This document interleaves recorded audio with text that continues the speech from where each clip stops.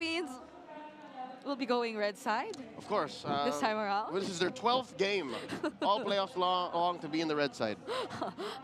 they've they've mastered the trades so much. Like they just know this is where they want to be. We saw it earlier too. Like their win rates when they're on the red side, it's just way too up there. They're just so confident in terms of them playing the red side and them letting go of certain picks. Like even the Jushin first pick earlier that was done by Team Liquid Philippines. You see how they were able to play around it. Even the Phobius is a common ban that we see in the first phase, but they knew exactly how to respond to that. But again, Oh my God. Leo did mention earlier, we do observe that Team Liquid Philippines tends to take a little bit more time. Yeah. I believe this was a trend for other teams in international tournaments too, or like way back, it was something we saw in Aurora as well, but now it's happening to Team Liquid Philippines. That's why we love the lower bracket. But here's the thing, you don't have to go to the lower bracket. Like winning this series punches your ticket to the grand finals and to MSC. So it doesn't have to come to that, all right? So I have hope that a lot of lessons were learned in game one to give us a more competitive game number two. It's just, Onyx also watched last night. Onyx also knows what the cavalry is capable of, so they would, you know. That was probably their form of rest, right? Like watching the series together after they played their own series in the first match of yesterday. But we're calling Redmar in once more to join us in the draft. Redmar, how are you feeling? Did you like what you saw in that game? Yeah, I mean, I did. How Onyx was able to come back into that. Hello again, Leo, bring it up. It was a very dominant game for Onyx Philippines, completely denying the sustained heroes for Team Liquid. So now they changed things up. No Jushins whatsoever. It's a more common first pick so far for Team Liquid Philippines. Hey man, all the Renmarians are asking, should the Baksha show up here again? I mean, there's a chance that it will, and probably in the no, I think it's still going to be in the Rome. Considering that there's a Harith on the other side, Team Liquid Philippines might consider picking up the Baksha. That's one of the heroes that's been proven to not counter it, but just give it difficulty, of course. You know, you're reducing a little bit of the shields that he can get. It's still a crazy amount of shields, but, you know, every little thing helps when trying to deal with Harith. That and the Phobius, so this is already a clear signal, but it might be a trap by Coach Why Not? Yeah, I agree with that. That they might be trying to bait out a Baksha pick early on. What if they have answers to this? You know, like we've seen it in the previous days. Like for lineups that had the Baksha, it feels like you have to allot a ban for a certain pick that will make your time very difficult. But Team Liquid Philippines might not fall into that trap. They're picking up the Gatot first, and if they pick the Baksha here, that'll pretty much reveal a lot since you already have your jungler. So you don't get the flex benefit of the Baksha if they pick it up here, so they will proceed with the Farsa instead. Ooh, okay. I like this Farsa ban. Sanji applied, Super Friends applied so much pressure for the lineup of Team Liquid Philippines earlier. Yep. So, good response right away, picking up the Hayabusa. Yep. It seems to be the go-to slot now for Haya, Red 3. If it wasn't such a magic damage-filled first half for Liquid, then that would have been a Suyo, right? But Haya it is, again, quick access, quick reach to the Farsa in the back. Now closing off these picks. Do we attack the gold lane? Do we attack the XP lane for Liquid? Yeah, I mean, the matchup that just can kind of manage things with a Harith in the lane is probably the Granger. Like, that's the closest, but that's already banned out. So the next possible probably will be the Moskov if ever they do want to offer that. But this is looking pretty interesting since does Onyx want to let go of the Baksha in this kind of scenario? Since it feels like the Baksha earlier played by Onyx was up against Team Liquid Philippines with this exact same lineup and it worked. So would they want to like encounter that same problem? They do need a little bit more thickness in their lineup though. Maybe this time around, Team Liquid Philippines might consider picking up the glue for themselves. Just a little thing to deal with the Harith and whoever's going to be left alone in the backline, most likely the pick of Super Friends, considering that Team Liquid Philippines had a really great ban here in the Salinas. So then does that mean they're going to be considering taking out something like the Lo Yi, maybe, if they want to take out another Super Friends Comfort to put him in something that might be a bit of a matchup mishap for him. Oh, and by the way, I think the carry might also be an option. But that's too much magic damage if you're Team Liquid Philippines already. Yeah, you need either physical or true at this point. Like that is way too much magic. That Radiant Armors early on is just gonna snuff their development in the game. Yep, I agree. So what does Team Liquid Philippines go for as their last ban? Is it gonna be the Luyi? Indeed. Mind you, Oheb still has a Bruno. A pocket Bruno. Oh yeah. That he, for a majority of the regular season, alone played a lot. Like, that was his go-to if everything else failed. Yeah, and that makes That's sense, true. considering that it's going to be paired up with the Farsa, or with the Gata enjoyed diving forward. There should be enough room for the Beatrix. However, that means that Team Liquid Philippines will have to have another frontliner in the back line to peel, because the Hayabusa will just be able to dive onto them easy. That too. So it's Bea or Bruno left for the Filipino sniper. Yeah. Yep. And a Luyi potential pickup if Super Prince wants to go that route? Or do they just really be cautious of the presence of the Joy? Because, you know, but I mean, it's like you can just play it as aggressively as we saw it yesterday. If ever they do pick it up, it works well with the Haya too in terms of managing the split or the opposite ways if ever they do want to go for the macro. So For the world's longest quad shadow. it can happen if ever they do pick it up here. I mean, but they have no rush for it. Yeah. Because again, you already know who the mid laner is over there. Oh, all right, just catching up. Ooh. There it is. All right. Oh, they pick up the Cho and there's no draw head anymore. So what does JP go for? There's no chip too. Or is he gonna go for the Gato this time? That might as well be the case. Because again, we know Liquid has deep pockets, but no, they learned their lesson yesterday. We're not going to play the meta anymore. We'll play what we know. They're sticking with it. It's something we saw from Onyx Philippines too, and eventually they did find a way to make it work. But now it's the mage for Super Prince. Even the carry's still even the Kimmy's still out there, as we mentioned. Unless they're gonna go. It's banned. Okay. So we go for what we expected anyways. Right. Yep. There you go. Yeah, it was this or the Eve. It was. Considering that there's a Joy though, so this probably would have been the safer option. More mobile. Onyx Philippines, it feels like they're just so confident with the way they're drafting so far in the past 2 games. It's like they're able to foresee every single thing that might come out, and it's Team Liquid Philippines who, since yesterday, have been feeling a bit off. Even as the game has already started, I think Liquid's learning a lot. So look at this. This is a adjustment from their draft in game 1, and the numbers are looking better already. Yep. They have to show us, and they have to execute it as well in such a way that they're able to maximize this lineup's potential, because it has a lot. You can expect a lot of combinations, a lot of hero synergies. That's the Farsa, that's the Gatot. But let's see how everything unfolds as we throw it over to our casters. Thank you so much, panel. Again, Brigida and Leo and Renmarian. And Renmarian's back on the desk with us once again. It's me and Ingon jumping into game 2 here. We'll see if Mpl Ph can go ahead and even out the series, or maybe I don't know, maybe they just want another reverse sweep under their hands here. We're going to find out. The lineup looks better, though, I would say, for the composition this time around for Mpl Ph. Yeah. You guys mentioned it a little bit in the draft. Let's take a quick look at the emblems. Anything standing out? No, all pretty standard. Of course, Super Prince going with his tenacity and inspire, 5% cooldown reduction, along with the Brave Smite, excuse me, for his low Yi. And one of the key interactions here for Team Liquid Philippines are their double revitalize on the Gata and High Loss. They should not hesitate to take those early to mid game trades, because when you have that with you, that means even though Onyx Philippines, their damage might trump you in the early to mid, you have the regen to get through it and to potentially turn things around. So if ever they find themselves in a skirmish, and as long as Sanford and JP are together, go ahead, fight. Yeah, but it seems like Onyx actually is on the driver's seat now, forcing Carl 7-0 on the Joy? Yeah, undefeated. Wow. I didn't realize that, actually. Yeah, I was sorry, I didn't mean to cut you off there, Ingon, No, it's but okay. whoa. Because that's an amazing stat, and let's see if Carl TZ will suffer his first defeat with the Joy, especially with the adjustments that they have. I do agree with what Renmar said in terms of, you know, forcing things out.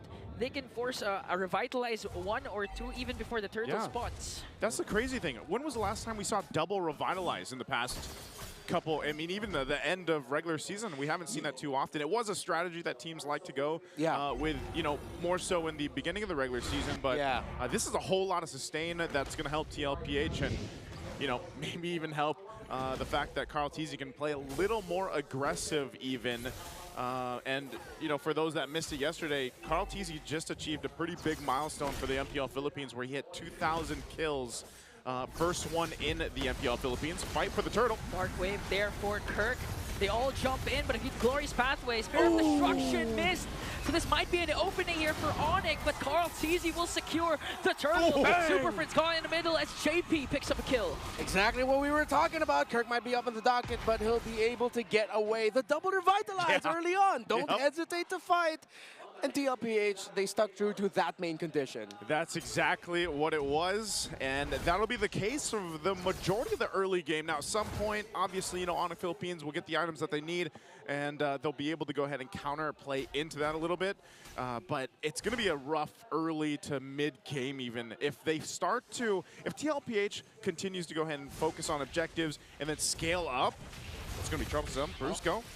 Purify popped down there by Sanji, so Brusco nice getting caught there by JP as King Kong tries to go for the chase, even used up the Retribution to bring down Sanji. Brusco escapes. Oh, kills across the map. All right, so a kill onto Kirk. Carl Teasy was able to get one, and then a trade out for Sanji, who eventually, after getting kicked out of the sky, did fall down. Okay. Yeah. Hey. You know, that Purify will help a little bit, but also the thing to take note of is Brusco has done pretty well on the Cho when it gets picked up. I think, you know, sitting at a positive win rate on it, 6-3 right now, is still the main thing. He's usually able to go ahead and find those exact targets that they need to, especially in some of the more crucial team fights later on. Ouch. Takes a lot of poke here, though, too, and that's one thing. Like I said, man, the Farsa has risen up once again in a lot of these compositions that we're seeing just because of that early burst, the jump. AOG jump there for JP. They want to go for Kirk. And it looks like he's going to fall down, but in exchange for Sanji as King Kong picks up another kill and both teams will disperse. All right, good trade there. Good sense by King Kong to just jump straight into the backline, take Sanji down as the other members of Team Liquid Philippines were focused on Kirk. This should go a little bit better for Onyx Philippines in contesting this turtle, but Sanji will be back in time, and it looks like it's going to be a full-on 5v5 considering the two gold laners are nearby. Let's see, though, where Oheb and Kelro will go. It seems like they are focused more on just getting the farm. Yeah, Oheb's got to do that, though. So he went, cleared mid. He's going to go back down bottom. The fight for the turtle, though, we'll see if, throws the spear. There's the SOD and the glorious pathway there from Sanford. Kirk jumps in for the Infernal Pursuit as King Kong gets the turtle, though. But a clash still going on. JP might fall down here, but the first man down is Brusco. Next one is JP. And both teams again will disperse, but there's going to be a diversion, though. Where's that going to go? Okay.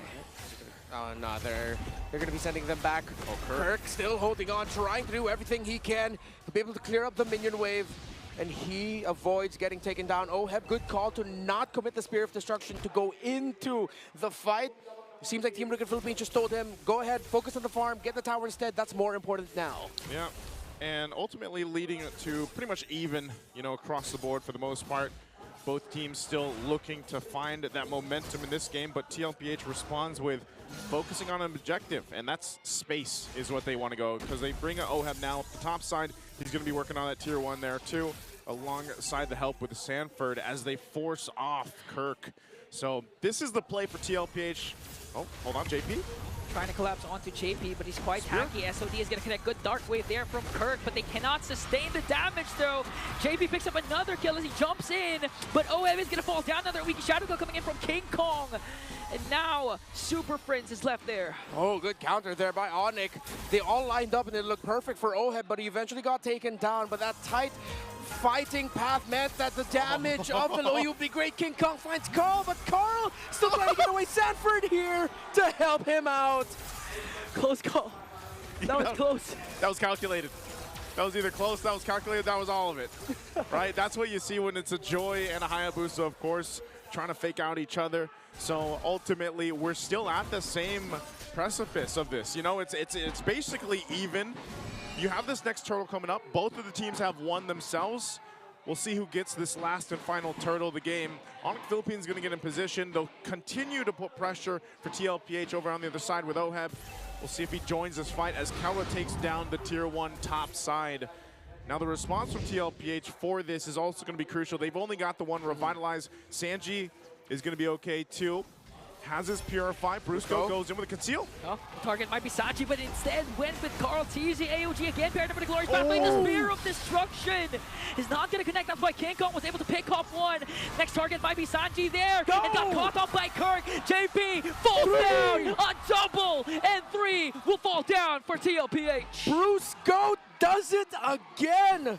Smooth on the Conceal and the kick. A slick kick by Brusco. Yeah, I was commenting about that earlier, man. He's got one of the better records on the Cho, and he's able to find the right targets at the right moment. Again, just the pressure of him, you know, just being on the Cho is enough to keep a lot of teams kind of second-guessing on exactly how they want to approach these fights. This turtle's now up.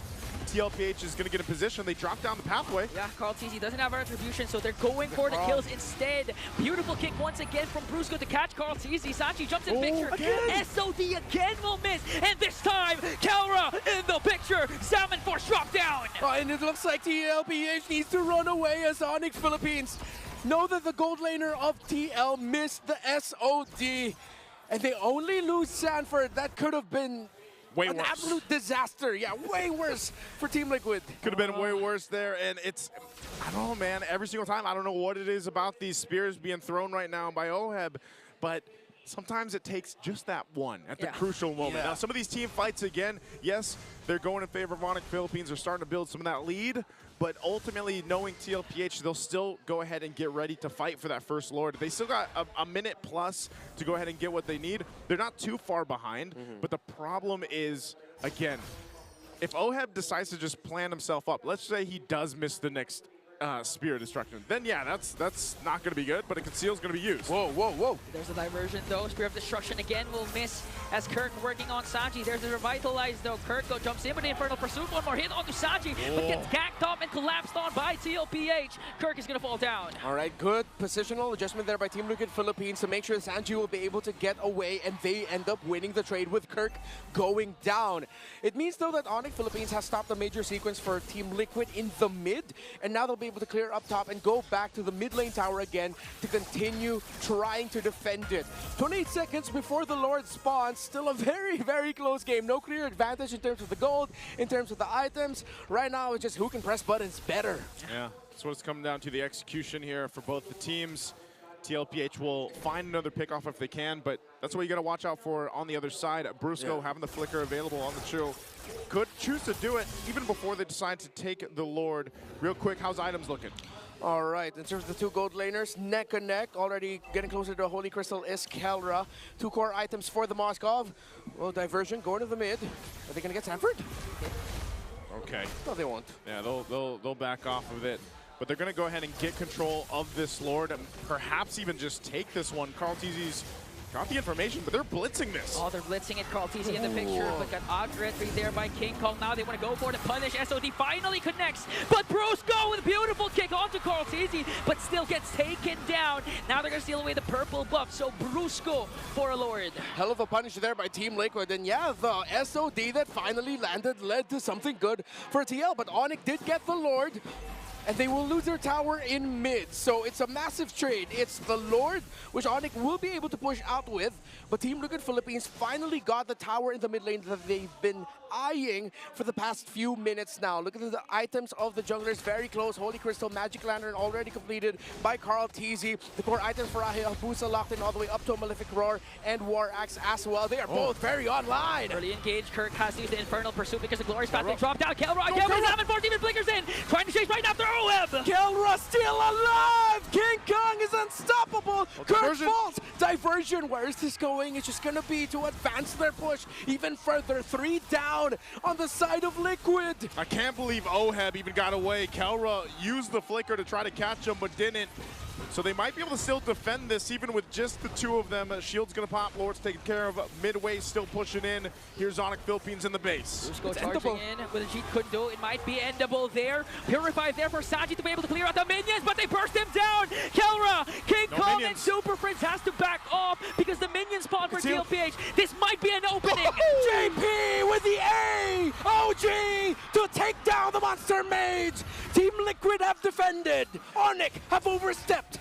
Oh, Onyx Philippines, they saw the finish line, but TLPH said, no, not yet. It felt like I watched this last night. Yeah. Game 5, Team Falcons versus TLPH. Hey, man, at this point, it feels like we've been here already for a week, right? But let's take a look at the replay here. This is what we're talking about. They go in, they make a play on Sanji, but it's good for Oheb. Like I said, think how important it was that he didn't die from when Kelro went, because if he did get him, that'd be game over. Yeah, and Sanji was able to maximize the feathered airstrike because he pressed Purify just in time to cancel the cancel of Brusco onto the Farsa. So that meant that Oheb was still able to lock down onto the final siege minion so that they can push out. It still is a dire situation for the cavalry though, because we cannot deny Onyx Philippines are most definitely still in control. The big difference in gold is actually in the mid lane. Only up to a Blood Wings is the Farsa, but the Lo Yi has 3 core items already locked in, the Enchanted Talisman, Glowing Wand, and his own Blood Wings as well. Yeah. And that's what's crazy about it, because Sanji, even despite being down in terms of gold against Super Friends, you're still seeing how much damage a Feathered Airstrike can do. And yeah, the right timing or key timing on that Purify is going to be crucial for him in avoiding Brusco even. So Lord is up once again. There's been a whole lot of action already just near that 13.5-minute mark for this one. We'll see if TLPH has an answer. You know, a lot of the team fights that have broken out have all been from Onyx Philippines deciding to go and make something happen. With one base turret down in the mid lane, TLPH will go and try to make an adjustment. They can manage the waves pretty easily though, because that is that mid wave turret down, but you can already see where Onyx Philippines is deciding to plant themselves here. They might go for some sneaky maneuvers. Split push potential there from Brusco and Kelra, but I think... yeah, they gotta join the fight. Yeah, they have to join the fight, because again, Brusco has been the main initiator for the side of Onyx Philippines, but the best part is for TLPH. They can punish whatever execution Brusco does right now because of the double revitalized setup and the glorious pathway in AOG that they have. Right, look at the items. Dominance Ice, Athena's Shield for the high loss. Still on the way to the Dom Ice, but already has Radiant Armor and Athena's Shield, actually, for the Phobius of Kirk.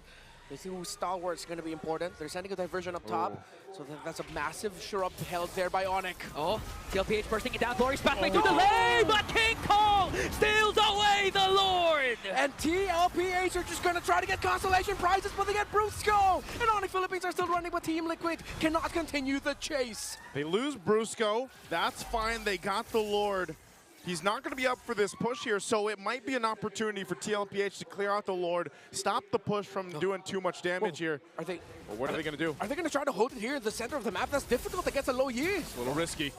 They're trying to do a high clear here. Turk goes in with a Dark Wave. Kelra, Zaman Force popped down already. Oheb able to free hit. Sanji already used up the Feathered Airstrike. No, but they burst down Sanford. Now Super Friends looking to execute Oheb there. Kirk, though, got taken down. Diversion. Where are they going to go? They might go back. King Kong with a Shadow Kill there. And 2 will fall down for TLPH. Carl TZ's back on the map. He's going to try and get Kelro. Can he burst him down? Baby! Cakes with a shutdown onto the Harif. And one crucial Spear of Destruction.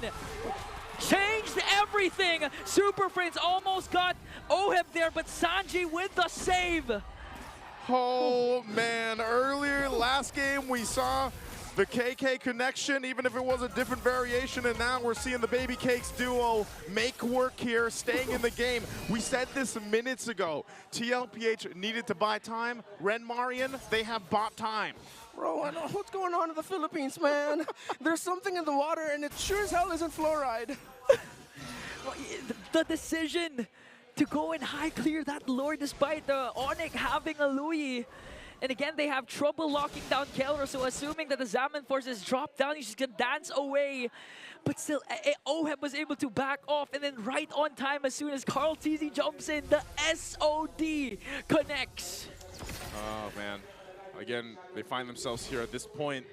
Lord's still a ways away. A minute on the clock for that to come up. So Onyx Philippines, you know, you're starting to see them being like, all right, we're gonna have to kind of adjust our game plan here with this. And this is where some of those important diversions can come into play. That's always something that they can pull out of the sleeves here with Super Friends. You're seeing how much damage there is indifference here between the two teams as well. And that's all been the story because Mpl Ph has had to play catch up in terms of itemization, but now I feel like they're actually in that capability to fight, you know, the way that it's been playing here. Now that's something that Onyx Philippines has to consider even before this next Lord does come up. Right now too, you got tanky front line for Mpl Ph to deal with, plus still the 2 Revitalize are going to be crucial in that next take. So right now, just kind of a face-off while the junglers go and get their buffs.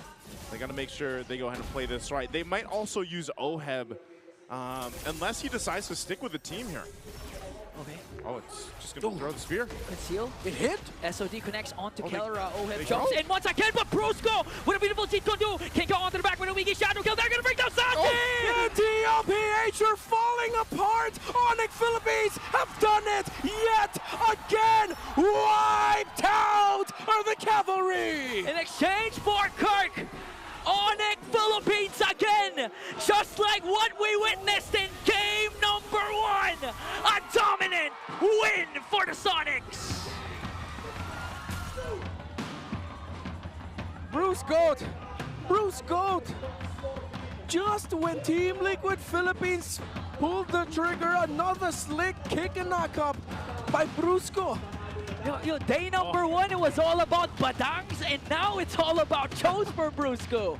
Oh, this is going to be a good one to break down here for Brigida and Leo. Guys, what do you have to say about game 2? It feels exactly how game number 1 ended. A team fight that broke out, which nearly looked like Team Liquid could have taken advantage of, but it was Onyx all along who knew how to win it in the long run. It went from worse to bad, if we're talking about game 1 to game 2 progression. But yeah, no, I think Liquid felt it in them that maybe if we can catch Onyx off guard, we could end this. But just before that, Brigida will attest to this. I was watching and I literally, this is an I told you so moment. It's like, don't be impatient, wait for the right moment and fight when you feel it. But another key to Liquid actually coming back is to take down King Kong. King Kong did not let that happen. Yep, and that's where the impatience came in. The entire, oh, we could go for it. They saw this. The Salmon Force, it was already burned, but they didn't take into account King Kong. They didn't take into account that there was a wall, that there was a kick, and that there was the vacuum that could come in from Super Friends. Everything. They weren't able to take account of that. And this guy, he didn't die, as you mentioned. They weren't able to find him. Instead of serving up a point to Liquid, King Kong was giving out 808s and heartbreaks. Not a single death, 8 assists, 8 kills. He was on it. Again, a lot of people will say King Kong has his ups and downs. Yep. But this is just the metagame affecting how King Kong plays. And now, after 3 weeks of a break and what, a month and a half of the patch drop-in, he understands now. He knows where he can play. He knows the space in the metagame that he can move around and operate in. And the Hayabusa gives him such a great toolkit to do just that.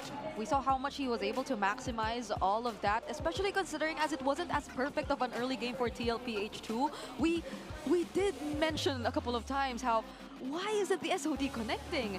And I feel like that affected their early game so much because it could have been way better. Oheb was doing a great job managing the waves, but there was always a team fight happening on the other side, which if he could have just joined, things could have been different for Team Liquid Philippines. But one might argue that if Oheb joined these fights, it's not a guaranteed win, especially when there is a Hayabusa always out on the hunt for you. And what happened was, King Kong went for the next best thing. He went for Sanji. Did not want to go for Kyle TZ because there was a moment in this game where Carl TZ was walking around top lane, bumped into a random Shinobi hiding in the bush, like King Kong said, major flinch. Right? So Oheb did what was best for business at the time. Yep. And it was very difficult to see that even towards the late game where Team Liquid Philippines just decided to say, Oheb, let's not go for the split anymore. We did talk about this too, right? Like they were just doing that entire for Protect 1. They knew how badly they needed to protect Oheb, but even that didn't work anymore. Sanji had 2 much of a hard time. Yeah. This is something we mentioned too earlier that we didn't see in game number 1, you know? Sanji died maybe 3 or 4 times too much, and he did what he could. Again, he was a threat magnet. He was doing everything in the early to mid that Liquid could not afford to do with Carl and Oheb. But again, we have to give our flowers to Liquid as well, despite losing this game here and one more away, one more loss from losing the series. Baby Capes came online. Very late though. Very late. Carl TZ, he was doing what he could with a Joy, but look at this lineup from Onyx, right? You have a Cho that could... All right. Onyx, ask me, are they a frontline or a backline lineup? Are they a frontline or are they a backline? They're a frontline, backline lineup. That's what's so difficult is Sanji couldn't hide, Carl TZ couldn't cut through, Sanford was dying like half the time that he didn't have a Revitalize, and Oheb, you know what, maybe it was a blessing in disguise that he was missing SODs. Because if he did come through, he would have to think twice of, is this even worth it? Because I might die when I jump in. Yeah, those are probably some of the little things which allowed Team Liquid Philippines to extend this game, honestly. And unknowingly, it really could have been something, you know? Now, I'm starting to think, does Team Liquid Philippines actually get away with this? How do they, like, recreate that entire reverse sweep if they're up against Onyx, who doesn't let go of the red side and are just this good at pressing buttons? All right, to answer your question, I'm going to go back to the root of it. Brigida, they can't get away with anything. It's not a matter of finessing a victory out of Onyx. You have to go through the belly of the beast. You have to understand that fundamentally, Liquid cannot slip up. There has to be some way you stop King Kong from farming. You have to stop him from being the BPI rich guy. You have to compromise Super Prince's hero pool without giving something else in return elsewhere on the map. Yeah. We might need to see a little bit more of their mid or trio rotations and how they're able to actually focus down on certain things in the early game, because it does feel like there are 2 different things that they want to do, especially if you look at Sanji and JP. Yeah, maybe 3 or 4 or 5. Like I had a grocery list of things to check off for them to even think of getting back into the series. But yeah, no, you're right. If for Onyx, it was so easy for them to say, all right, KK, King Kong, Kirk, sure, game 1. And then for game 2, it was more Kelra, King Kong again, the old school KK, which, by the way, Kirk played a game very similar to his performance in the grand finals of Mobile Masters, where he was sitting with a CC at 0-8 and whatever. Here he was like 0-6, 0-7 with a Phobius and still doing his job. That is one of the main strengths of Onyx here in this series so far. And in the run of the playoffs, like, they are such role players from lane to lane to roll to roll. Now let's look at the gold difference timeline again. This time, it's a little closer compared to game number 1, where in game 1, it was like Onyx on the red, yeah? It was just, whoop, it was this thick. Here, close, close, close, close, closing the gap. I would reckon at about 10, 9 minutes, this is where the gold lead was like 900 or 1,000, just barely. And then slowly, Onyx builds that lead once again. It closes, and I think it's at this point, right here, about 16 minutes. This is where Liquid goes, yeah, why don't we force something in mid, right there. We go for the conceal play, jump into the AOG, and regret it almost instantly because of what Brusco did, because of how Onyx draft was a front line, back line kind of lineup. For those fans of Key and Peel, you know what I'm talking about. Here you'll see Onyx ended really quickly. Again, mid was penetrated for Liquid, so you know that that was irreversible damage. Not to even mention how the game almost ended about 5 minutes ago, right? With that defense of a lifetime with Sanji pressing the Purify at the very perfect moment. Brusco just taking all the turret hits. That was a close call, but this right here could have looked very different. Turret, I would reckon these 2 turrets went down in trade for this turtle right here. This was that bottom rush by Oheb. And then, again, you can't trade short-term goals and wins for Onyx, against Onyx, with the way that they're going. I know what Liquid was trying to go for this, right? They were trying to trade that Lord for a turn, but Onyx was just so good at cutting their losses and getting out of there. That's what this was. And then we had another one here, which they were able to defend. I think this one was the negative gains Lord. And then from there, again, Liquid tried to go for a short-term win. Let me introduce a concept called Who's the Beatdown, all right? Last time I talked about this was maybe an M series or an MSC, wherein the winner of any given matchup, any given contest, is the one who understands their role in that bout best. So here, you ask, who was the beatdown at any given time, early, mid to late? For the most part, the beatdown was Onyx. And in that last moment where Liquid said, yeah, why don't we pull the trigger here? Bah! They misunderstood that the front line, back line lineup was still very much online, and they missed the cue. They got wiped out. Game ended. Who was the beatdown? Onyx knew better. Now, looking at the item progression, again, you'll see that Oheb is slightly behind Kelra. He did build his boots first, but the Trinity will take a little longer to build up. He did get it comfortably, under 10 minutes, but the fact is Kelra never really died. Kelra was sitting at 2-0 and X for a majority of the game, and I think Kelra is one of the reasons why the front line, back line lineup works so well. What does this mean? Again, let's run through front line, back line. Back line killers, that's your Hayabusa, that's your Phoveus. They're the ones who cross over and use their reach to close the gap between them and Liquid's range. Again, talking about that Farsa and that Moskov. But what is the backline breaker from Onyx? The ones that mess up with the front line, because again, you already have the targets for the Farsa and the Oheb, the Farsa and the Moskov.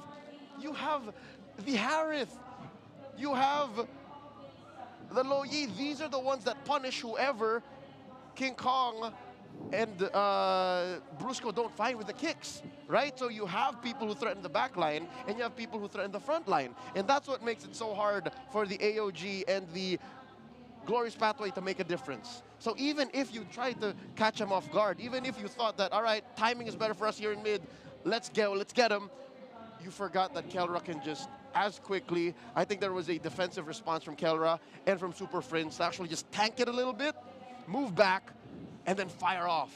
And again, amazing damage profile spread here from Onyx. Magic, physical, magic, crowd control. See, so it's so hard to itemize against this clean. I saw a point in the game where in Super Friends, if I'm not mistaken, after picking up the winner crown, at some point juggled a glowing wand. He understood that I can deal enough damage, I can burst you, but what if fights go long?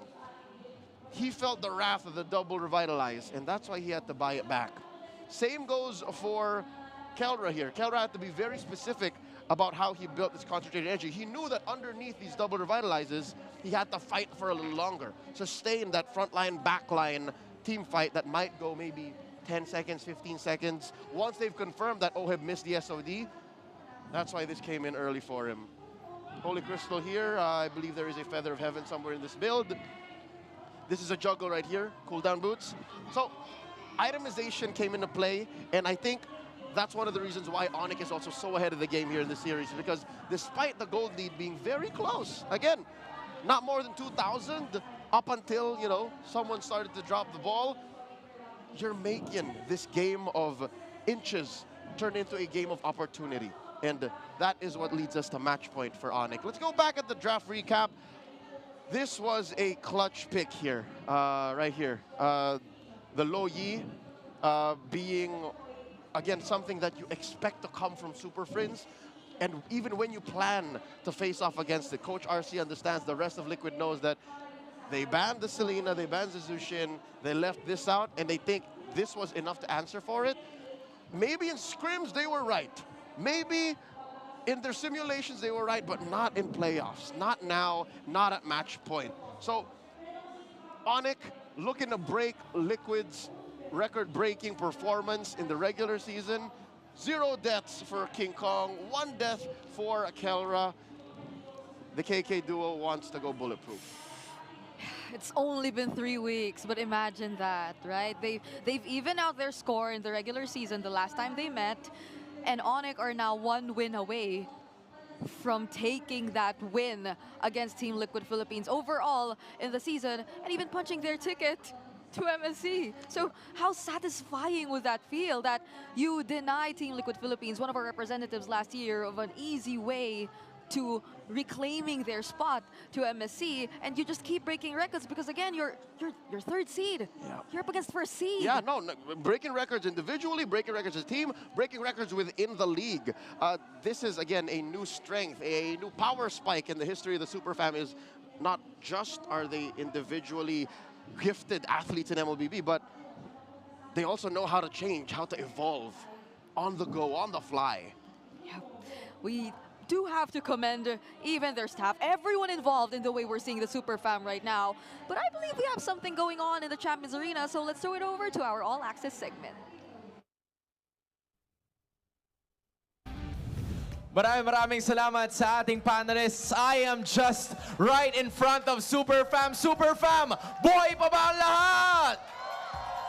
Isa na lang ang kinakailangan ng Onyx Philippines to make it into that Grand Finals, Odin. But of course, bago natin simulan na magiging laban, kasama natin, walang iba, for another time this season, Fuego. Welcome ba? Kamusta? Hello po, ayan. Okay naman po.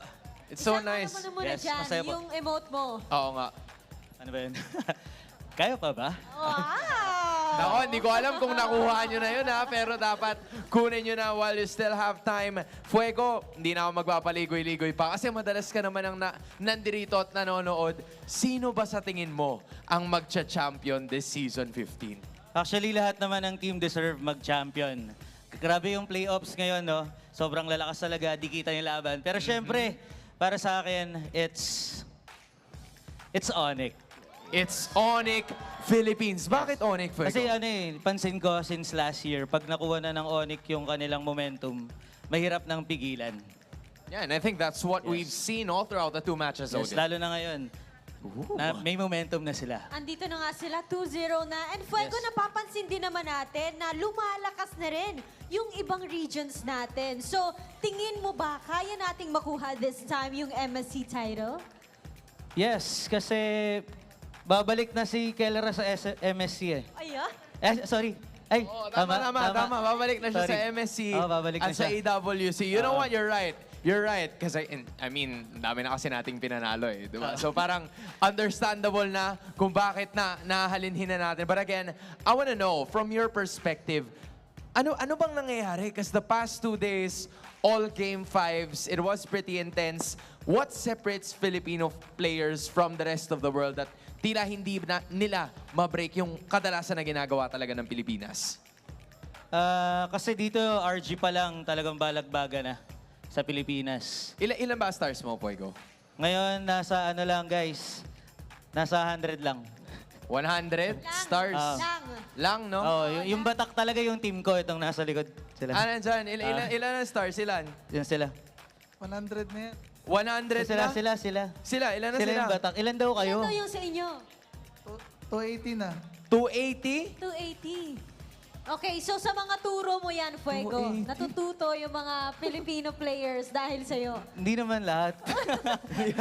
Hindi naman lahat. Ako din, kahit ako, hindi ko pa natututunan yung mga Oo. turo niya eh. Alam mo, gusto ko matutunan yan. Pero hindi. You know what? I think we still have one more for you. Odin, ano ba yun? Anong mensahe mo sa mga players natin dyan?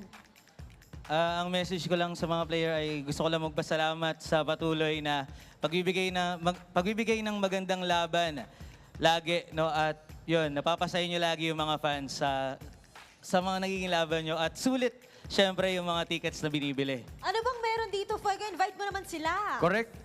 Yes, guys, ini-invite ko kayo na suportahan palalo ang ating Mpl Ph. At manood kayo, pwede kayo manood dito, live sa ating venue. Oo.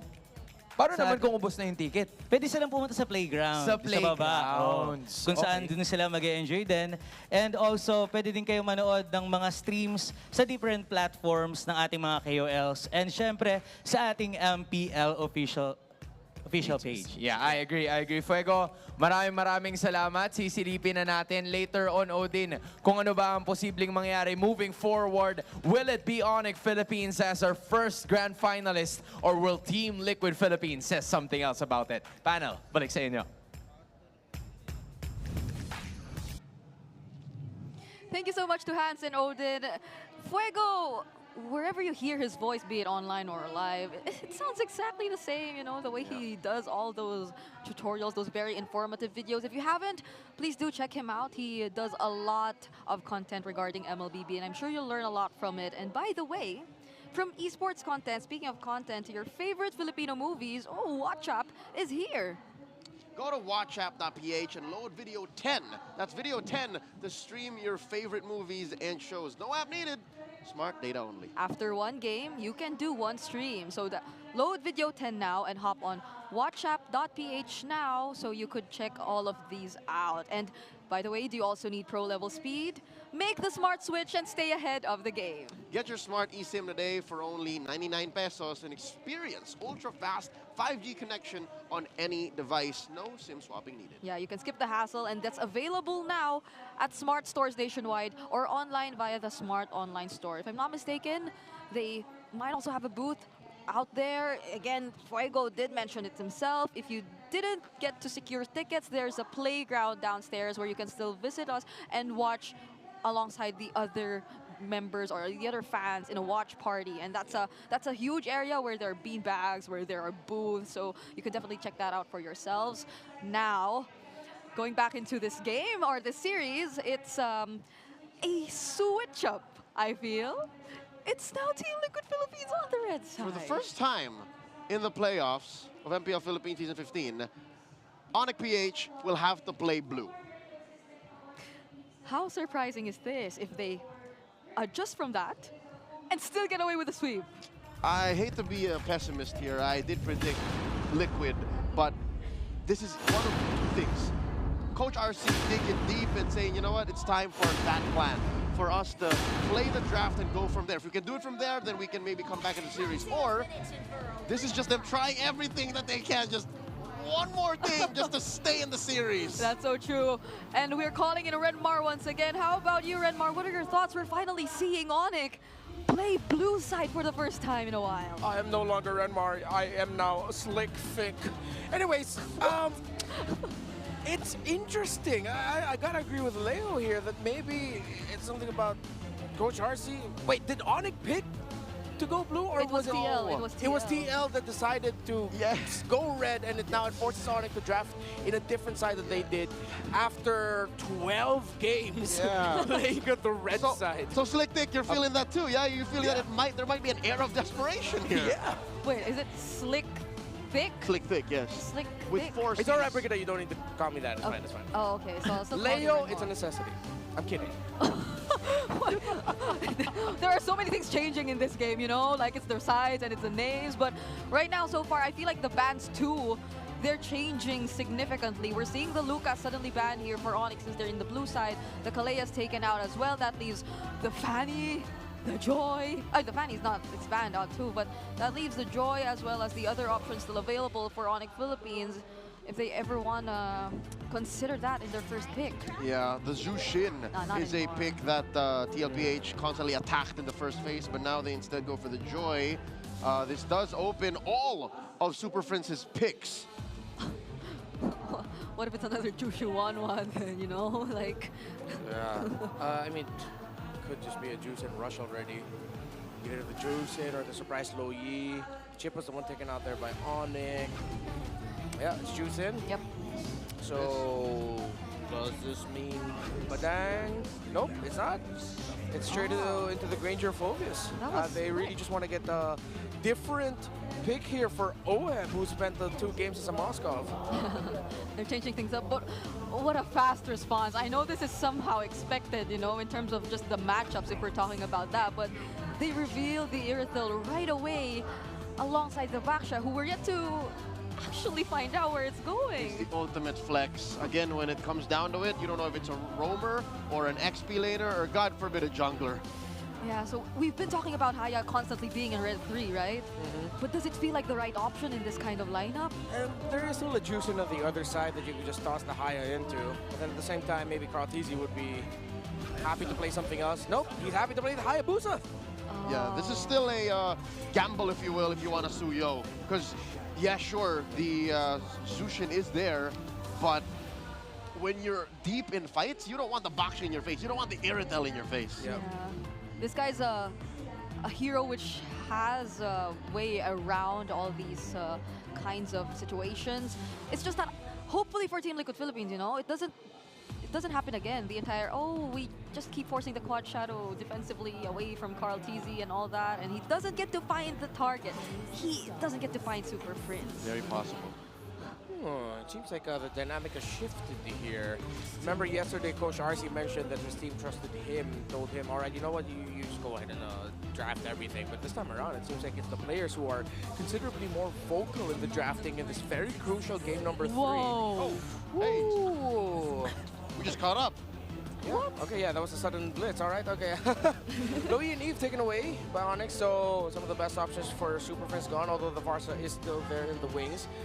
Although they might want to pick the Super Prince pick last, because you don't see enough on the side of Onyx to say it's safe to pick the Varsa. Yeah. There's the Gatot. And is this a clear go signal? Can King Kong go Lancelot? Whoa.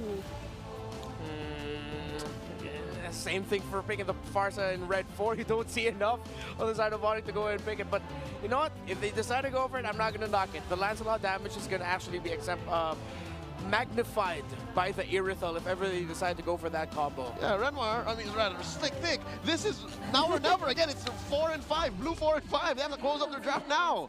Yeah. Unless it's a boxing jungle, dear God. Wait.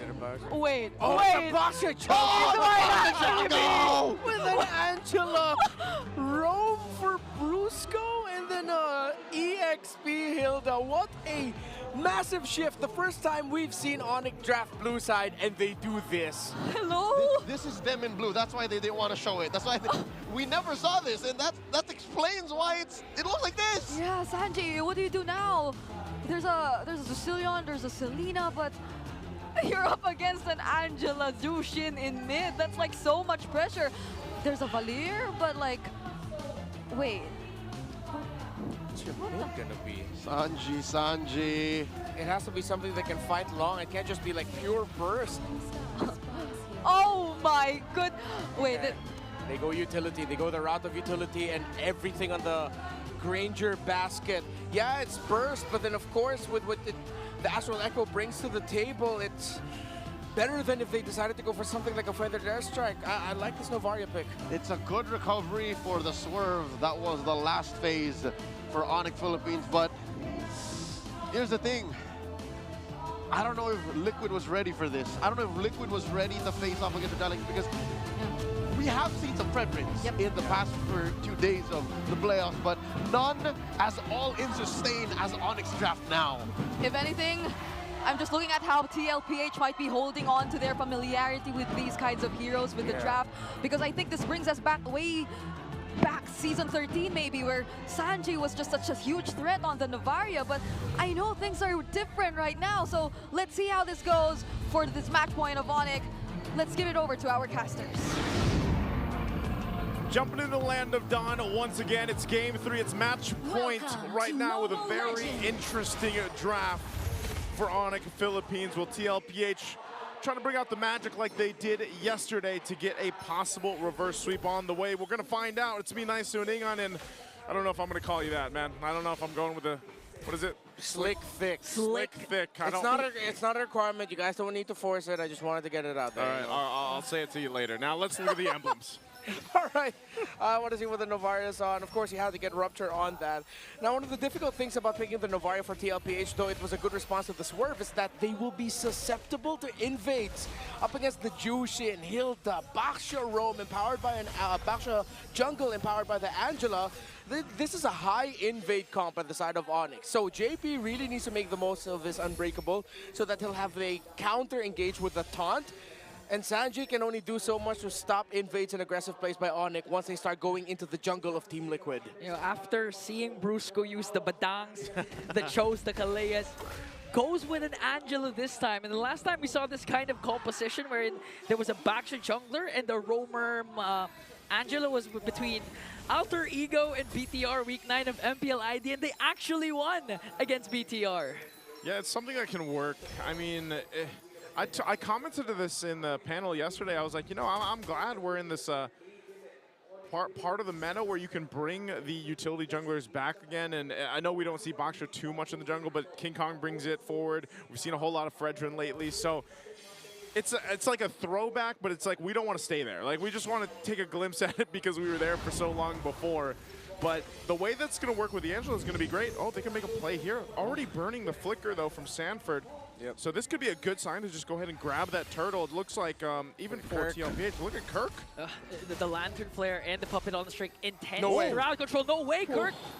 Almost got a hold of Carl Teasy there, so it looks like Mpl Ph won't be able to contest for this first turtle. Yeah, Onyx Philippines can just continue to do this, or specifically Kirk. They have free access to the jungle of Team Liquid right now. Carl Teasy is going to be able to get his orange buff, but it's tough. They could not get close to the turtle, and this might be the story for the first 7 minutes of the game, where it's just Onyx constantly going to the jungle of Team Liquid in the key objective team fights. Okay, that's well played for Onyx. You know, the whole sequence of that leading into that first turtle. Not going to be anything massive, of course, but at least getting that first objective, and it looks like they're able to go ahead and actually poke down quite a few members of TLPH. Kirk especially. I mean, we've seen this Hilda in action quite often, and it is just tough to deal with for a lot of teams early game. Oh, Astral Echo dropped down, Lantern Flare as well. Forced out Sanji's flicker there to evade a potential death. Yeah, good thing he actually used that flicker. If he didn't, he most likely would have been taken down by Super Friends and King Kong. King Kong could have just tower dived, and Super Friends would be the one to finish off Sanji. So, looking at the goal difference, already a lead for the Juice in, small one. Irithel as well. Kelra having a fun time in lane, of course, back in the day, which was December, so it wasn't that far away. Back in the day. Yeah, back in the day, December 2024, I remember those times. Iritha was always just an instant answer to the Granger in the gold lane. It teetered out and balanced out eventually, where it was a little bit more of a skill matchup. But lately, with the resurgence of Irithel, with all of the Granger picks coming into the playoffs, we're starting to be reminded as to why Irithel dominated that matchup for quite a few weeks. Yeah, you know, Kirk's treating this game like a marathon, literally from the top lane, starting to stay here in the bottom lane to go for a gank onto JP and to Oheb. So now they're trying to sandwich the two members of TLPH. Sanji already cast the Astral Echo, but Kirk with the power of Wilderness drops down Sanji. Kirk's a Broly man. Yeah, measured and calculated for the Kirk attack. He can just keep doing that over and over again. This is going to be a very fun game for a Hilda EXP, who's just now chasing Carl Teasy. After taking down Sanji, he's going after the young goat. He's going to zone him out pretty well. Sanford's trying to help here. The JP around the corner. What do they do? Picked up by the Lantern Flare. Sanford desperately trying to go with Infernal Pursuit and zone out the members of Onyx. CLPH just Carl Teasy just wants to get his orange buff as Onyx secures the turtle. Very close. It looked like Sanji was going to get the last hit into that turtle, but just in time, King Kong was able to retribution it away. Again, Keller having a great time in lane. Already one whole EX experience bar gap between him and Oheb. 3,000 plus in the gold, and Oheb has yet to break the 3,000 threshold. Let's look at where they are at right now. Excuse me, he did break it, but it's closer to 4,000 for Kelra. Purple buff looking like a big objective because Onyx here on a roll Good right pressure. now. Good Lantern Flare there. King Kong soaking up the damage. JP used the AOG defensively. You see it, man. Like TLPH, yeah, they're, if you're really just looking at the goal, there's not much of a difference. But the way that they're losing in all parts of the map is because they can't fight. They're getting zoned out everywhere. And a lot of that has to do with just this lineup that Onyx Philippines brought. Mind you, we haven't even seen the huge value that the Heart Guard from Brusco can actually play. Whether he goes for King Kong, Kirk, or Kelra. Like, he can choose any of those targets, and it's going to be such value on that ultimate with any of those heroes. So much value for the entire lineup of Onyx Philippines. Seems like a pick your poison type of deal. Not really poison, it's like, oh, what are you feeling like today? Oh, a pull back onto King Kong. Oh, Shield Unity got disrupted by the Dark Wave. Ash good cast for the Astral Echo, but a solo kill. Kelra got Oheb down alone in lane. He didn't need any help then. Well, he didn't even need the Heart Guard. He just goes 1v1. Look at this pressure still. Like I said, Kirk is just bullying right now. TLPH. Oh, Kirk in the midst of everything, forcing without the flicker plus the hard guard. Brusco is there. Sanford continuing to jump in as Onyx applying a lot of pressure into the middle lane. Dark Wave, Infernal Pursuit, they're chasing after Kirk and Brusco. JP goes in with the AOG. Now Kirk getting chased. Team Liquid will not commit that though. Way too risky. Still very close in terms of the goal. They were able to find resources elsewhere. But this is a do or die objective for Team Liquid. If they lose this massively, you might count the game already for Onyx. Yeah. Kirk. Oh! Dead again? The KK connection brings down Oheb as Carl Teasy steals away the turtle. Super Frizz goes in with the Crimson Beacon and Lantern Flare. 2 members down on the side of Liquid. It's Carl, TZ, and JP. And yeah, I'm going to stick by what I said. If Team Liquid lost that in a big fashion, which they did, count this as done. Onyx just needs to hold on and not slip up. Even just getting the objective, it doesn't mean anything if you lose all that. Plus, Oheb dying again. Very unfortunate for him. He's going to have a lot of room to go ahead and try to catch back up here. Taking a look at just how he needs to go. I mean, look at this. He's only at 4 points. He's got 2 items. He's about 2,000 gold behind. Okay. Kelra, oh, hold on. Again being jumped on, but there's the clutch hard guard from Kirk. Will he be able to sustain it? Oh, it finally gets a kill and a stack on this Piercer. Brusco might be the next target. So Astral Recall is not going to connect, but still getting chased down by the Filipino sniper. And he got dodged down. That's Sonata, but not enough to take down the Bruiser. The moves and grooves. The Angela survived the chase by Liquid. Well, that was not on my Mpl Philippines Season 15 playoffs bingo card. Just imagine the reality of that. Granger firing off at an Angel, and she's just tiptoeing, dancing around and healing. It's good that he has the Flask of the Oasis, by the way, because that provides a lot of that heal. So that's got to be frustrating. But if Oheb was able to get that kill, that would have been great. But it does get him a little bit closer, because I was just pointing out the 2,000 gold difference between him and Kelra, and so he needs moments like that. So again, this could be in that similar fashion like we talked about earlier, where TLPH has to buy a lot of time. And how do they do that with this kind of lineup? Well, it's moments like that, and maybe even punishing Onyx Philippines if they get a little more, you know, confident and overstep a little bit. Yeah, 100%. Onyx game to lose right now. Oheb still desperately catching up in terms of the gold. Purple buff invade by Onyx Philippines. Is it going to be a big one? Kirk just zoning out every single member of Kelra TPH. Kelra from the back! Trying to work on Oheb though, so there's no CC to control Kelra, and he takes down a turret with him. Jump in. Oh, clutch hard guard there from Brusco. Sanford for the chase, he was too fast. Carl Steezy jumps in, pops the wiki shadow kill, but Kirk shares the damage as well, and they save Kelra. Good routing by the run of Kelra, as now he's getting chased down. Let's see if Team Liquid Philippines will be able to take down the Irithel. Kirk now gonna get Dark Wave. He's getting jumped on. King Kong gets alone without a problem, but Kirk falls down to Team Liquid Philippines, but that's all they will get. Yeah, and all throughout that, King Kong was just working on the Lord, and now the clapback. Super Friends goes in with the Crimson Beacon plus Lantern Flare. Just look at the damage of Kelra alone to all the members of TLPH. And this whole time, King Kong gets the Lord. He's managing one of the waves at bottom too, cutting it off. But that's the thing. That was all pretty much a distraction. You saw how long they were able to survive just that whole exchange because of the speed and mobility that an Irithel brings. But then also you throw an Angela on top of that. So great distraction from Onyx Philippines. Now it's TLPH that has to deal with this Lord push. Lord sieging in onto the top lane. Still Onyx Philippines taking the discipline route. Good cast of the Astral Echo to try and prevent Onyx from snowballing now, and they will be able to take the Lord down. If Team Liquid Philippines manages to pull this off, it's going to be one of the greatest comebacks of all time. Yeah. PHMLBB, but Onyx look absolutely hell-bent to just sweeping up the cavalry here, to being the first team to make it to MSC, to try and defend their legacy for immortality. They are just mere moments away, but can Team Liquid hold on and extend this to a point where they'll be close enough to turn the whole narrative around? Yeah, and for Onyx, if they manage to sweep TLPH, this would be the first sweep of our playoffs, and at the same time, the first time a third seed will win over a first seed in the regular season.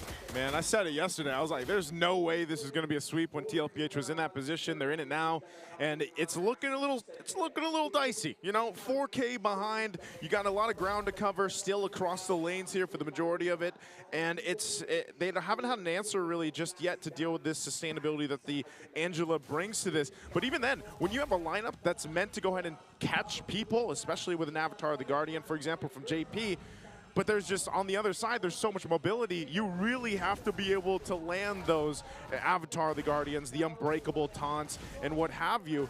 But it's just difficult. How do you catch Kelra, you know, and how do you get to the right targets here when everybody's running? I mean, think about Hilda, Baksha, the Irithil, and Even Angela. the Angela. Yeah, I mean, so your only target is Super Prince. But do you even want to get close to Super Prince? Because then he's just going to throw you around. Yeah, one of the main targets could be King Kong, but what can you do up against a Baksha that has an Angela, and at the same time, it's hard enough to drop the AOG. What more, the Astral Recalls from Sanji. Sanford forced to flicker because Super Prince is there with the Crimson Beacon, Lantern Flare, Astral Echo drop down. JP goes in for the AOG. Is this it for Onyx Philippines? Will they continue? But they force out the Revitalize, and CLPH retreats. All right, good thing Onyx Philippines so backed off there as the Lord already spawned. If they decided to dive that tower, that would have been way too much.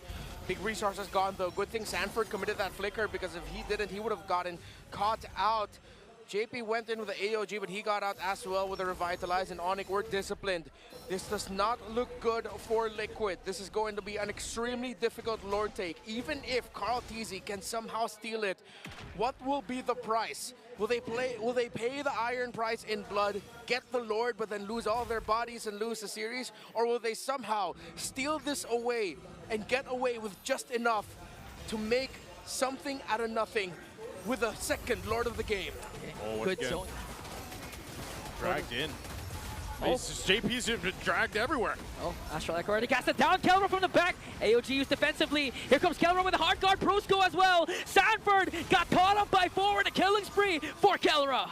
And TLPH have already lost one, and they no longer will be able to contest this Lord. A free one for Onyx Philippines.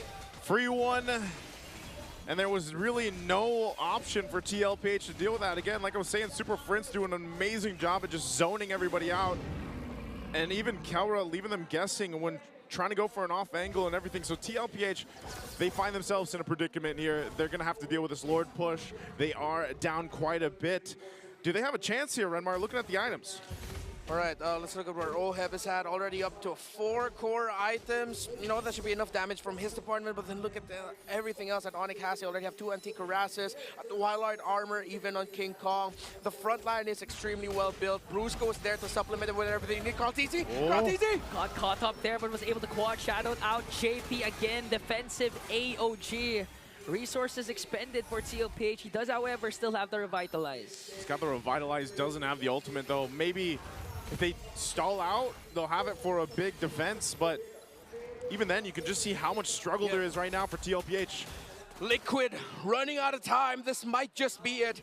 As Onyx Philippines just a few steps away from getting close to defending their championship at home. Lord down, Onyx goes in. Base now exposed. Sanford has to flicker out. Good cast of the Dark Wave, but the first man down is Sanford. King Kong soaked up the damage of the Wiki Shadow Kill. Lord still stood up, but TLPH, their base has now been exposed. Minion waves are going to be coming in from the top and the mid. No big ultimate here for Onyx. Let's see if they'll get a hard guard back up in time. Carl TZ trying. Oh, you're going to be able to clear out the minions onto the middle lane and the top lane. So Onyx... Wind of Nature! Pop Carl TZ! OM quite low! JP defensive AOG again!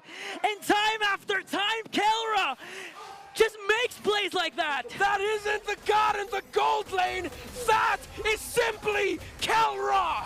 Now they're sieging in onto the middle lane. 4 are left to defend. The young goat not in the picture, but Onyx Philippines will disengage. Super Prince goes over the Crimson Beacon. Paired up with Kurt. They're going to bring down one more. They have minions. Sanford desperately trying to defend, but Kelra goes up again. And an unstoppable kill for Kelra. And it looks like this is it. Onyx are going in. Onyx Philippines now a step closer to immortality as they get to defend their crown at the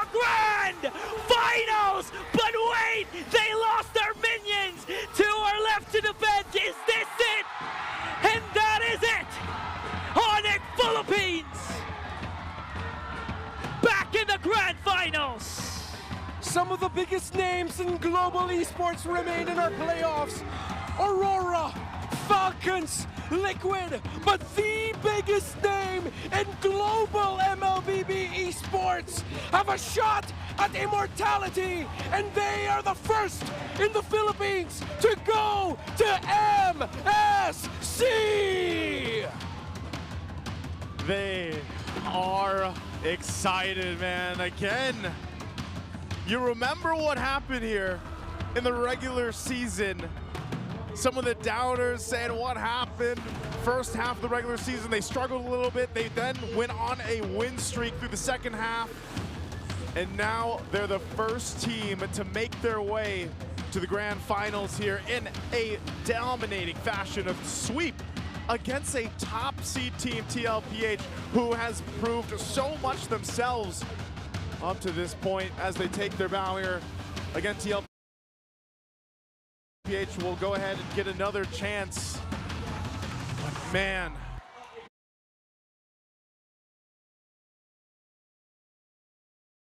Ph will go ahead and get another chance. But man, Onyx Philippines is something else in this series. A sweep, first sweep, and at the same time able to do that with a Brusco Angela. I mean, wow, we're just in day number 3. And this solidifies it. A warning shot to the rest of the world. The gods will be back in the world stage. The yellow porcupines are going to be zooming across the sands of Riyadh, Saudi Arabia.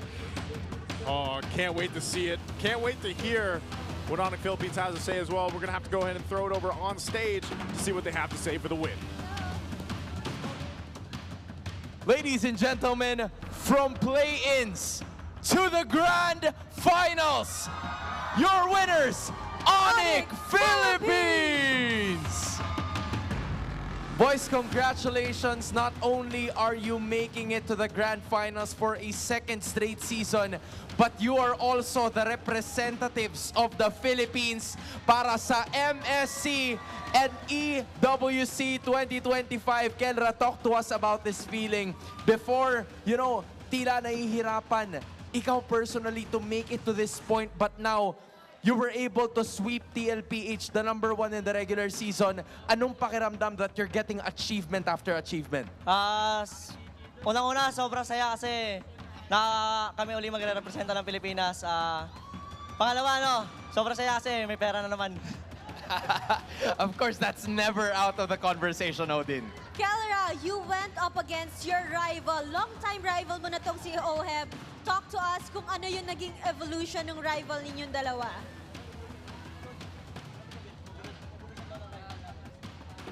Kelra, ikaw at si Oheb, you're familiar with this story already. Yung rival namin, habang tumatagal, nagmamahalan na kami.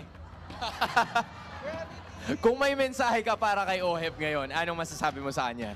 Mensahe ko kay Oheb, sana makapasok din kayo sana kayo makapasok sa finals para magkita ulit tayo. Mahal ka namin. We're looking forward to that, Hans. That's a change that we don't usually see every day. King Kong, ang dami ng sumusuporta sa'yo from the Super Fam. Everybody else came here to support you today. Anong difference ng kung sakali na makukuha nyo ang title, you're part of the Grand Finals now, anong pagkakaiba ng Grand Finals ngayon kumpara sa Grand Finals last season? Para sa akin, siguro, medyo malaki yung pinagkaiba ng Grand Finals ngayon compared sa last season kasi ito yung season na ito yung season na madaming nakabasa ng playstyle namin, ng pattern namin, pero nagawa pa rin namin ng paraan para makapasok ng Grand Finals. Sobrang thankful ko sa buong team. And that was a dominant statement din dahil nakuha nila ang sweep. Their team is definitely so strong right now, and I think hindi magiging strong ang isang team kung walang captain na nagli-lead. So, Super Friends! Super Friends! Can you talk to us right now kung ano yung nararamdaman mo ngayon na being able to lead your team to the Grand Finals? Una-una masaya kasi parang unang season ko rin nata na naging captain to dito. Tapos parang nagtiwala sila, tapos yun, na finals cup. Alam mo, friends, mula nung season 10, parang kitang-kita na namin na medyo dumadami na yung sinasabi mo sa interview. Kasi back then wala talaga masyado eh. Hindi, ganito talaga eh. But now, you've developed your confidence. Kasama ba yun dun sa mga championships na napapanalunan mo? Or is it more on you maturing as a player? Ano sa tingin mo kung bakit nade-develop mo yung confidence? Naging kampi ko kasi si Dwayne eh. Nagiging kaampi mo kasi si Kelra. Kaya tumataas ang kumpiyansa. May pogi points pa rin. I wanna know more about Coach. Paano naman daw si Brusco? Paano si Brusco, Coach? Why not? Si Brusco, ano yan? Kung walang Brusco, walang Golden Goat.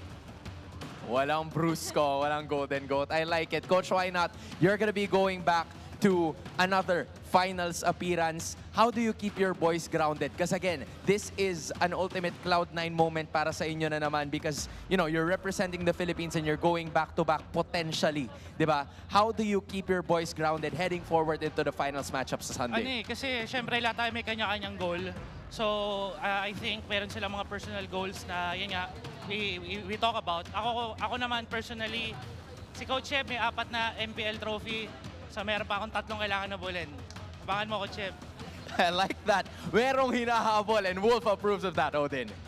Okay, so meron ka pa bang mensahe, Kirk, sa ating mga super family? Nasaan ang supporter? Sa mga super fans dyan, thank you sa support and kita-kits sa Grand Finals.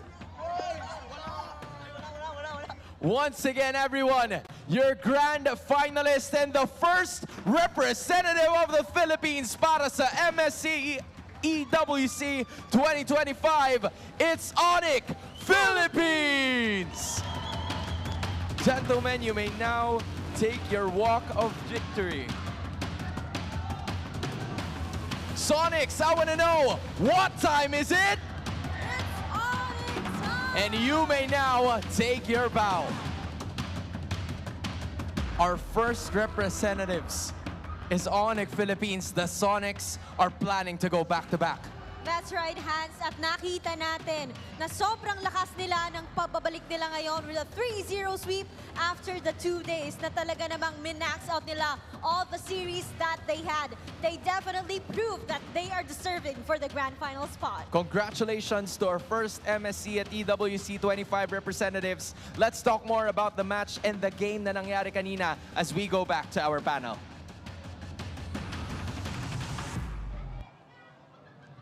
And it is now official. We know 1 out of 2 representatives for the upcoming MSC at EWC 2025. That's going to be Onyx. They're back in the international stage once more. Again, we mentioned how if Onyx won, they would break so many records in league and in the whole world. As we know it, I'm pretty sure the rest of the MLBB esports world is watching saying, Yeah. come on! Come on, Onyx!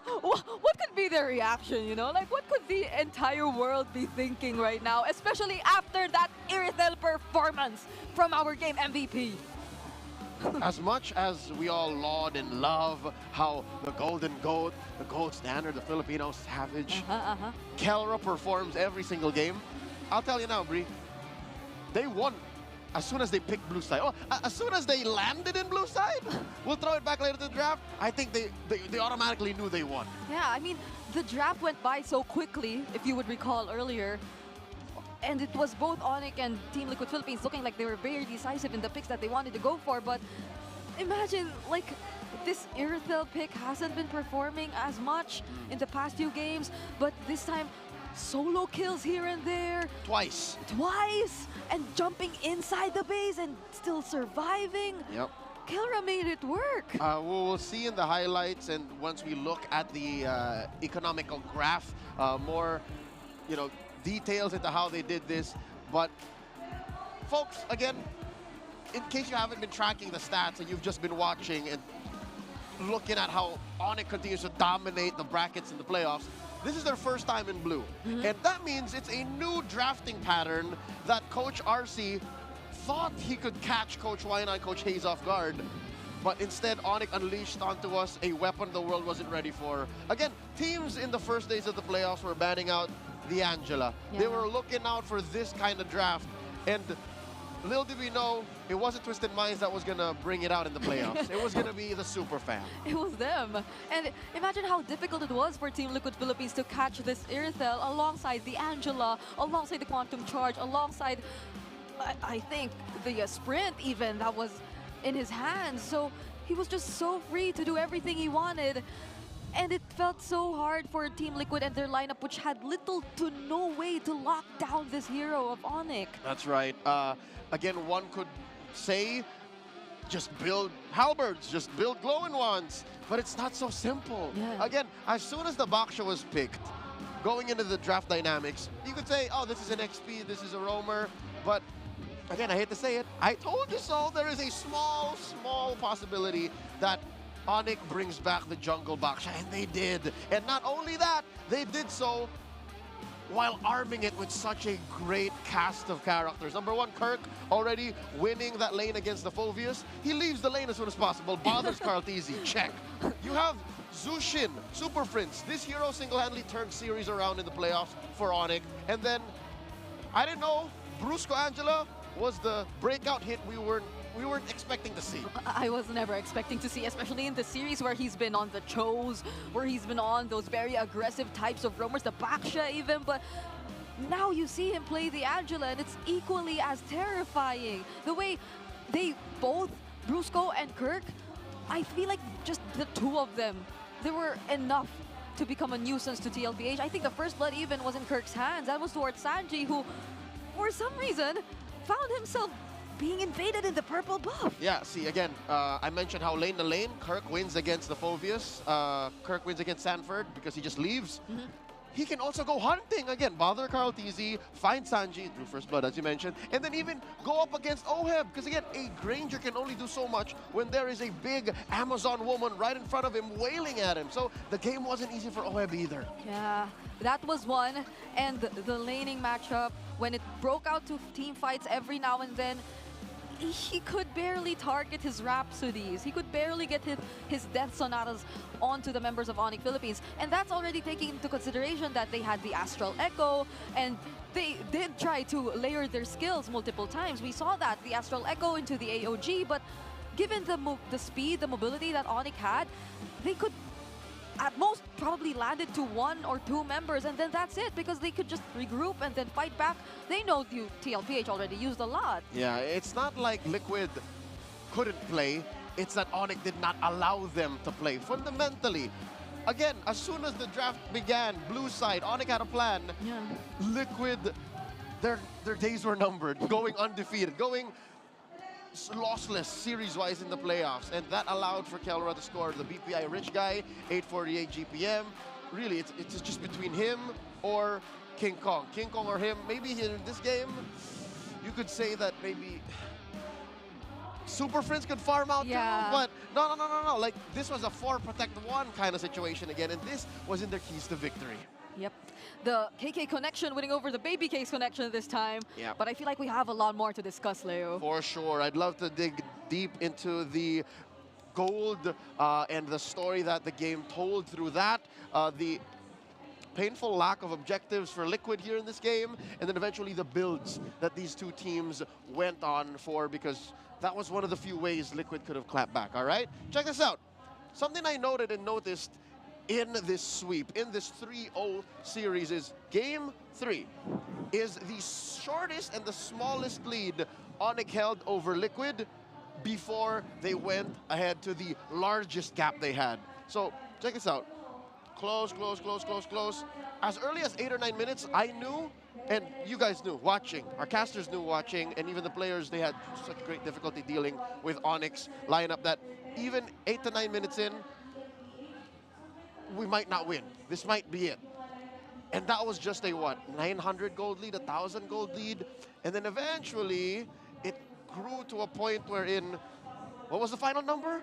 10K, 9K between each other? And that's because no one was dying from Mpl Ph. Liquid could not do anything. And this shows just exactly why. Look at all those objectives. Not a single thing touched on Onyx side of the map. Liquid, sure, Karl'Tezi stole one turtle in the midst of it all, the last turtle. But that's because Onyx was playing the map too. So that's how difficult it was. They were an immovable object and an unstoppable force all in one, just running through. That's what you get when you have an Angela. That's what you get when you have a jungle Baksha. And talking about the jungle Baksha, all right? The economy will tell us alongside the item builds later why a 1,000 or 2,000 gold lead is more scary when you're playing against a utility jungler as compared to an assassin jungler, all right? Right now, I want you to open your MLBB, all right? Whether you're watching on your phone, on your TV, your computer, open your MLBB. Consider the price of defense items, tank items, and the price of attack items, mage items, the ones that give your physical or magical damage pumps instead of defense. You'll know what I'm talking about. The fact that the Baksha started building and farming slowly with such a low economy makes it all the more scary that you can't kill them because it's unstoppable. We're going back to a concept from about 3 or 4 years ago called the funnel. They were literally funneling all of their economy towards Kelra, and that allowed for him to just, again, as Brigida mentioned, as our casters called, as you saw, just walking into Liquid's base and just saying, all right, I'll wait for my jump again. I'll wait for I'll wait for Kirk to be able, I'll wait for Brusco to be able to jump into me, and then we can walk the long way around. They were funneling all of their economy into Kelra. He was the only one who needed any significant amount of gold. Everyone else were happy with change. That's why that small gap in the gold mattered, all right? Let's check what Onyx did here. Again, that final number was, yeah, closer to 10K. That was 10K. And the items that Kelra was able to get away with. Full build here. Haas Claws, check. Berserker's Fury, check. He was able to go for a GDS. There you go. And let's look at Oheb, all right? Oheb suffered 2 solo kills, that's what I remember, 2 or 3 solo kills. One of them was off cam for sure. He was able to farm up, and he was struggling, fam. He was struggling. What is this, 8 or 9 minutes? 7, I'd reckon. 650 is what I recall, wherein he was able to build the boots, plus Hunter Strike, plus Sky Piercer. That's acceptable, but it's average. Again, going up against a lineup that Onyx drafted that goes so fast, that controls the map, that can go, all right, we're a 2-man, we're a 3-man, and then suddenly we're 4 or 5 because of how fast a Hilda and an Angela can respond. This was not gonna fly. This was not gonna do. And eventually, yeah, towards the end of the game, he was able to build a Sea Halberd, but you're also thinking, how much more can we do when we already have a Glowing Wand and a Dominance Ice, and we still can't kill them? Where's your damage gonna come from? Honestly, it gets to a point where it is frustrating. And that's what I felt for Liquid in this game. 16 minutes of sheer frustration. Why is this Hilda in my face? Why can't I kill whoever Brusco chooses to go into? Why couldn't have we killed Brusco? Go back to that game where Brusco went ahead and stopped his tracks, dodged the Sonata, and walked away. There has to be some sort of mental salvo, an attack, an assault on the game of Liquid, wherein Onyx just got away with everything. Onyx Philippines has changed the game once more. We knew that Fredrin was back in the meta. We knew that Baksha was bubbling. He was a first phase prio pick already when the playoffs started, but here Onyx showed us that if you let them and you're not ready for it, they can draft into a nice one baby game that ends real quick and just chokes you out of all the possible outs. Luckily, Liquid's not out just yet. Liquid has about 24 hours to figure out what went wrong and how they can survive another run through the lower bracket. For now, let's go ahead and listen to the mic check and see what it was like calling that match.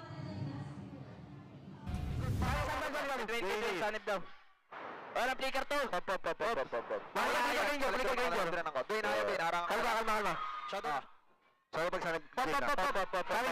Zero lang ha. Shadow ka ng Zero. Kalma.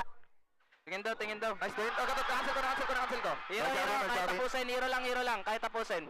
Mid po. Tingin nga, pre, pagtatapang sila. Kalma. Nagsasabi. Kamusta to? Bangga. Op. Kalma. Clear. Messi!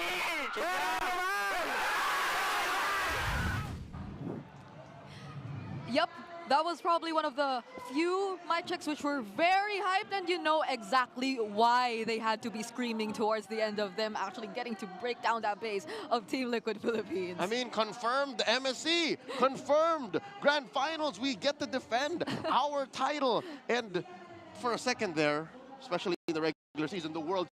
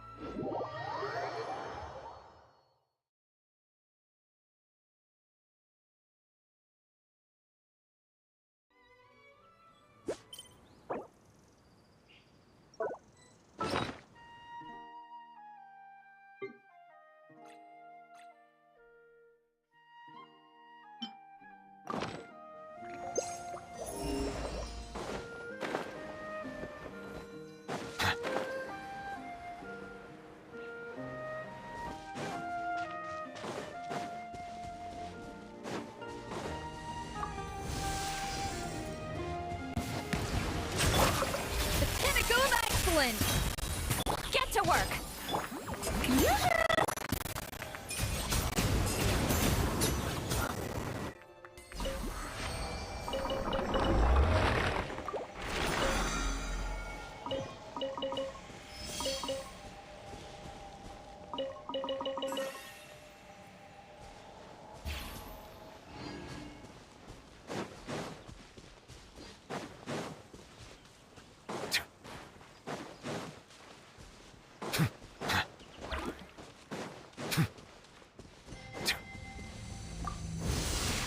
Bow your head. A dash from.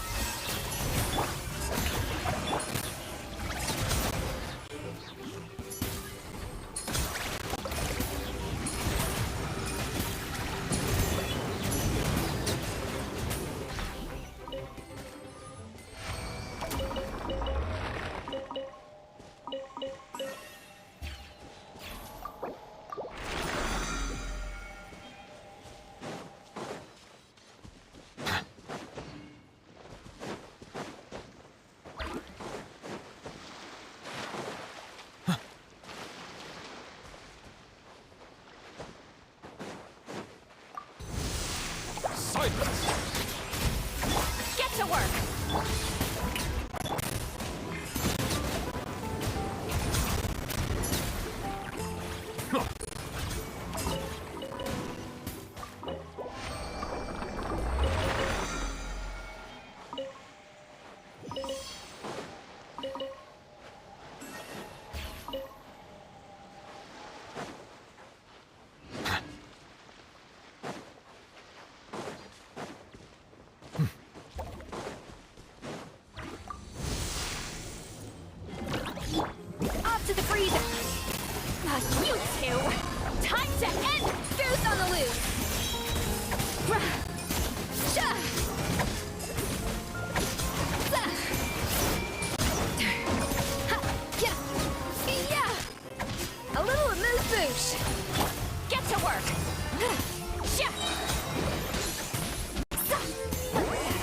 Suffer the wrath of Eastling!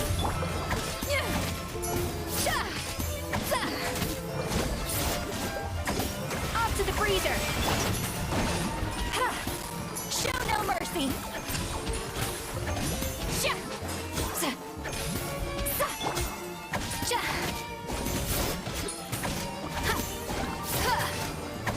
A dash of frosting!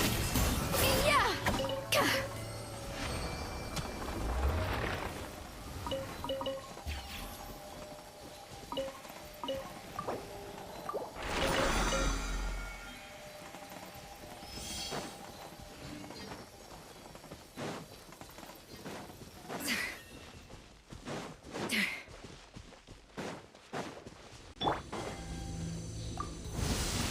Settle down. Off to the freezer! Shower me with...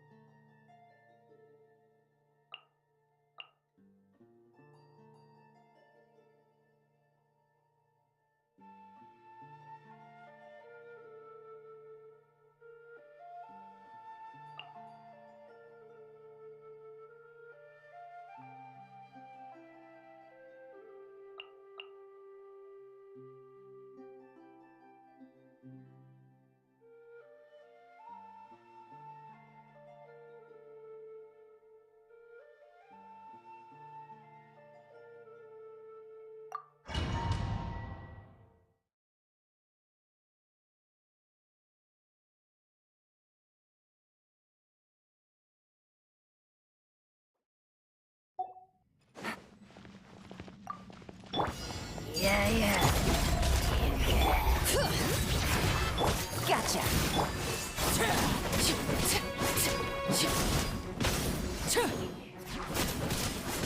Bring it. I'm going in. Busted. Things are about to get dicey.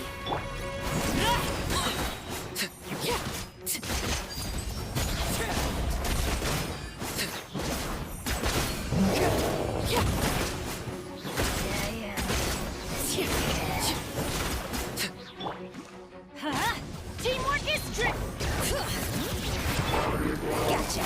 Game's up. Fun's over.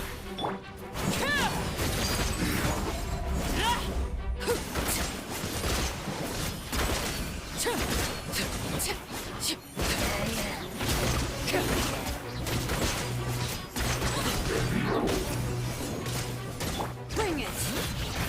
Everybody stand back. Quietly now. Things are about to get dicey.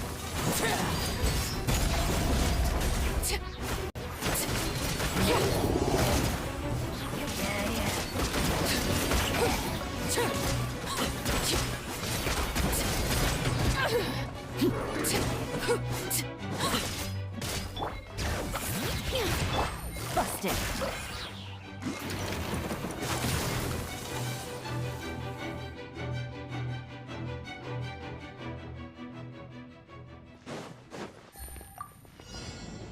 Gotcha. Here you are. Yoo-hoo! Silence!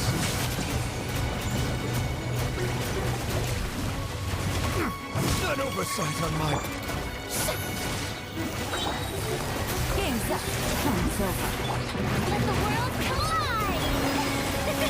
The tides beckon.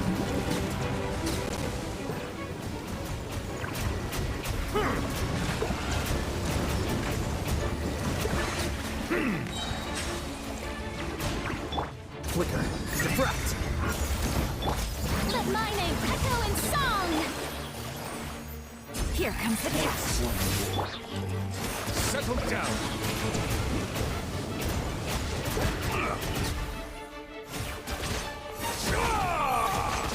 Let the mighty be humbled.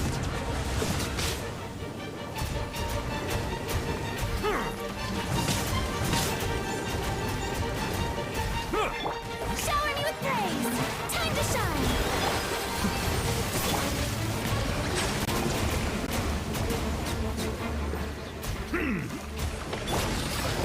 Things are about to get dicey. The process of elimination. The tides beckon.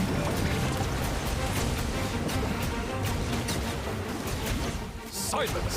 Let me try my blade.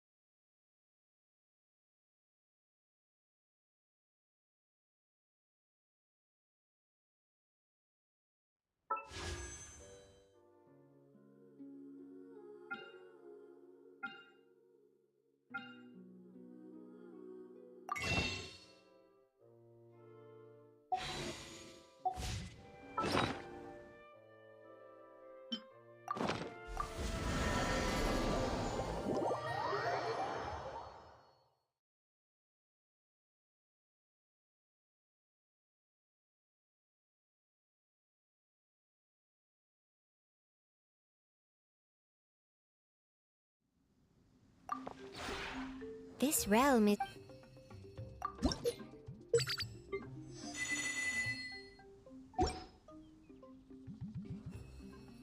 If you ever...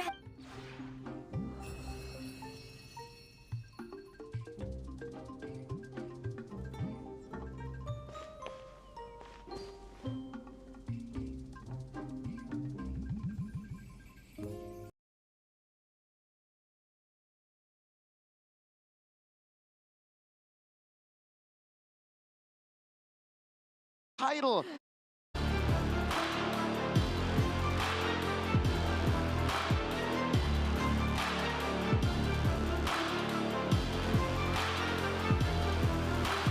Now it's time for the Smarts Fans Choice All-Star Jungler. Let's welcome back on stage Onyx Philippines, King Kong!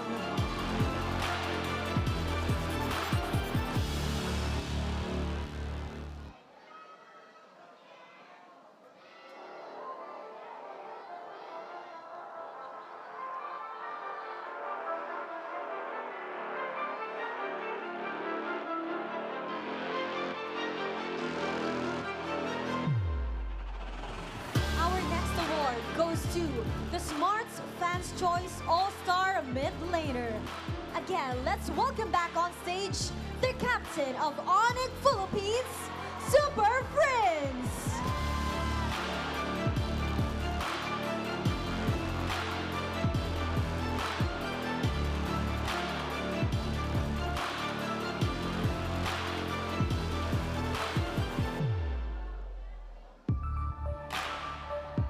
Our next award goes to the Smarts Fans Choice All-Star Roamer. Once more, it's Onyx Philippines, Brusco!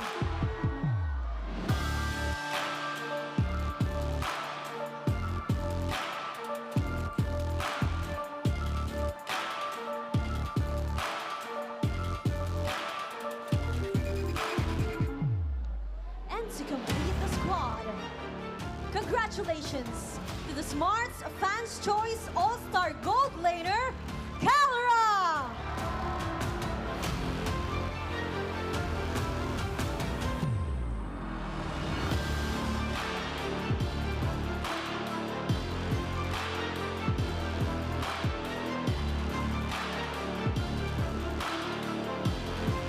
Congratulations once more to our all-star teams.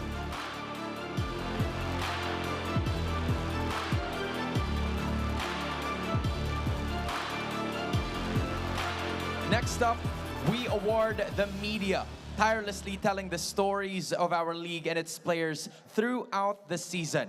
To present the award, we welcome to the stage the MLBB Philippines Esports PR Manager, Mr. Ron Muyot.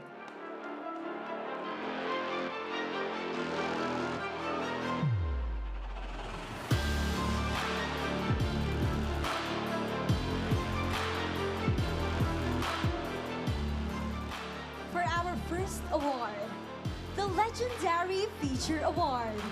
Congratulations to All-Star Magazine! The Legendary Feature Award honors the journalist who has crafted the most outstanding feature, article, or video about an Mpl Ph player or coach for the season. This award recognizes in-depth storytelling, compelling narratives, and exceptional coverage that highlight the journey, struggles, and triumphs of the league's finest talents.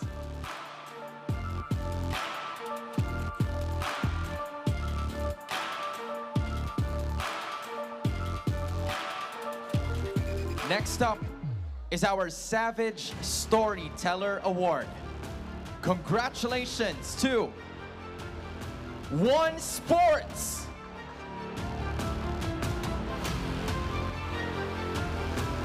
The Savage Storyteller Award is presented to the media entity that has created the most impactful content, igniting discussions and engagement within the MPL Philippines community.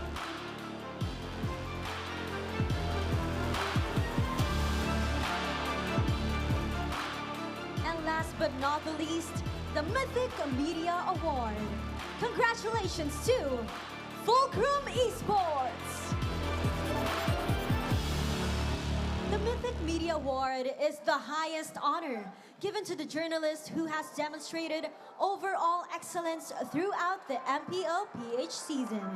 This award recognizes consistency, quality, and impact across all media outputs, whether through insightful articles, compelling feature stories, or engaging multimedia content.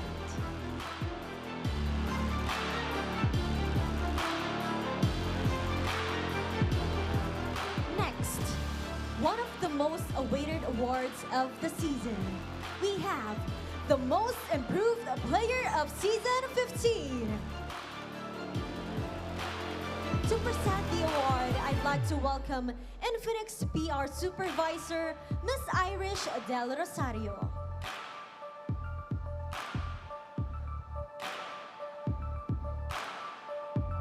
From underdog to unstoppable, this player has shown tremendous growth, grit, and game-winning plays all season long. Our most improved player didn't just level up, they powered up.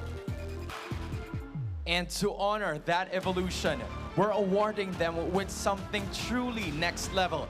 The Infinix Concept Gaming Phone. Not sold and not for everyone. This is reserved for the pros. Fueled by cutting-edge electronic integrated light effect system technology. It's a symbol of elite performance, just like this player. Congratulations to our MPL Most Improved Player. From TNC Pro Team, their mid laner, Lancy.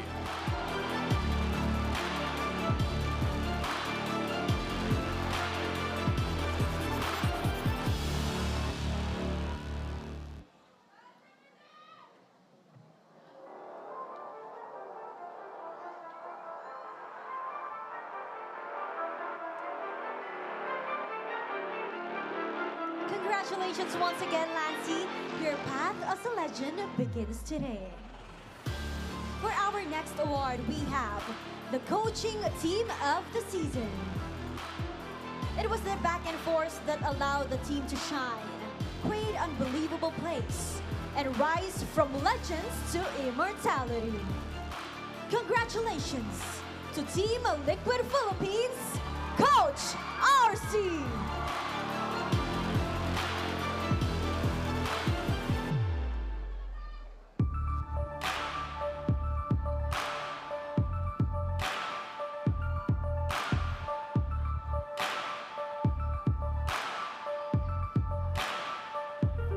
And finally, the award that everybody else is waiting for.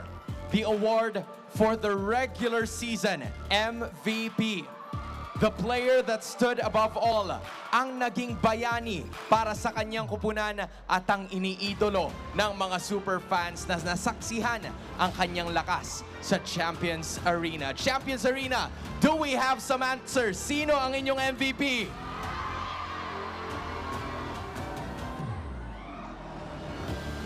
The regular season MVP of Season 15 from Team Liquid Philippines, the Filipino Sniper, Oheb!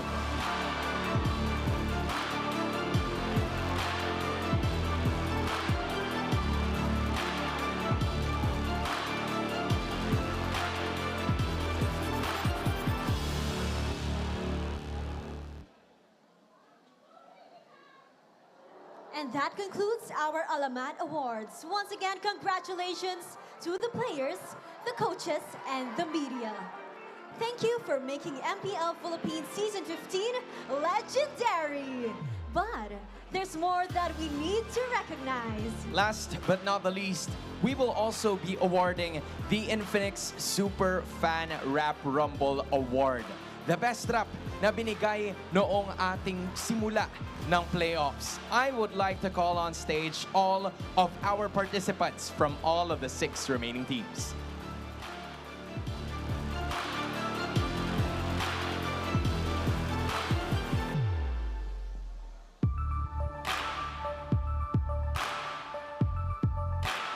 They brought the bars, the hype, and the heart. And tonight, one Rap Rumble champion stands above the rest. As the grand winner representing our amazing MPL superfans, we're giving them something no ordinary fan can buy. The Infinix Concept Gaming Phone. Not sold in stores, reserved for the best, and now for a super fan who provided that they've got pro-level passion. Powered by electrochromic integrated light effect system technology, this phone is the ultimate flex.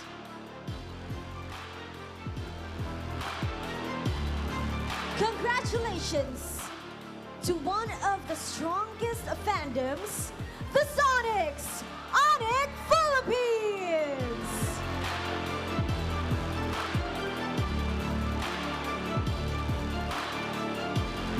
To the representatives of the Sonics, go ahead, claim your prize, and take your photo.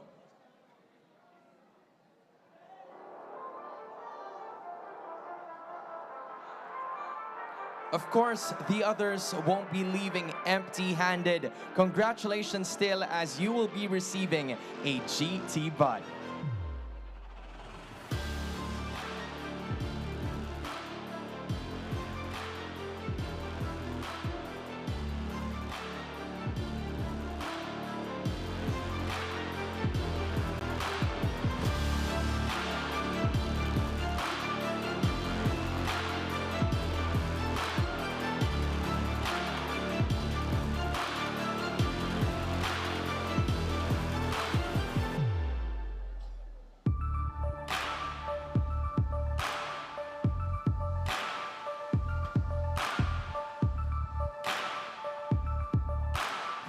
Our super fans for immortalizing our opening of Season 15, the playoffs. And that officially ends our Alamat Awards. At kailangan na rin natin bumalik sa aksyon.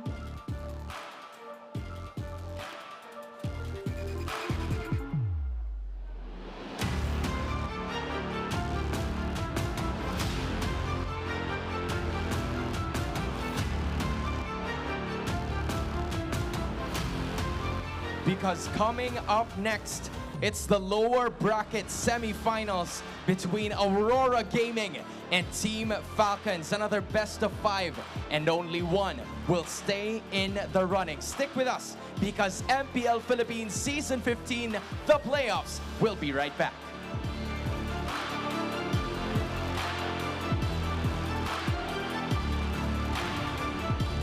Lakas ng Pinas!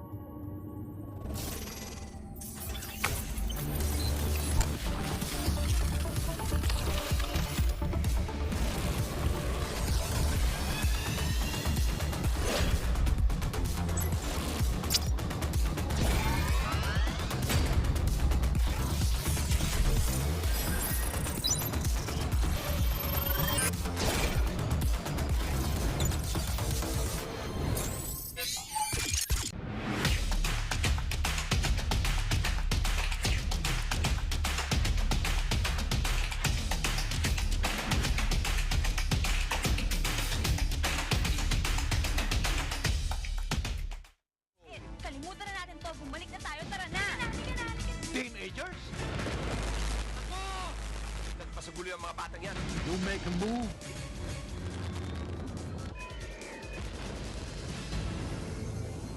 Di abutan dito! Defeat! GG bro! Don't worry! Be only with Smart Power All 99. Hindi bitin with 10 gig data to power your games plus only Facebook or only TikTok. Load now!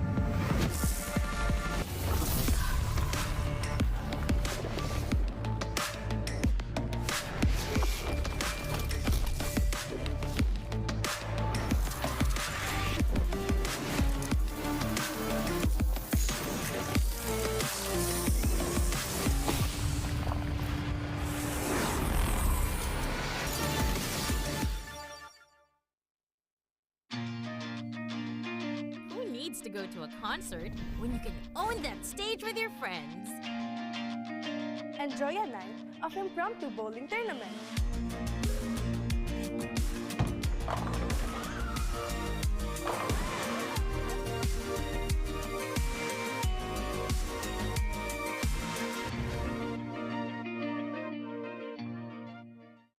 Enemy alert. Your scalp gets 1.5 times greasier, causing dandruff.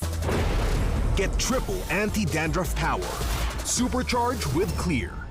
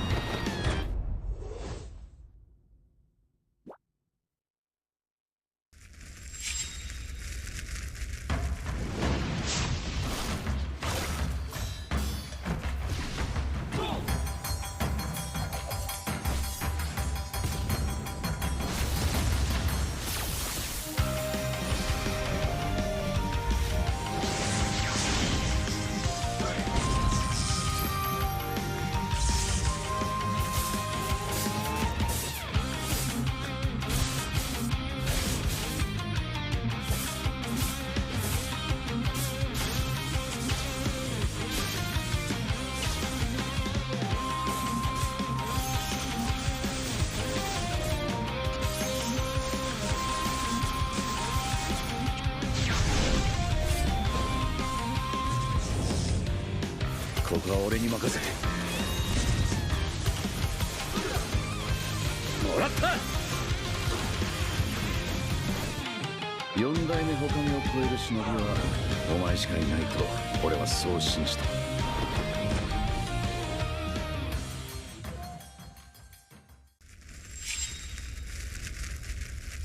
みんなを守るために私はもっと強くなる。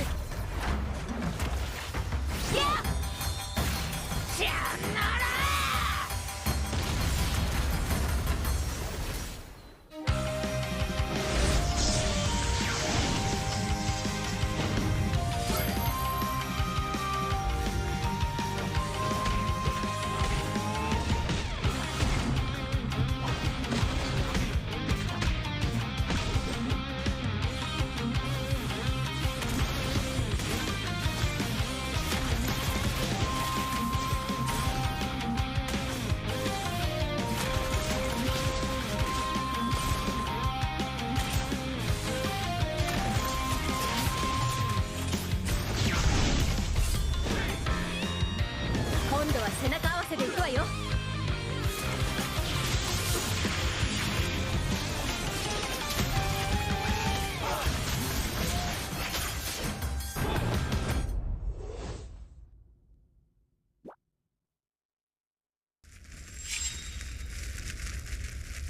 見せてやるよ、シャリンガンの本当の力をな。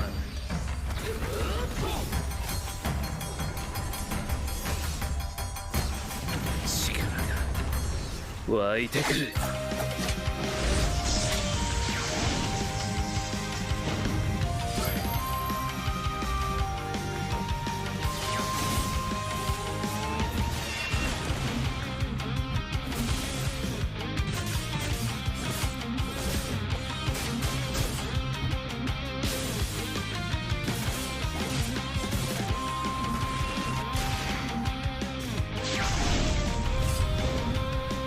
相変わらずやかましい奴らだ。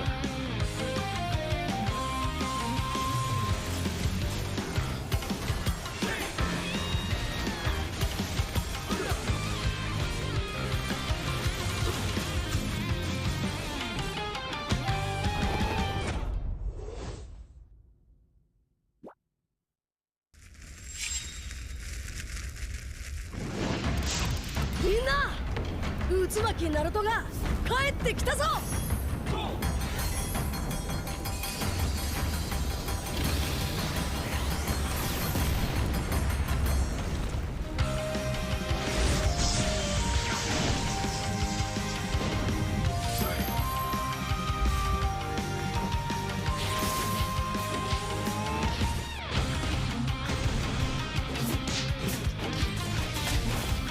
クラマ、力を貸してくれ。よ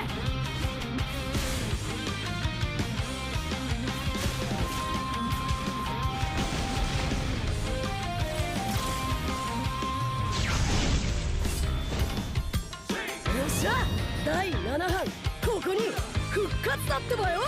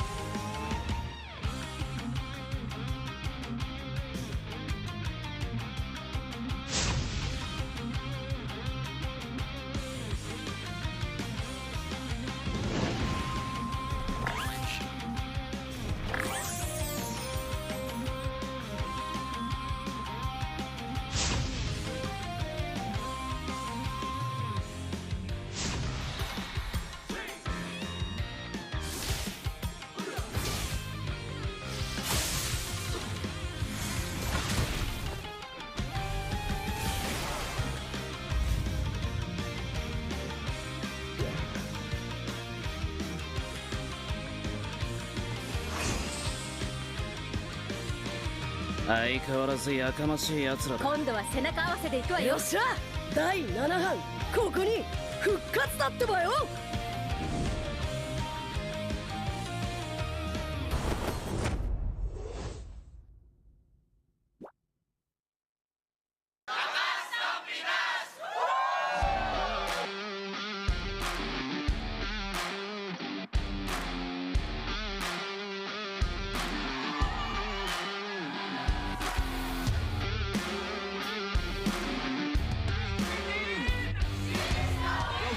Sa ating pinakaunang match ng Day 2 of Playoffs, it's Onyx Philippines kontra Aurora Gaming. Once again, the rematch of Season 14 Grand Finals.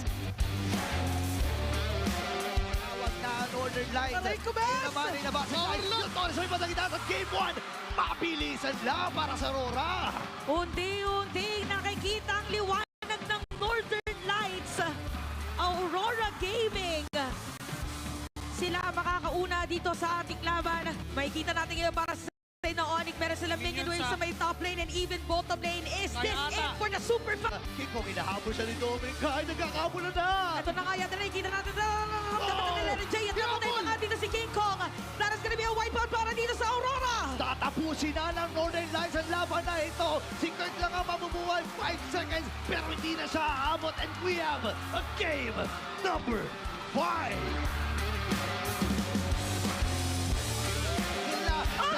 Onyx Philippines, this is it ata. And this time ay naubos ang Aurora at diretso na ang pamilya sa upper bracket finals. Onyx Philippines, sila ngayon mananalo para sa ating game.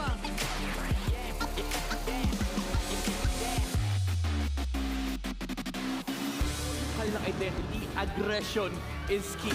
And makikita natin yan dito sa draft ng game number 1. Endable na nga yata, parang walang dedepensa. Tapos na ata ang laban na ito at ang Team Falcons ang magwawagi sa game number 1. Kaya ba ng mga bibitawan dito ng Team Falcons? At parang hindi na nga ata dahil ang Team Falcons ay match point na. Match point for Team Falcons.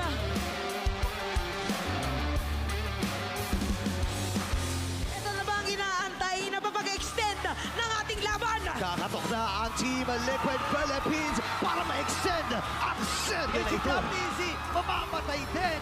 Crazy of Oheb at diretso na ang Team Liquid Philippines. Sa ngayon ay meron pa rin tayong Game 5. Another full Game 5 series, ladies and gentlemen. We have 3 players assigned na Team Falcons. Tingnan natin kung matatapos na ito ng Mpl Ph. Magkakaroon ng minion wave. Paano magiging jungle ngayon ng Team Falcons? Unti-unti kakatok. Kapal ng wave at ang Team Liquid Philippines ay tutungtong sa upper bracket finals. Team Liquid Philippines.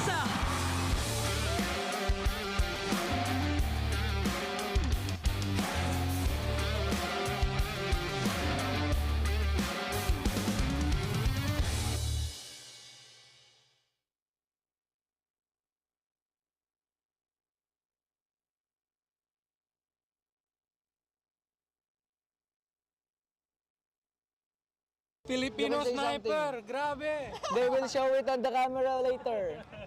Let's go, let's go! Eto nga ako pre, si Mikasa. Mikasa! Ere! Paborito ni Mikasa sabihin, Ere! Ere! Wala pre, jacket diff bro, it's already a jacket diff. Yeah, they already lost. Why are you close ranging me bro?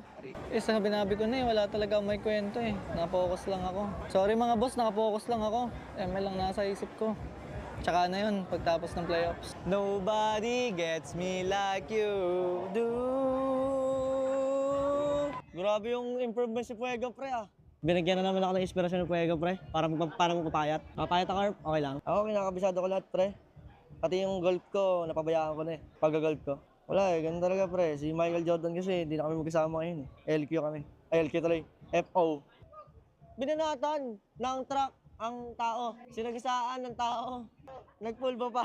First time ko lang pinigpulbo sa checkpin niya. Di na naman nakarepte si Earth. Bad trip na naman. Wala yan, game, ganun mainis. Kaya mo yan, kaya mo yan. Yan talaga pag malakas pre, sina-shutdown. Tatlo eh. Unstoppable ka kasi.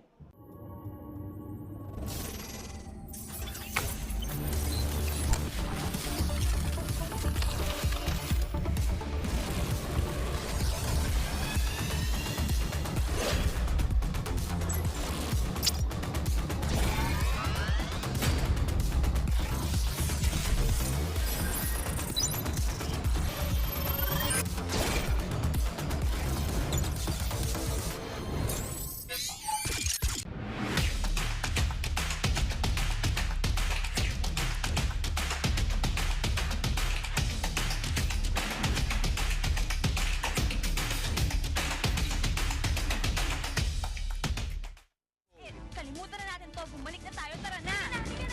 Teenagers? Ako! Nagpasagulo yung mga batang yan. You make a move.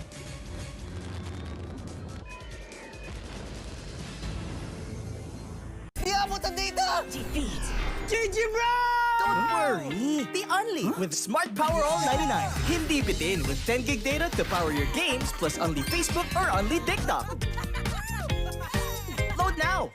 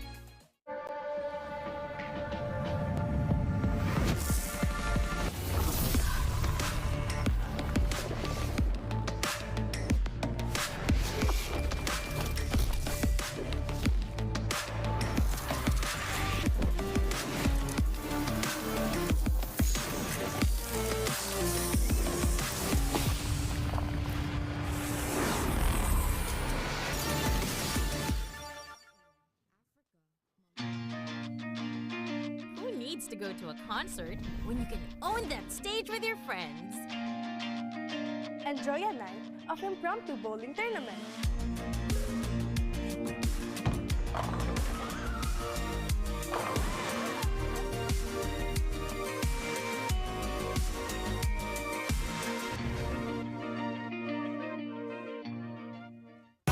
Enemy alert. Your scalp gets 1.5 times greasier, causing dandruff. Get triple anti-dandruff power. Supercharge with Clear.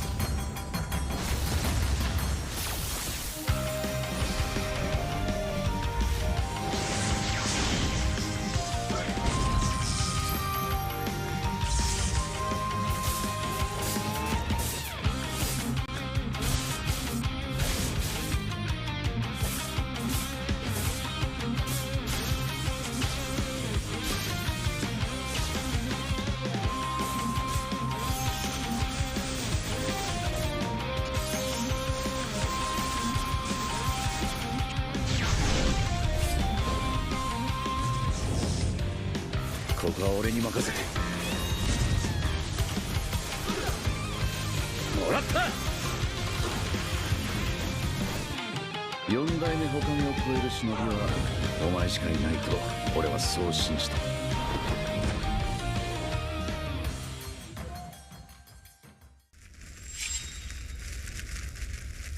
みんなを守るために私はもっと強くなる。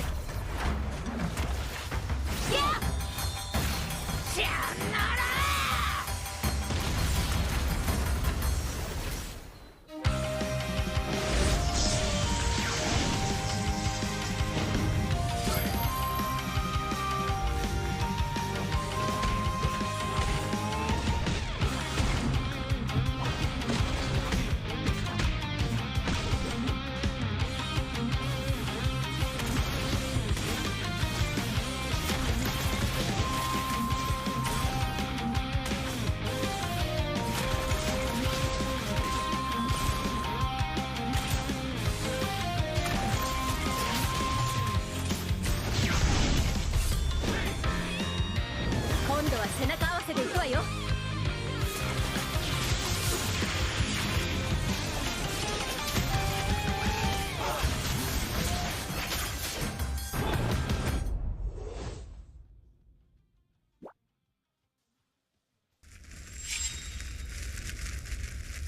見せてやるよ、シャリンガンの本当の力をな。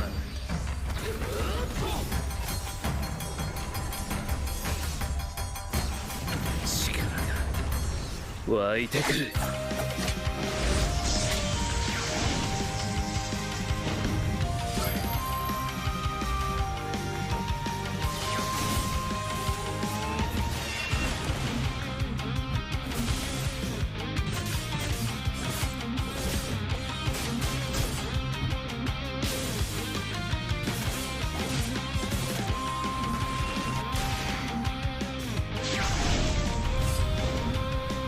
相変わらずやかましい奴らだ。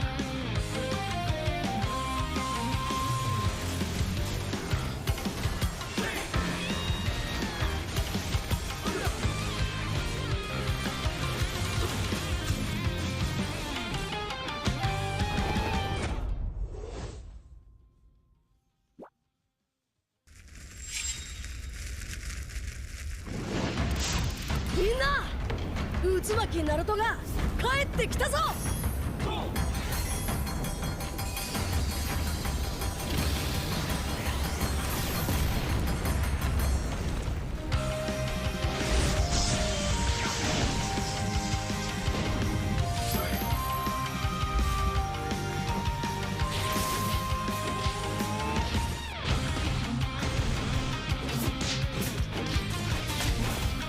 クラマ、力を貸してくれ。よ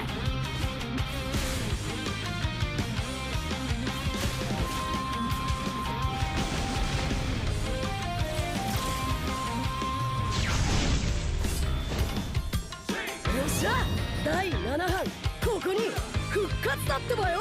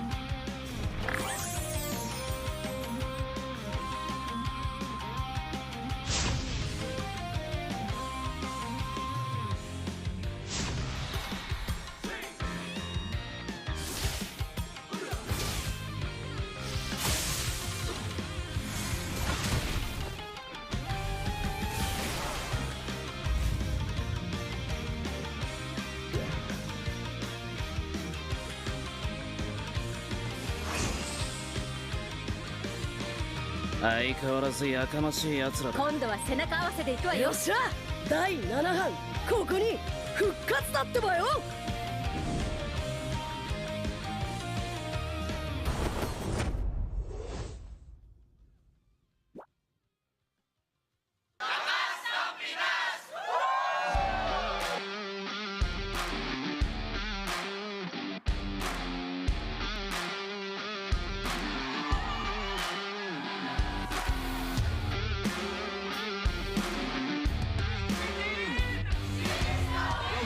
Sa ating pinakaunang match ng Day 2 of Playoffs, it's Onyx Philippines kontra Aurora Gaming. Once again, the rematch of Season 14 Grand Finals.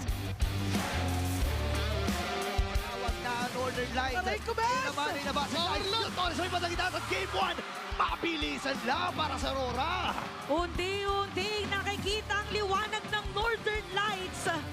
Aurora Gaming. Sila makakauna dito sa ating laban. Makikita natin ngayon para sa ng Onyx. Meron silang minion wave sa may top lane and even bottom lane. Is this it for the super fight? King Kong inahabol siya ni Dominic. Kahit nagkakabol na. Ito na nga yata nakikita natin. Naramdaman nila ni Jay at namatay pa nga dito si King Kong.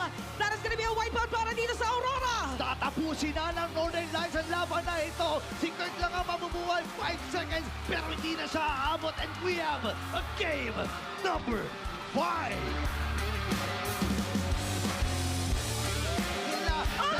Mpl Philippines, this is it ata. And this time ay naubos ang Aurora at diretso na ang pamilya sa upper bracket finals. Onyx Philippines. Sila ngayon mananalo para sa ating game.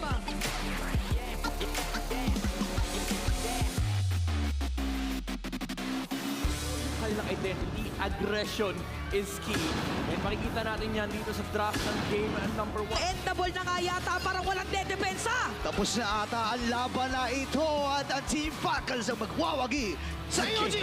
Kaya ba ng mga bibitawan dito ng Team Falcons? At parang hindi na nga ata dahil ang Team Falcons ay match point na. Match point for Team Falcons.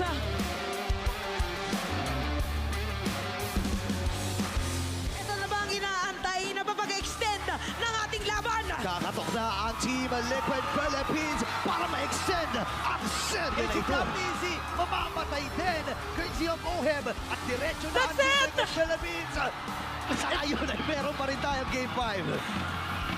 Another full Game 5 series, ladies and gentlemen. We have 3 players assigned na Team Falcons. Tingnan natin kung matatapos na ito ng Mpl Ph. Magkakaroon ng minion wave. Paano magiging jungle ngayon ng Team Falcons? Unti-unting kakatok. Kapal ng may at ang Team Liquid Philippines ay tutungtong sa upper bracket finals. Team Liquid Philippines.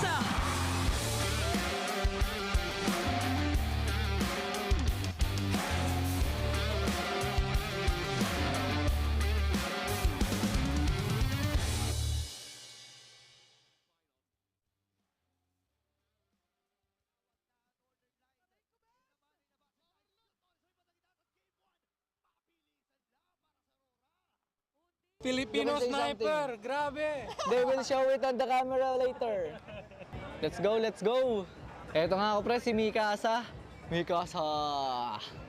Ere! Paborito ni Mikasa sabihin. Ere! Ere! Wala pre, jacket diff bro. It's already a jacket diff. Yeah, they already lost. Why are you close ranging me bro? Sinabi ko na eh, wala talaga may kwento eh. Nakapokus lang ako. Sorry mga boss, nakapokus lang ako. ML lang nasa isip ko. Tsaka na yun, pagtapos ng playoffs. Nobody gets me like you do. Grabe yung improvement si Fuego pre ah. Binigyan na naman ako ng inspirasyon ng Fuego pre. Para magpapayat. Papayat ako, okay lang. Ako, kinakabisado ko lahat pre. Pati yung golf ko, napabayaan ko na eh. Pag-golf ko. Wala eh, ganun talaga pre. Si Michael Jordan kasi, hindi na kami magkasama ngayon eh. LQ kami. Ay, LQ tuloy. FO. Binanatan ng truck ang tao. Sinagisaan ng tao. Nagpulbo pa. First time ko lang pinigpulbo sa checkping ah. Di na naman nakarepte si Earth.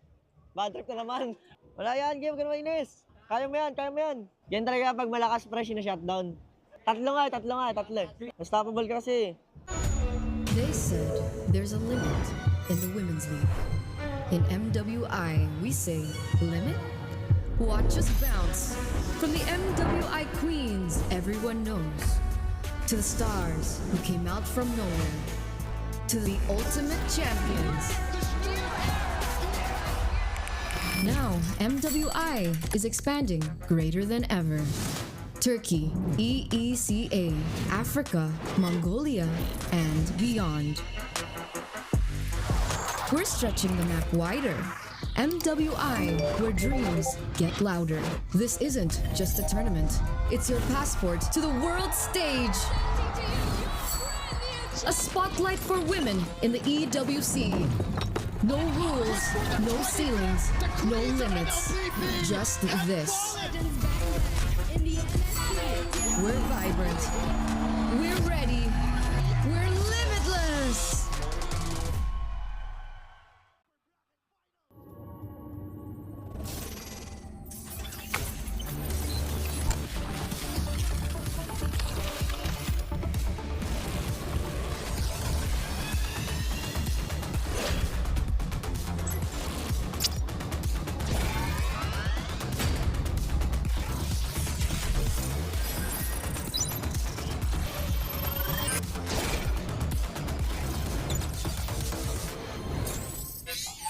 Filipino sniper, grabe! They will show it on the camera later.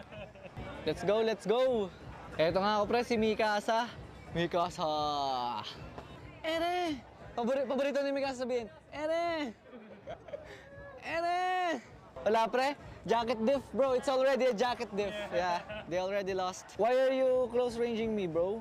Sinabi ko na wala talaga may kwento Napokus lang ako. Sorry mga boss, nakapokus lang ako. ML lang nasa isip ko. Tsaka na yun, pagtapos ng playoffs. Nobody gets me like you do.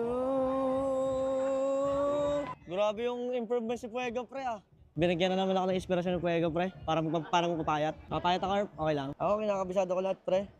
Pati yung golf ko, napabayaan ko na pag-golf ko. Wala ganun talaga pre. Si Michael Jordan kasi, hindi na kami magkasama ngayon LQ kami. LQ tuloy. FO. Binanatan ng truck ang tao. Sinagisaan ng tao. Nagpulbo pa. First time ko lang pinigpulbo sa checkpin niya. Di na naman nakarepte si Earth. Bad trip na naman. Wala yan, game. Ganun mainis. Kaya mo yan.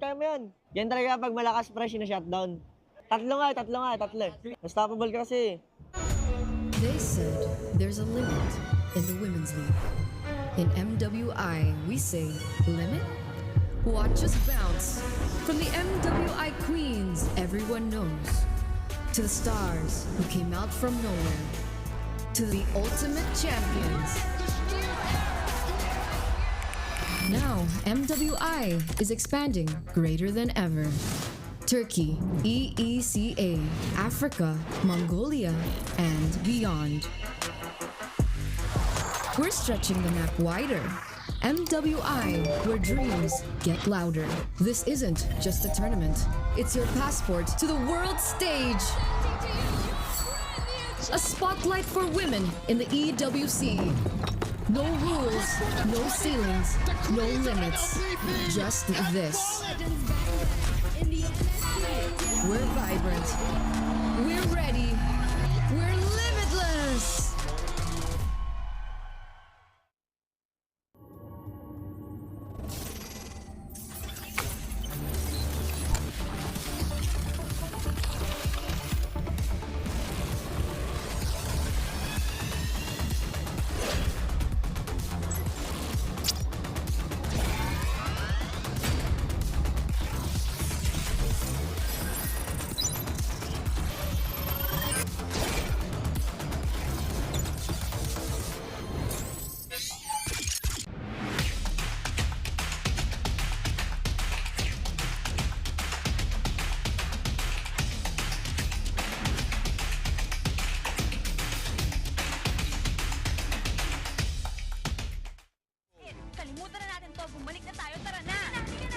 Teenagers?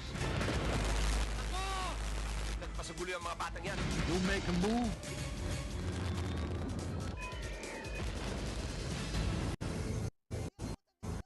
Di abutan dito! Defeat. GG bro!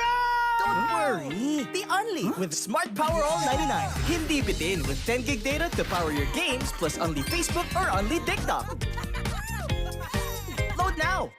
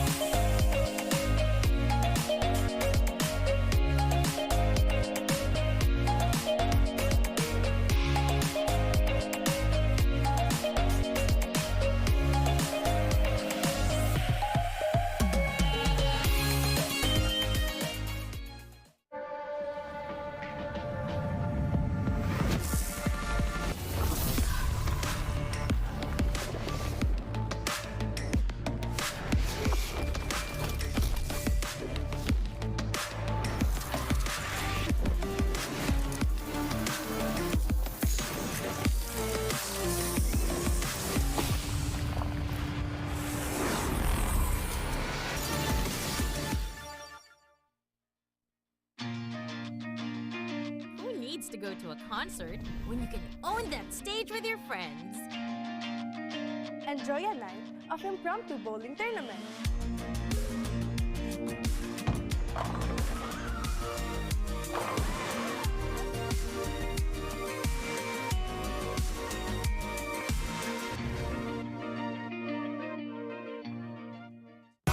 Enemy alert. Your scalp gets 1.5 times greasier, causing dandruff.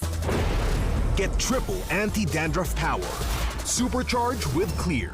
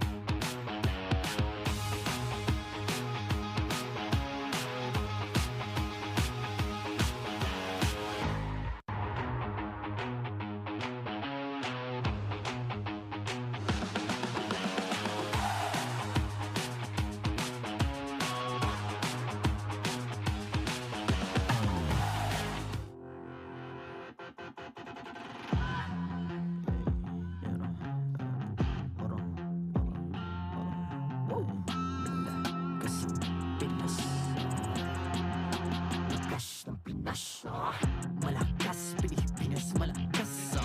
Kahit anong lane, we become the monsters. Malakas, Pilipinas, malakas. Face the golden sun and ribbon for the 3 stars. Look at us to the top, no ifs, no buts. Winning any game, para to sa PINAS. Di mo matitinag aming boses on your level. Nasa kalye man o mobile, you know I become a legend. Weapon fire, we unite, we winners. Built with pressure, the diamonds are made of. Switch na lane na parang gera, HP racing may reset up. Built tagatang buhat ni Hilda, full load SS parang Laila. Susundan ko ang iyong bakas, kasama patas, tagumpay natin to dahil tayo'y malakas. Para sa Pinas, nasa amin ang alas, hindi tuwa atras, kinikilala sa taas kasi kami ang malakas. Para sa Pinas, nasa amin ang alas, hindi tuwa atras, kinikilala sa taas, ganito kami sa Pinas. Wow! Hold on. Yeah, malakas ang Pinas. We are lacking every beat, no surrender, no retreat. Pag nagsama-sama, just imagine what we can achieve. Lacking every beat, no surrender, no retreat. Giving 100 all my all, cause we just cannot be defeated. We are unstoppable, immune and invulnerable. Ready ang equipment, lahat frozen, malak crowd control. Pakita ko na jab like pow, beast of the southeast. Taas sa matawa, proud and loud, cause every enemy we devour. Susundan ko ang iyong bakas, kasama patas, tagumpay natin to dahil tayo'y malakas. Para sa Pinas, nasa amin ang alas, hindi tuwa atras, kinikilala sa taas kasi kami ang malakas. Para sa Pinas, nasa amin ang alas, hindi tuwa atras, kinikilala sa taas, ganito kami sa Pinas. Wow!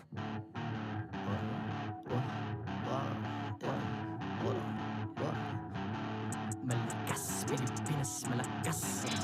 Kahit anong lane, we become the monsters. Malakas, Pilipinas, malakas. Face the golden sun and weapon for the 3 stars.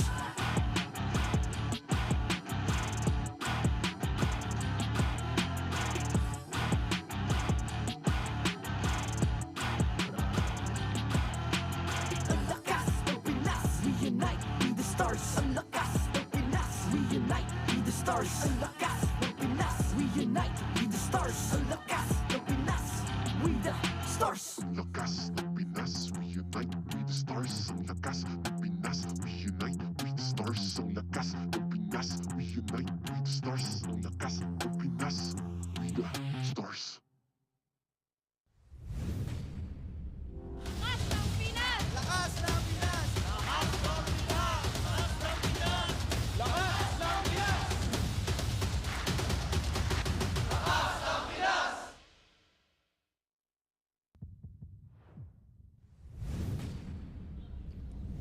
And welcome back to the Champions Arena here at the Mpl Philippines Season 15 playoffs. We're day number 3, and we're down to our last match, a crucial one here for today. There's a lot at stake, but also, if you missed the action, we're going to catch you guys up on that as well. It's me, Naisu, Ingan, and Renmar still here to bring you it. How you guys doing after that break? Oh, you know, I was shocked, honestly, Yep. with how fast the results were with series number 1, the upper bracket finals. Because so far, you're so used to 5 games, you know. We are. Yeah, and I didn't think it would be coming from the upper bracket finals of all places that we see a sweep. I thought it might be coming to the lower bracket. Of course, teams would be a little bit more, discouraged, not getting the results they wanted after all those 5 games. But now we find ourselves here, heading into the lower bracket after Onyx swept Team Liquid Philippines, the team that ended the regular season top 1 in the standings. Yeah, interesting because we have the statistic there. What was it? 70% was around the 70% win rate for the top seed usually winning, so they defied the statistics as well. And of course, as you guys can see, they advanced to the grand final for Onyx Philippines, as well as booking the ticket over to MSC at EWC. So they are going to be flying for a while here, but of course they want to go ahead and lock in and focus on the grand finals, which is happening in a couple of days. And for us, we are now shifting our focus over to an elimination match, right? We're going down to the lower bracket, but of course, before that, and we focus on what's happening here, we have to give a thank you to our sponsors, Time Zone. Time Zone, they've got an exclusive promo just for you guys over there watching. Get 400 pesos power load for only 200 pesos. And all you have to do is register on the Time Zone Fun app, insert the promo code TZXMPL, and redeem the voucher at any of your favorite Time Zone venue. Miss out on this amazing deal? You must not. Man, that reminds me of some stuff I've been seeing, you know, taking simple English and making it fancy, basically. I don't know if you've seen those. See. Okay, that No, works. I haven't seen that. I will share it. Oh, yeah, yes, please. I wanna As you like to, you know, share with me some great. Yeah, we share each other some fantastic content, really. But also, again, you guys can go ahead and check out our deals for TT Racing. You can get 2,000 peso discount on your next purchase by using the TT Racing X MPL Philippines exclusive voucher code MPL2000 over at ttracing.ph. And don't miss out on exciting TT Racing gaming share giveaways during MPL Philippines, so stay tuned for more info. Just remember, for those who dream, work, and play, TT Racing has your back. It's got your back. It's got everything you need. And we hope that you guys have taken advantage of using the voucher code throughout our MPL Philippines. So grab it while you can. Now, moving on to what's at focus here is, of course, Aurora versus Falcons. Little flashback to yesterday, man. We had another 10-game series, of course. And I got to say, Aurora, it was surprising the way they played. Falcons as well. We had the Battle of Skies back from day one. But ultimately, I think, I don't know who I'm going to, I know we're not at predictions yet, but I don't know who I would book for this one, man. Like, because Aurora and Falcons both, if you're looking at the playoff bracket from what they went through, you know, because they went the distance in their matches, they could have learned a lot from those matches. Yeah. Falcons and TNC both. Or Falcons and Aurora both. And if you're going to recall their previous two meetings in the regular season, both are won by Aurora, a sweep and a game number 3. So let's see if things will change right now, because even coming into the playoffs, Falcon, it looks like they're like a different breed. Yeah. Just like Aurora. Yeah, 100% Falcons, I still feel like, are much better than their regular season form. However, I feel like these two are coming from very different stories. Up against Onyx Philippines, Aurora showed a lot of resilience. They just weren't able to climb over that hill of being able to secure game number 5. Honestly, it was a surprising ending to that. A little bit more back and forth, but then suddenly it just was all gone in a snap. Meanwhile, Falcons, it was 3 games straight where it felt like they were trying just facing the consequences of some of the draft decisions they made, while at the same time the consequences of Team Liquid Philippines pulling off 3 games in a row of them winning with the last pick or last 2 picks of the drafts. So very different storylines for both. That's why I thought, like, when we were in the last match, I was like, man, imagine if TLPH can hone in on whatever they did yesterday to get themselves that reverse sweep. Because, you know, like you mentioned, we were on the panel yesterday talking about this, like, something was just not working in those last couple games for Falcons. And, you know, we don't know if, hopefully they've had enough time. I mean, it's not that long, right? You just had that happen yesterday, and it was a long day for them. So hopefully you can go ahead and recalibrate. That's always the test about playoffs, though, because you have those consecutive days, you have these long days. Can the players and the coaches reset and lock in before that? So to break down the match further, we're going to throw it over to our panel with Leo and Brigida.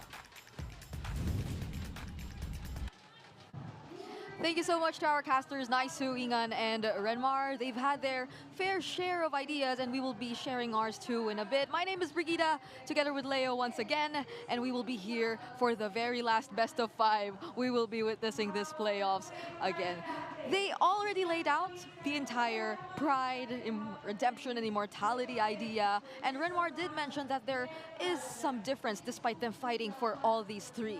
Yeah, the fact that all these 3 means if you fail, that's the last time we're seeing you in Season 15.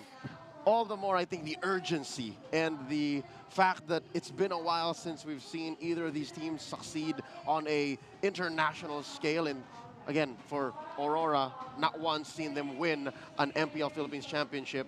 I think that's what's fueling this matchup coming up. Yeah, but if you were to think of it, right, if it's just in terms of, let's say, first things first, pride, Aurora, despite them being yet to prove themselves internationally, them having to really break all those comments that people have been throwing at them since the beginning of their appearance in international events, I'd say they've had a very quick development. Like really, last season, in case everyone forgot, it was just their debut season. Yep. But they were already able to achieve this much, stay consistent in terms of the top rankings, be it in their second consecutive season.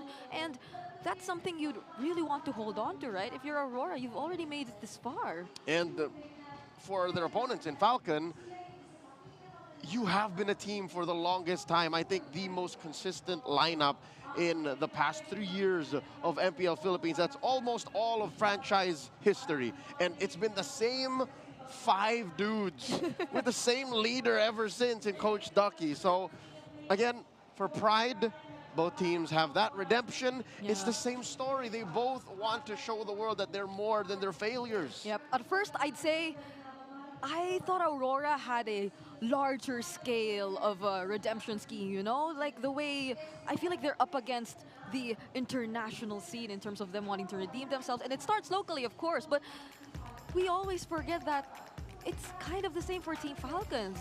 But I feel like the focus is more on getting back in the rankings locally first. Of course, locally, these two have met in the last big matchup. They had a best-of-7 in the lower bracket finals of last season's playoffs. It was Aurora who took them down 4-2. And then in the regular season, not a single match did Falcons win against Aurora. First a sweep, and then a 3-game slobber knocker.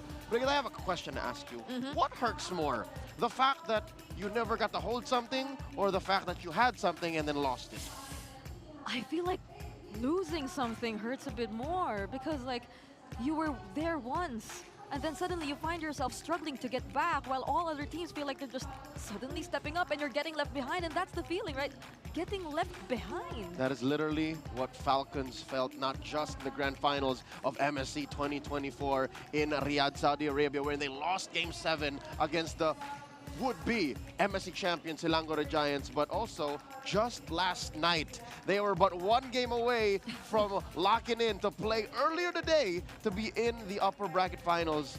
They got reverse swept. So Falcons knows that pain. Yeah, I think before we entered this day, we had that same day edit showing how excited every single member of Team Falcons back in team was, knowing that they were already holding match point, but then suddenly it just slips out of their hands, and that hurts if it happens again and again. So I feel like they're heading into this match with a renewed mindset.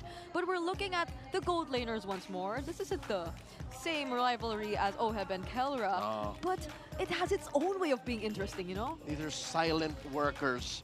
They let their actions speak louder for themselves. Look at Kite here, third amongst a majority of stats you would look at as a gold laner, then first in average turret damage. Man knows how to take down objectives. Super Marco, though, second in a majority of those stats, fourth in damage dealt and average turret damage, but there's a stat you're not looking at here, stat that doesn't show. When the regular season ended and well into the playoffs, I'd say midway through yesterday, Marco was still #1 least deaths, average per game, so Super Marco is still bulletproof. He is. Although prior this season and in other international tournaments, we did observe that Super Marco has been kind of a little more on the aggressive end. I feel like there has been, there was one interview we had with Super Marco back in SBS wherein we were asking him, what happened, Super Marco? It feels like you're playing a little more aggressively, you're taking a lot more risks than usual, and yeah, you get to die a little more often, you know? Do you actually notice that it's happening to you? And he says, well, I'm kind of surprised that it's happening too. Like, I just suddenly go so aggressive, you know, and I just try to fight a lot more. And this is something we might see here, but that will depend. First thing first, we have to find out what all of us think here in the English broadcast. So we're calling back our casters once again. Hello again, Naisu, Ingan, and Renmar. So Hello there. Slick. Still going with it. Why did I not say that? No, it's fine. Again, it's not a crime. You can. Oh, Break. You get a chance in every single draft. Oh. He demands I do it. You can just whatever. I'm fine with whatever. You can let Leo do it if you want. Yeah, I think it suits better if he does it. So let's throw out the community poll once again for this time around. So this is the question: which team will continue their journey from Legends to Immortals? It's A, Lights Within, seize the win, or is it B, Falcons are here? So that's for you guys who are watching the live stream right now. Comment down below whatever your thoughts are for this match. And while you think of your answers, we'll be asking our casters first what they think or who they think will be winning this match. Let's go opposite here. Renmar, why don't you start? Slick Vic. Oh, Roar. What? Wait. Oh! Of course, he's a Falcons guy. He is the Falcons Till guy. the end. But I am very terrified of Aurora in this series right now. Not gonna lie. Not gonna lie. That got me so surprised. I thought he suddenly has had a change of heart. Okay, Ingan, you're up next. What is your prediction for this? I'm going with... Wait, What is that? We can't see it. Aurora. He turned it around. I turned it around. He turned it around. As much as I love Flap TC, I think the Northern Lights got this in the back. Oh. Here, hand me that one because I don't have one over here. Okay. No, not that. The one that Am I gonna be the only Falcons guy here again? Here's me. We're going with Aurora. It's my time to cheer. I love the Falcons boys, but today I'm cheering for Demon Kite. You know, I had a feeling this will be the outcome of the predictions. You know, like Naisu being a former Raider and the Demon Kite guy, and then Renmar being a Falcons guy. Ingan, hopefully this time around you don't change your vote. What's yours, Leo? Oh yeah, no, I don't need the little thing because I have my battle emotes, right? They're only 109 diamonds. They're up there till August. You can get your emotes for Aurora, Team Liquid Philippines, Twisted. If you haven't yet, grab ones for Onyx, Omega, and TNC. Those return too. You can show your support for your favorite MPL teams and buy them now at the in-game shop. Forecast says Aurora, all right? I foresaw this lower bracket semis, so I'd say Aurora. Okay, you're going for Aurora. I will be going for Aurora as well. Oh. Ingan will give you one more. Okay, I'm gonna change my vote again. No. I don't accept it. I don't accept that. I can't accept it. Team Falcons! Aurora Flap I don't accept that. I don't He accept wants that. to be the Falcons guy. I'm the Falcons guy now. No, your prediction switch is bad luck. Ingan. Wait, actually, now that you think about it, he did switch it up last minute earlier. He did. Today? Yeah, to Onyx Philippines, baby. Oh, you did? Oh, it was the on it. Okay. Yeah. You know what? So that is... So this is good for the So this is good for the Falcons. for Falcons. I don't know how to feel. Maybe you should be happy, Renmar. Maybe a little bit happy. But thank you so much to Naisu, Ingan, and Renmar. We'll be keeping that in mind, and we'll see you later. Why does he do that? He has to, you know, like... He has to? He's done it the first time, and I feel like he'll be sticking with it. Hopefully not until tomorrow, hopefully not until the grand finals. All right. You'll see him here in the panel soon enough, and he'll be the one leading the entire conversation, so let's see. But yeah, that's everything at stake laid out here for both of these teams that are about to battle it out today, and we are reminding you all that this is a serious elimination best of 5. Do or die, last chance. You lose, you're out. And they have a lot to prove. They have prepared so much for this moment. I think we saw it in the way they always forced a Game 5, even in moments wherein they were very behind, even when we thought that it could have been the end for them, be it in-game, mid-game, or mid-series, they always find a way around it. So this is the time for them to put it all out there, awaiting them in the lower bracket tomorrow, whoever wins this. It's a very angry Liquid. Is the very angry Liquid, the Liquid Stampede. They looked downtrodden, they looked shocked, of course, crushed, but I believe that tomorrow is going to be a new day. But you know, that's for them. That's for whoever loses, whoever wins here. Whoever loses, you have a different problem coming your way. That's true, because if honestly, I couldn't think of what to expect considering what we saw from Team Liquid earlier, but they have a lot of time to prepare. He did say it earlier, that's a little bit more than 24 hours. But for now, let's get to know the teams that are playing today. Let's head in over to the player intros. Champions Arena, please welcome our esteemed marshals to oversee and uphold the tournament's integrity. Joshua, JJ, Patrick, and David. The pressure is on for the first lower bracket match. Aurora versus Team Falcons. In the EXP lane, Edward and Flop TZ.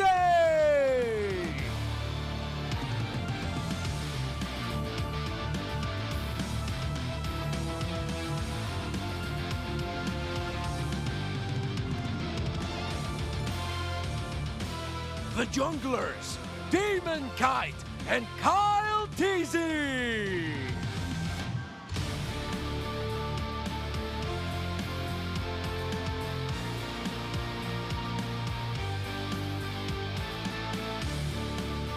In the mid lane, Hugh and Few.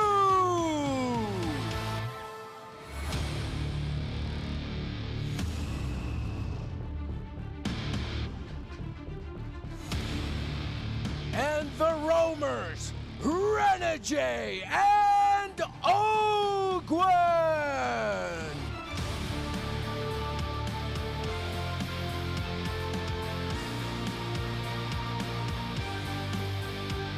And in the gold lane, Dom and Kite and Super Marco.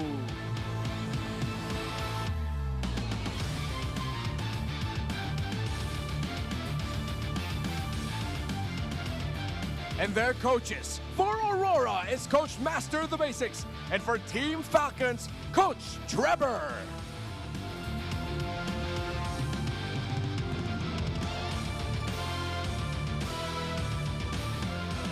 Will the Aurora lights shine brighter, or will the Falcons' wings fly higher?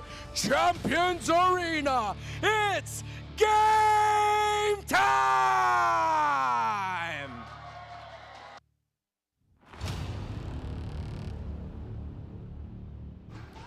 It's game time indeed, and let's dive into Aurora MLBB for their lineup.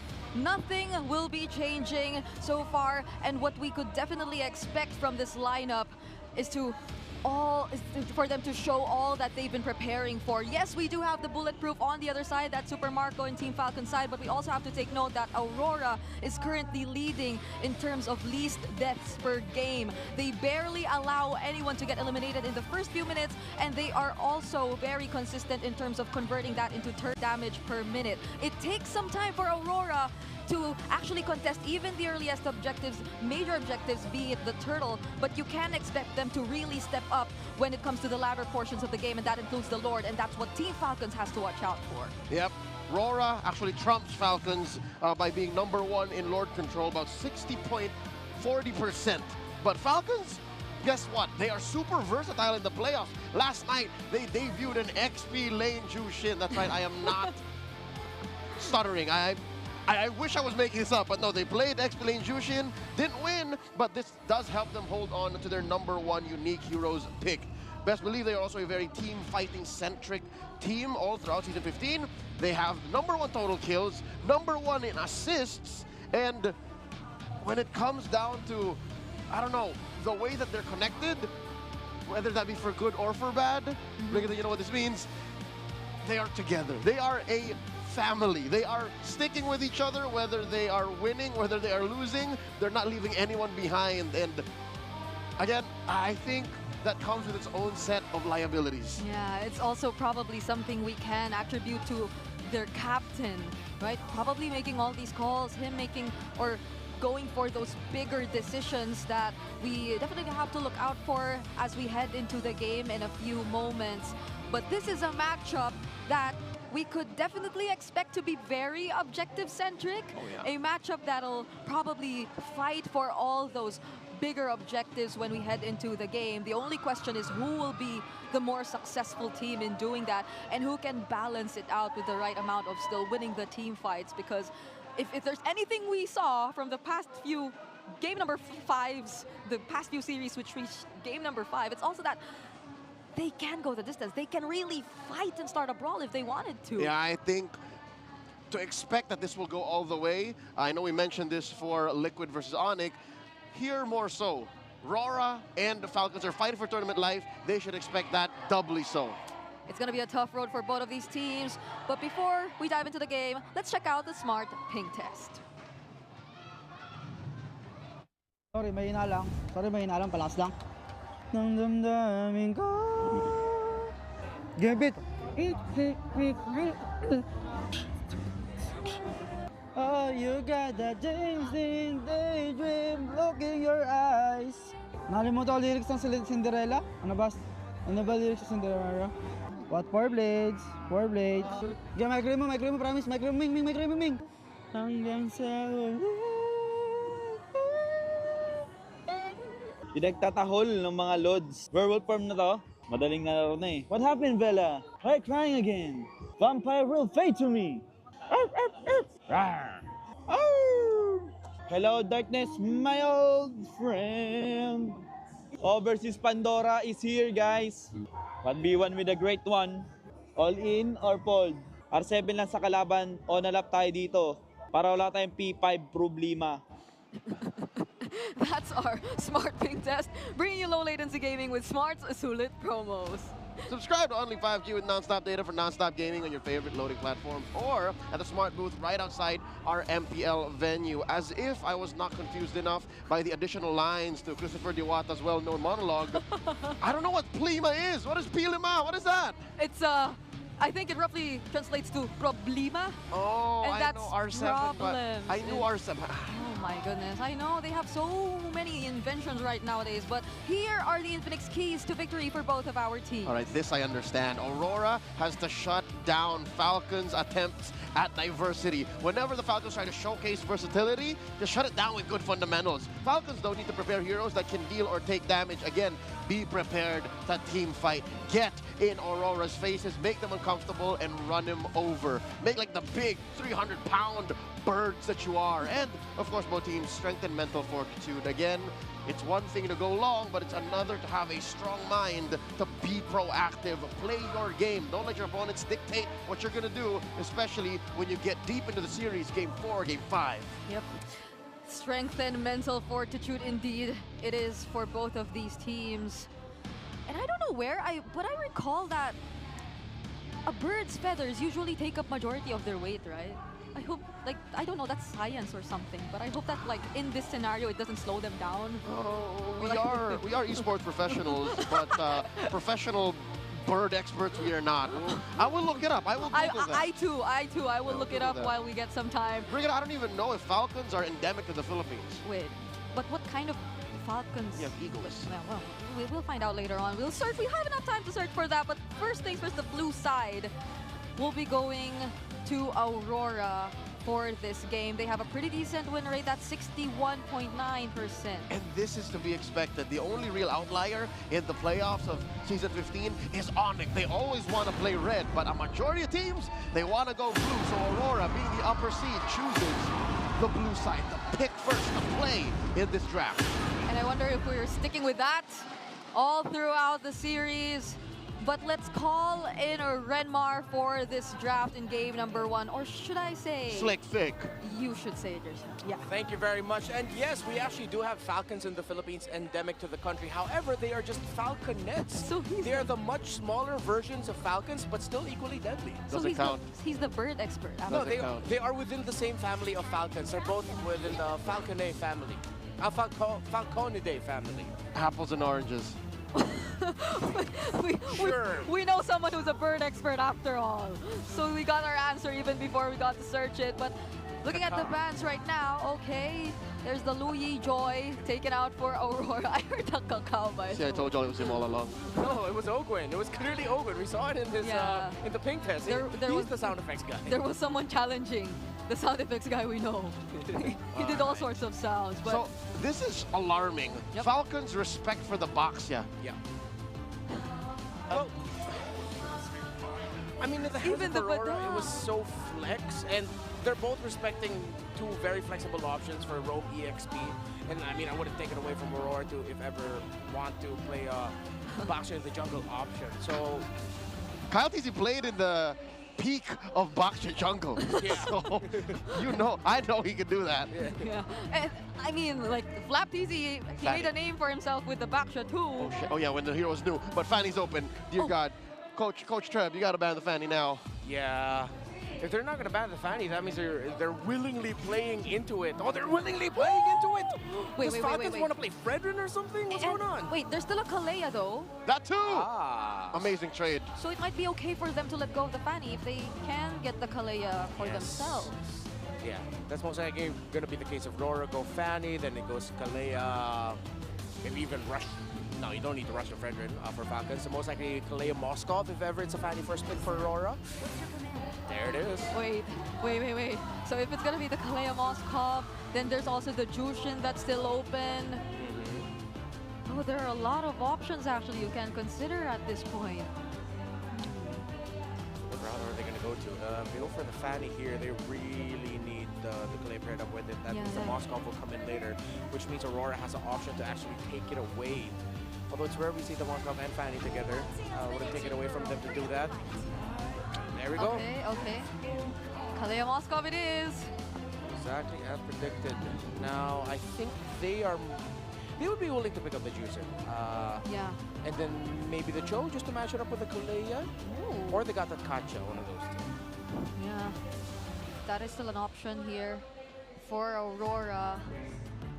Makes you wonder if Red 5 will be a Hayabusa. Oh! Wait. Whoa. All right. Aurora looking to fold the map in half. Oh no, never mind the Jushin. Nope. Oh, Chip, Farsa, Fanny, that is all macro. Yeah. So this is a test. Do you go Haya or do you go Fred? Lucas. Lucas is good against Chip. Yeah, great response. But Falcons is really looking team fight heavy, while Aurora can honestly just, rope a dope, bait and switch. And think, oh, we're going for a team fight. No, we're not. We're just gonna split open the map. However, though, if they do find a target, then it looks like an easy way to pick off someone. Like so far, the early combos from the Chip and the burst damage from Farsa, not to mention the late follow-up that could come in from Demon Kite. There's so many ways. Yeah, it's funny because if ever they can switch it up. Fanny can join the rest of the team in the objective team fights while Chip is handling the split push of the Moskov, because if ever, he can just drop down a portal on top of the Moskov. Or the other way around. While Fanny's trying to stop the split push of Super Marco, he can quickly just go back to the objective through the portal of Chip. Falcons attacking Tom and Kite's hero pool. Was about to say 1-1. Still left out there. What else do you ban out here? Beatrix. Yeah. Do you allow the Granger through? I think Granger would be half decent in this matchup.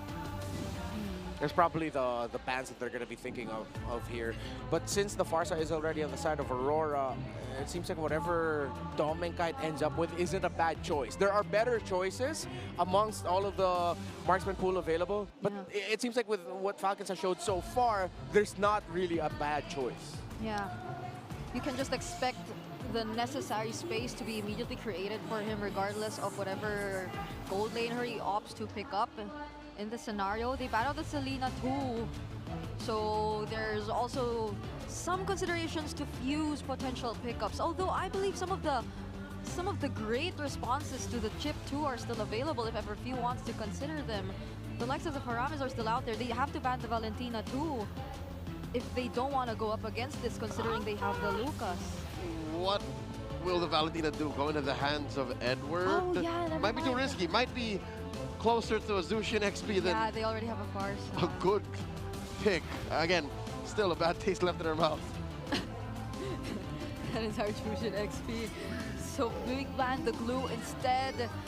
And now Aurora are looking for their last ban against Team Falcon. So it's probably either a mid lane or, I mean, the Jawhead, they're all available. They have a Kalea, so. Yeah. Rarely do we see Kalea flex the XP. Yeah, it's not gonna happen Again, I can count on anymore. one hand the times it was used there in Season 15. Yeah. So they're probably gonna stick with this in the roam, especially that it's Ogwen. Flaptizi has revealed some interesting XP lanes recently, though. Like, that's excluding the Jushin already. Yeah, it's interesting, not necessarily good, you know? Yeah, you could like look back at the regular season and see all the Thamuses and all that. He did pick up those kinds of XP lanes. But they banned the Hilda. There you go. The reason, for the main fact that we were wondering what Flaptizi will play is the reason why Aurora bans the Hill. It's like, let's make it easier for us. And there you go, the aforementioned Valentina. So Falcons will also have their own wings by wings, if that will be the ultimate it'll be taking. Excuse me. Oh, I wonder if Flaptizi would and Falcons would consider an R-Lot, because it's really great against the chip as well. That's right. If they want to continue answering that. That'd be so good. Flaptizi on the R-Lot again? That's his MPL Philippines Season 12 Grand Finals MVP winning hero. I think a lot of us miss seeing that, but the Kimi will be picked up by Aurora instead. Yeah, a lot of space provided. So whatever Edward's going to be taking is someone who can hold the front line really well. There you go! That does the job. They got the gotcha. All right, one more. We need a hero for Flap. I really hope it's not something super passive like a high loss. I mean, he might actually just go for that just so that they have the access to the Revitalize, which most likely Edward will be packing as well, just so they can balance it out in that regard. Man, if they didn't ban the backshot would be good right here, but again, that's what the meta demands. Does the Arlot still look good? I don't mind. Yeah, same. I'm just Arlot on high loss right now. It seems like a really offensive option wouldn't be the best bet. Yeah, because you have to consider the Kimi. Yeah. Like, it's going to be easy for Aurora to just kite the heroes of Team Falcons if it ever comes to that. Just place a Fanny too, and... Oh, there you go! Hey, this was in the keys to victory, right? Deal damage. Yeah. And if you don't want to take it slow, if you don't want to find or have a difficult time up against the Kimi, then why not take an XP laner who can just hunt the Kimi down? Who can just pose a huge threat to what Aurora plans to do in the game later on. So it is gonna be a damage XP laner we'll be seeing after some time. Finally, back in the hands of Flaptizi, by the way. But overall, it's interesting how the lineup rating really favors Aurora. Yeah, Aurora picked up bangers in every lane. Kimi in demand across the seas in Malaysia and Indonesia. They love their Kimis. Here, we're only starting to build up to it. And if they can protect her, if they can protect Yue, then Aurora should be looking at a fast game. That's a Petrify Benedetta too, by the way. So we can expect all-out aggression. Casters, take it away. The Champions Arena. We're about to load on into the Land of Dawn. A crucial match here for both the teams. Aurora and Falcons looking to move forward and not get knocked out of the playoffs. That's what we have for us. It's been nice to Ingan and Renmar to bring you the action. You guys saw the index there. I don't know how much weight we want to put on it, but Ingan, what do you think of the compositions for both teams? You know, so far, again, Kyle TZ, one of the best Lucas junglers, especially considering the fact that he's 2-1 in the playoffs right now with this specific hero. But Flaptizi, from using the Bakshas to now using a damage hero like the Benedetta up against Edward, who is known to use this hero. It's going to be interesting how Falcons pull this off, considering the fact that Demon Kite has his Fanny. Yeah, and looking back at it now, the Benedetta pickup solves the macro problem for Falcons in the sense that it was mainly just the Moskov as their main option for that. While Aurora had, again, the switch up between the Fanny, the chip, and how much macro and ground you can cover with those two heroes. Now that they have the Benedetta there with them, they can be flexible in terms of how they want to approach the objective team fights. And again, I put a lot of weight on the objective team fights because that's what Brigida and Leo mentioned, that this will all be about. A lot of these major sequences are going to be happening 20 seconds on and from the Turtles. Oh, early engage here. As Kyle Teasy already used to unleash the beast. Whoa, one more hit almost. Whoa. And was able to take down Demon Kite. A turnaround for Team Falcons. Wow, although they might not be out of this just yet. Oh, Red J sets his eyes on Kyle Teasy, but he was able to dash away as Flap Teasy can't recall safely. Man, the spell vamp, the regen that Lucas gets, saving Kyle Teasy. Red J might be up next in the docket, and he'll be able to get away, but you and Edward are still here. Oh, Ogwin up against you and Edward. So Edward soaking up the damage to not give any more deaths to Aurora, but now feathered airstrike from you, and both teams will disperse. That looks so dicey on both sides for so long, and now the turtle's up here. Falcons is going to go ahead and start it up. Demon Kite working on his purple buff, so he'll grab that. They'll go ahead and rotate in now. Kyle Teasy has his orange. Yeah. We'll see if they actually can commit to this. It looks like they're just going to go grab their buff for now. 20 seconds before and or after the Turtles and the Lords. It's going to be the timers we're going to be looking at here. No clear advantage because the sequence up top got extended. Kyle Teasy just got his purple buff. Demon Kite will be coming from the orange. Let's see if Aurora's going to contest this as Falcons has already started things off for Kyle Teasy in the bottom lane. Oh, Phew cast his own shortcut down bottom. Almost got Demon Kite there. Woo! As Benerjay answers back, here comes Demon Kite also. And be able to take down Kyle Teasy. One member down for Team Falcons. Forget the turtle. Let's go fight bot. That's what they said. Oh, they stunned out Phew. He was able to walk away. Flap Teasy almost got Demon Kite there. Now ganked up by 3. Got stunned out, but able to escape. Flap Teasy hunting down you and almost even got +1 on there. He was able to walk away with a kill. Falcons eventually end up winning the trade, but they have to be very careful because Aurora have very good timing right now around that chip. They hella did not expect that Renjay is going to show up with his own shortcut. Oh, title strike onto Renjay. Feathered airstrike from Yue. One more hit on the Phew. And he gets him as Ogwin counters out with the Edward kill. Use up the Tsunami Slam onto the middle lane to take him down. Man, this is just a brutal match so far. Yeah. You know, like there's so much action. I feel like I'm watching an action movie. Now for the fight for the turtle. Demon Kite tried to steal the Lord, but still Kyle Teasy will secure that turtle rather. And these two teams are known to be very systematic, but now it's all about clashes. Nah, it feels like I'm watching systematic violence right now. Both of them have just subscribed to MMA. And I'm all in for it, but it's the old days of MMA when eye pokes were still allowed. Ear bites. Eye pokes, ear bites, all of that, no gloves. Just everything else, you know. And MMA for the streets. yeah, at that point, for Falcons though, getting that first objective, that's going to be fine. And this is the thing, when you're looking at this for Aurora specifically, you're playing around the chip, like you mentioned earlier on. So Falcons, what do they have to do to kind of go against that? Do they just need to keep an eye on Renjay, and then how do they counter the shortcuts that kind of keep them on their toes here? Yeah, that's mostly going to be it, because if really, once you've started the sequence without knowing where the chip is and the chip has the edge over you, there's very little you can do. At the end of the day, it'll just be see if you can do your best to end up winning the engagement and counter it.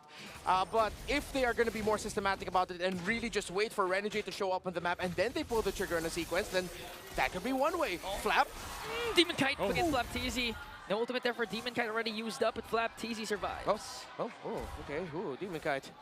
Was willing to take hits from the turret. There, meanwhile, the bottom lane. Now, Ogwin jumps in. Demon Kite was able to walk away, and he catch Ogwin instead. Phew with the cast of the feathered airstrike, and again, both teams will disperse. But Renjay from the back, AOJ paired up with Edward, and they take down Phew. Wow, Phew, I don't know if he was expecting that or what, but quick response from Aurora. Yeah, why walk by Renjay? And as we were talking about, if the chip catches you with your pants down, there's very little you can do. You'll just be a deer in the middle of headlights. Now, the last time we saw Renjay with the chip. Wait a minute, they're gonna go instead and go for the purple buff. Take that away from Demon Kite, but he still got it. That was smooth. That was smooth. Yeah, very smooth moves by Demon Kite. Edward and Yue close here, but Falcons will not push the issue. Seems like Aurora are gonna be getting to the turtle first. Super Marco is going to be opening up the map for Falcons. Let's see how heavily Falcons will contest, if they will, this second turtle of the game. Yeah, Aurora having the lead that they have. They'll go ahead and plant themselves in position. Phew holding on to the Avatar, the Guardian himself. Both gold laners still up top. Yeah. But that's fine. Super Marco can just join the fight if he wants to. They'll try to go ahead and alleviate some of the pressure if they can, but oh, hold on. Even in the bottom side. Okay.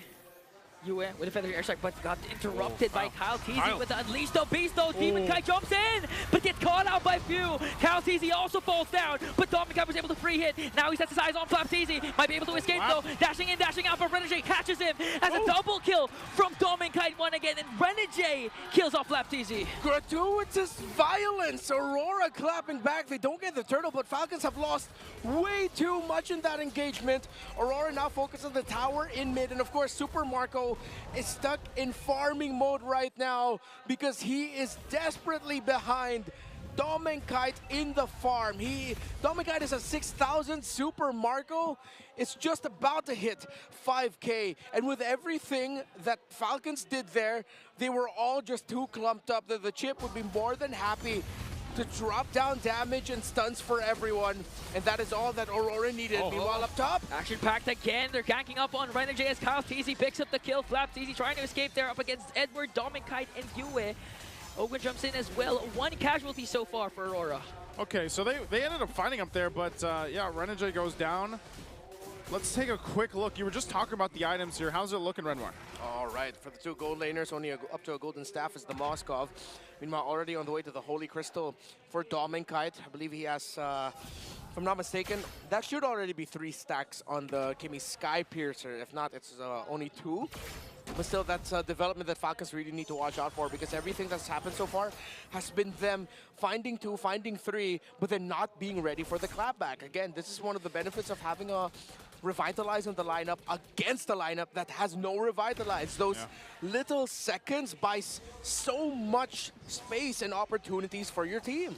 Yeah, that does a lot of healing, and even if you decides to take the Avatar of the Guardian, you know, he doesn't have the Revitalize, so that's how they have to play around it. Yeah, and with all the healing on the board, there's just a lack of dominance ices and anti-healing, actually. That has to be rectified by these two teams. There are glowing wands on the mages, but you need more anti-heal coming from both. And you also have to worry about Dominkite already picked up a Holy Crystal. Interesting, went with the Concentrated Energy paired up with the Sky Piercer. So now at the 301, not quite sure when he got those stacks in.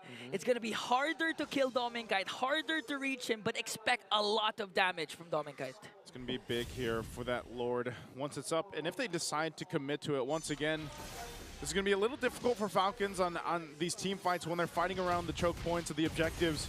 That seems to be where they struggle because it is so important on their positioning.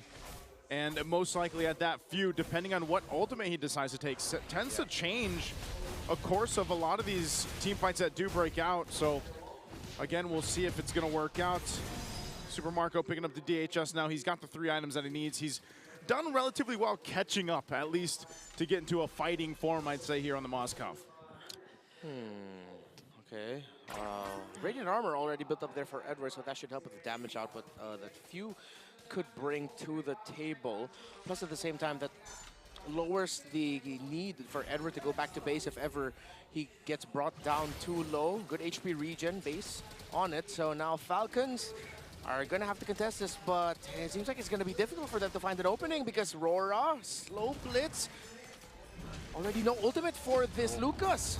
And then casted the traction pulse also. Flap Teasy caught in the middle. Unleashed the pieces there, but Flap Teasy got bursted down. Renegade from the back as Demonkite having the time of his life, trying to slice and dice every single Falcon he sees, and 2 members are down. Not a good fight for Falcons there. They get caught out, and now they're going to lose this Lord here. A big objective for Aurora to march towards the base of Falcons. Off timing for Flap Teasy, and it looks like a little bit of miscommunication on the side of Falcons. Aurora, again, what we mentioned about them yesterday, one of the best teams in the league this season when it comes to punishing the smallest of errors.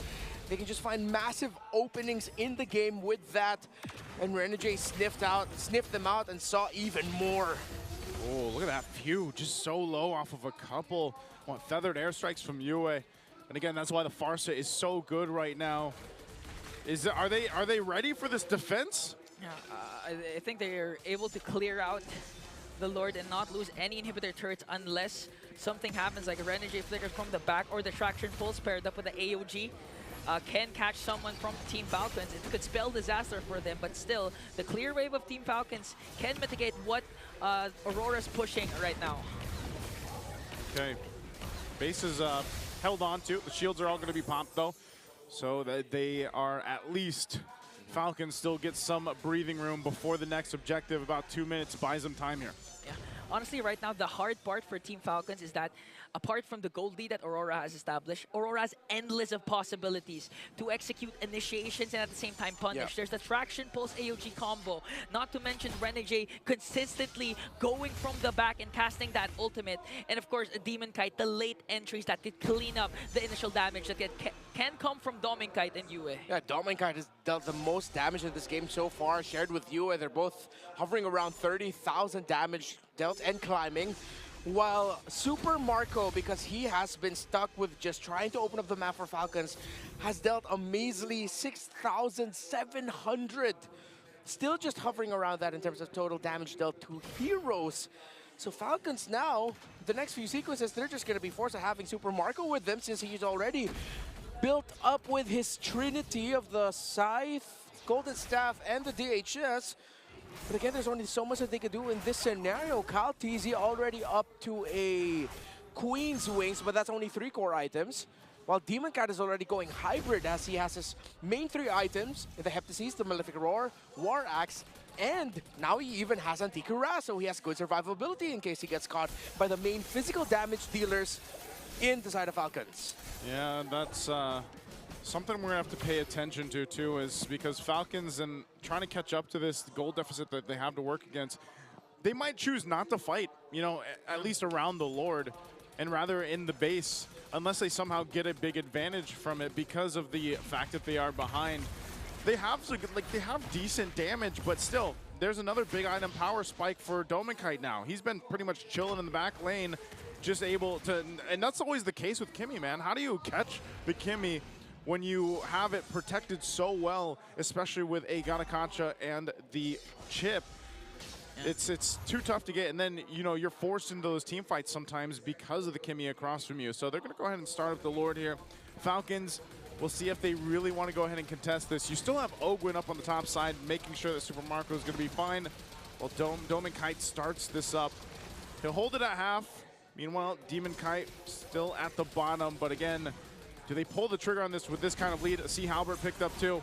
They're going to go for it. Yue, Demon Kite still has their Purifies as Demon Kite picks up the Lord without a sweat there. Edward might even go for Flapteezy. Feathered airstrike from Yue and bursts down Flapteezy immediately. Oh, but down to the bottom lane though. Team Falcons want to make quick work of View, but View is going to fall down. Now the counterattack though, Ogwin jumps in. Kyle TZ joins the picture, has the Unleash the Beast, and we're working on Super Marco, but Ogwin is going to fall down. Kyle TZ up against 3. There's the Unleash the Beast again, and he brings down Dominkite. But Edward, Yue, Renegade still in the picture. Kyle TZ is alone. He has used the Winter Crown. Can he buy time? Buy space? Still takes down Yue eventually to be shut down by Edward. And now, Super Marco is here. Super Marco jumps in, dishing out the damage onto Edward. He might be able to clear out the Lord, but that was enough. Time bought from Kyle TZ. Renegade from the back. He has the shortcut. Demon Kite enters the picture. Wind of Nature. Edward has the stun. A beautiful taunt and bursts down Super Marco. Lord still up for Aurora. Team Falcons desperately trying to defend. They still have all their inhibitor turrets. And now Renegade just waiting for the perfect moment again to cast that shortcut. Oh man, they're just going to clear this out, but talk about a response from both teams. First, the play from Kyle TZ, then you have the shortcut from Renegade to put Aurora back into it. But ultimately, what did it lead to? Falcons still holds on to the base turrets.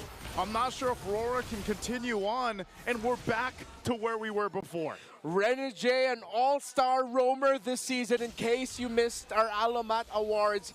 And Edward, they call him Mr. Consistent.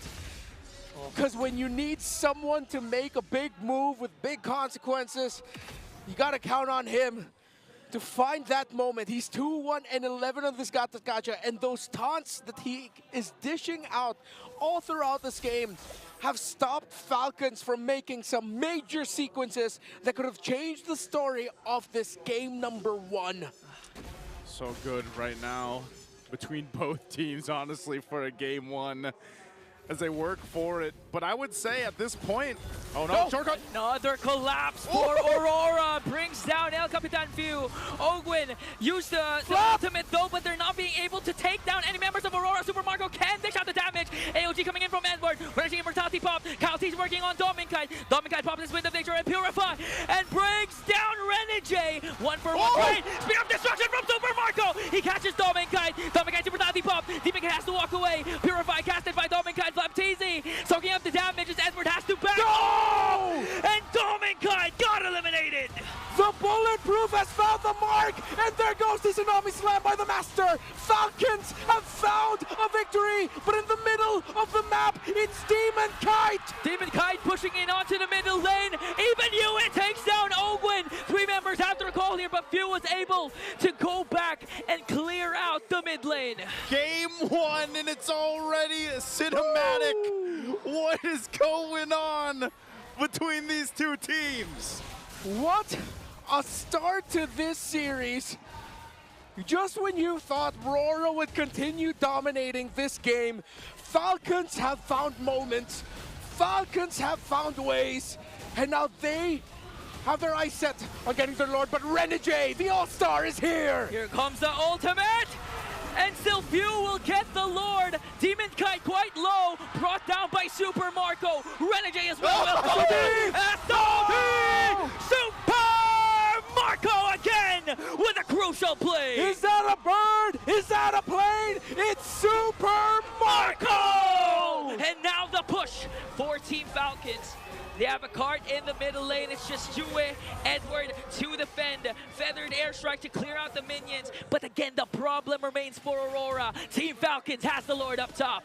Oh, and man, you've got a couple members of Aurora facing down Falcons. Can they stop it? Ogwin jumps in once again. Edward soaking up the damage. He has his revitalized though, but until when can he stand it? AOG used defensively, has his immortality, but Team Falcons locked their eyes on the base, and a comeback win for the Falcons. The team that faced a reverse sweep last night have delivered an emphatic turnaround victory in this game number 1 against an incredibly sharp and determined looking Aurora squad. That's 1-0 for the Falcons. Oh man, if we have a series down to this, you know, elimination, this is exactly how you want to start it. The panel, Leo, Brigida, I know you guys have a lot to say about this. Let us know what you think about game 1. It was such a great game to start the series. It took 18 minutes before they were able to end it. And Kyle TZ, my goodness, he had so many highlights on that, Lucas. He was rabid. He was looking for someone to receive all this pent-up frustration from that reverse sweep last night, and Rora was in the way. That's exactly what this was. It was a contest of, again, as with my Renmar, violence. It was just a match wherein if you weren't ready to fight for what you wanted to get, that first point on the board, then don't even try. That's what Falcons did here. And that's exactly why you see him as your game MVP. Kyle TZ on this Lucas, waiting for the perfect time, always using the Unleash the Beast, even during one moment where we thought it was a little too early, but you know that's just how aggressive he wants to play into this lineup of Aurora. That's just how much he wants to answer back to all the shortcuts, to all the team fights they tried starting, and it was the downfall of this entire game for Aurora when he was just always able to gain access to Dominkite. Yeah, there was, how do you say, no room for half measures in Falcons lineup. You see the draft that they had, we'll have an in-detail dynamic of that draft, but off of Kyle TZ alone, let's just take him for example. This hero, Lucas, if you think twice about using Unleash the Beast, if you think twice about catching up on your resolve, throwing out your Shockwave Blast, you will get punished hard. And even in those early moments, you saw how Lucas, how Kyle TZ was like, yeah, I'm just gonna throw out this Shockwave Blast, why not? I'm retreating anyways. Pow! Still drew first blood. Yeah, and you feel how much he wanted to maximize that killing spree too. Like, he was just in for the fights. And we mentioned before heading into this entire series that both of these teams are very objective-centric. They even avoid fights if needed to, especially in the early stages. But this is the complete opposite of what we expected from them. They literally had to change something so they could take the advantage. Yeah, no, Falcons were building up to this very moment. Falcons, all throughout Season 15, have been racking up kills, racking up assists, and they were ready to play this way. That sequence right there, I don't know exactly whose shortcut it was, whether it was through a Y walk by Renegade and then jumped in, that everyone else followed through, or if it was Few who stole a shortcut, one or the other, but that led to a moment wherein if you weren't ready for it and you jumped in and you fought, you would get punished hard. This was the turning point, I'd say. Yeah, I don't even know if Falcons were just really ready for that moment or they forced themselves to be ready because they just wanted to fight back so bad, and in the long run it was so rewarding since they were able to get some trades. They were able to get so many more from Aurora that from that very point onwards, even though, yes, there were moments where even Demon Kite felt like he could have done something, he could have gotten the game for Aurora, it didn't matter for Team Falcons. Like, they were able to read into so much of Aurora's strategies with this lineup, with the chip, and now they're able to secure the first game of the series. First on the board, Falcons in a best of 5. 15-15. See, eventually it equaled out. There was a good chunk of time where it was Aurora who had more kills. Why was that? Number one is because they had more range. Look at that. You have the Kimmy, you have the Farsa, and then you have the Fanny who can, you know, go in and go out as much, and then stoppers in the Gatot and the Chip who can also help retreat or set up other ganks elsewhere. All this while, Falcons, look at that lineup. It's all in. Mid-range at best. Their mage, Few, on the Valentina, and then you have Super Marco, who is the payoff to shocking your opponents into a fight that they cannot finish, that they cannot go through. That's the reason why I think towards that late game, 2 minutes left into the game, so around 15, 16 minutes on the clock, Super Marco said, guys, I'm ready. Yeah, it was too all in that it was probably a little too overwhelming for Aurora. How could they position themselves from a safe distance so they could throw out the right skill, so they could deal out the right damage? But Team Falcons, they made it work so well. Like, every single one you mentioned, even Flap TZ, I feel like we should also be highlighting in this game because I thought it was a damage Benedetta. I did too. It was a Petrify, but it felt like, oh, he knew what had to be done.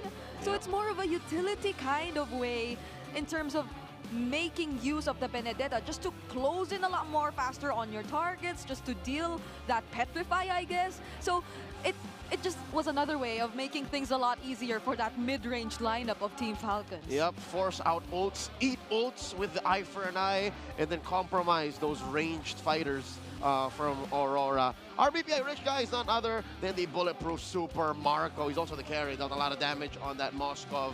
You'll see here that he ran through minions, he ran through kills, and that's where a majority of his economy came from. Very little gold gained from Turtles or Lords, because again, if you'll remember, a majority of the game, it was actually Aurora in control. Yeah, and during that one moment, by the way, wherein they still decided to go for the fight when the SOD connected, I thought he was going down at that moment, but he still survived. Like, that just goes to show he already got the necessary items. But I know we have a lot more to talk about in terms of how the game progressed. So Leo, take this away. Yep, let's go dive into deeper details here as we look through this 16-minute game, 18-minute game. There it is, 18:41.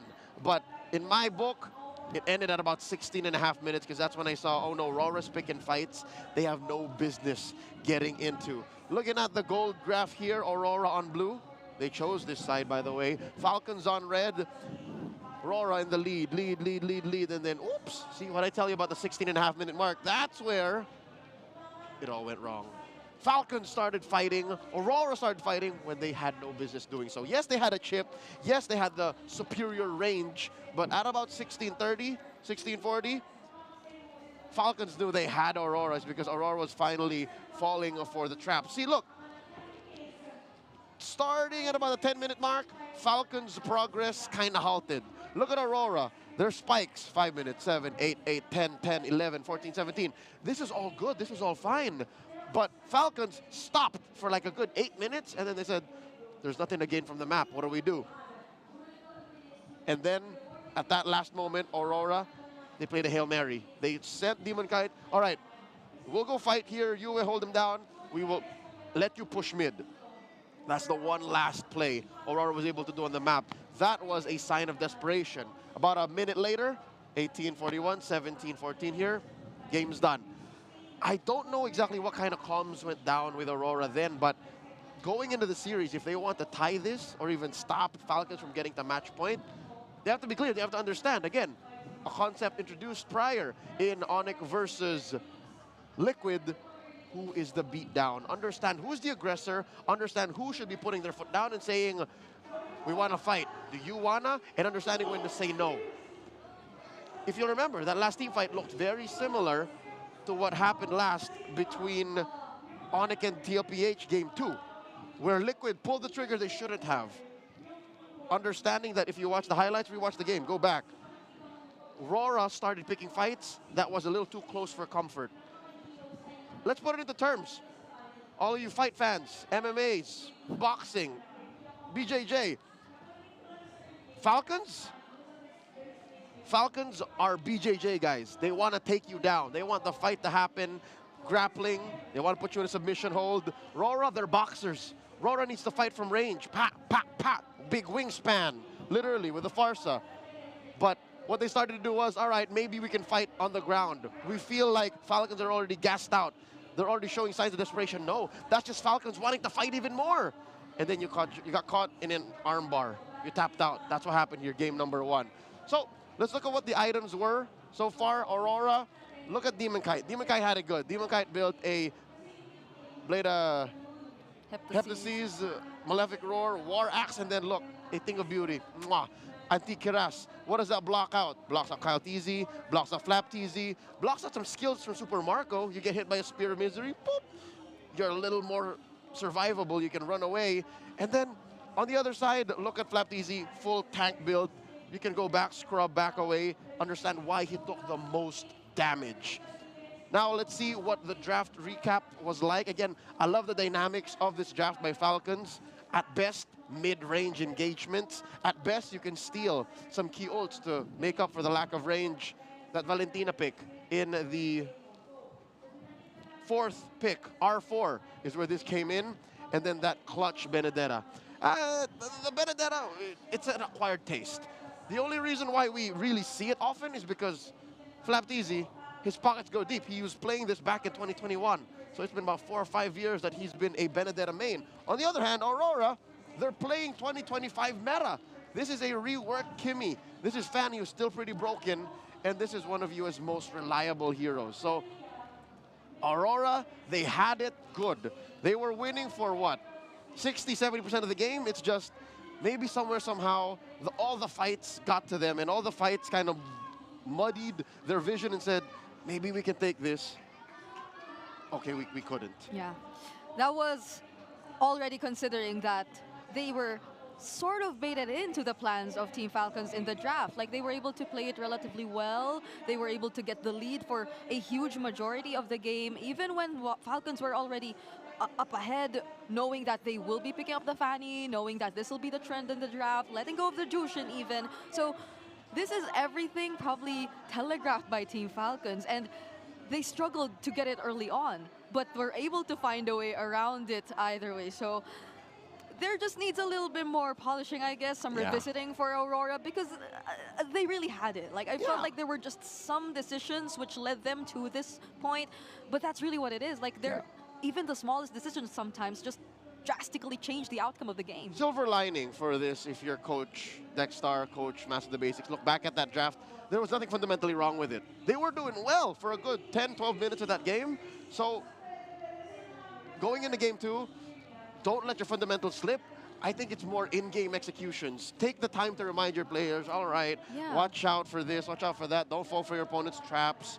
Know what the strength of your lineup is, and I guess manage those Hail Mary plays. Yeah, because we saw it. Like, the way they were even able to like maintain it all the way to the first turtle, even when Falcons were just aggressive looking for fights, but still they were the ones to win the first objective, and it just went downhill from that point. So There's a lot to address, but before we head into the next game, let's throw it over to our host for a Smart Access segment.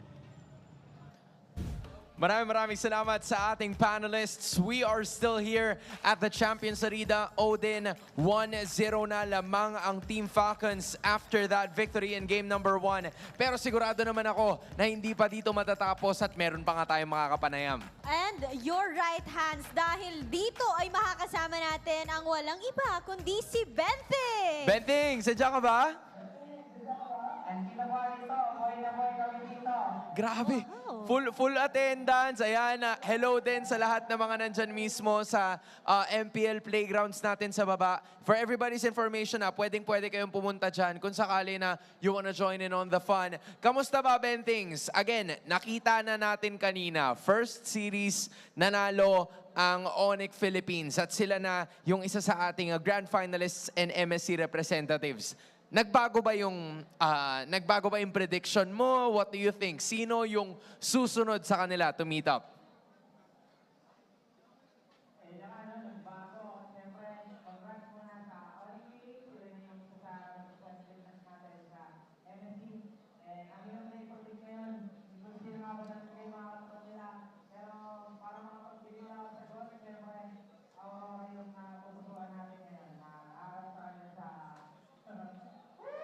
Aurora daw, mukhang meron din mga fans doon sa MPL Playground. Pero Bentings, matanong ko lang, what do you think of the game so far? Kasi yung dalawang araw natin, puro hanggang best of 5 sinasagat nila. Pero ngayon, nag-iba. 3-0 kanina and right now, what do you think?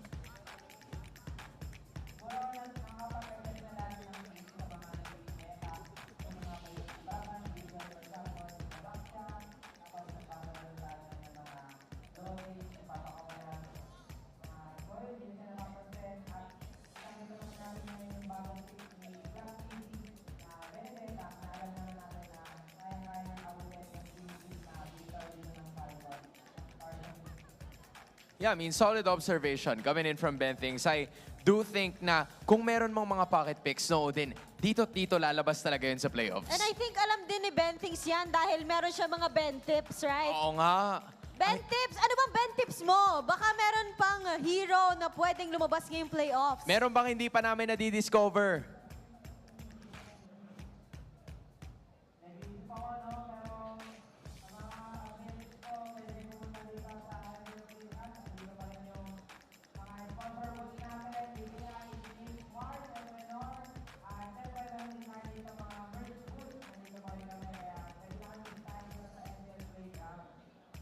Bentings, maraming salamat. I'm sure na perfect attendance ka because you're gonna be here all throughout. Hopefully, we'll see you once again sa mga susunod nating interviews. Pero bye-bye muna dyan sa MPL Playgrounds. Alright, enjoy kayo dyan, guys. Enjoy! Maraming salamat kay Bentings and all of the other MPL fans na nandoon sa ating MPL Playgrounds. But now, it's time to throw it back to our panel. Thank you so much, Hans and Odin. I was waiting for the Ben tips too, you know, but he probably needed some time to think. I mean, a lot of us have been so surprised with how the playoffs meta has established itself in the past few days. Yeah, it is free though. If you want more Ben tips, just follow him on social media. Just scroll and see what else you don't know. I actually learned a few things from Ben things myself. That's true. Especially when there are newly released heroes, especially when there are some changes in terms of like the battlefield adjustments and all that.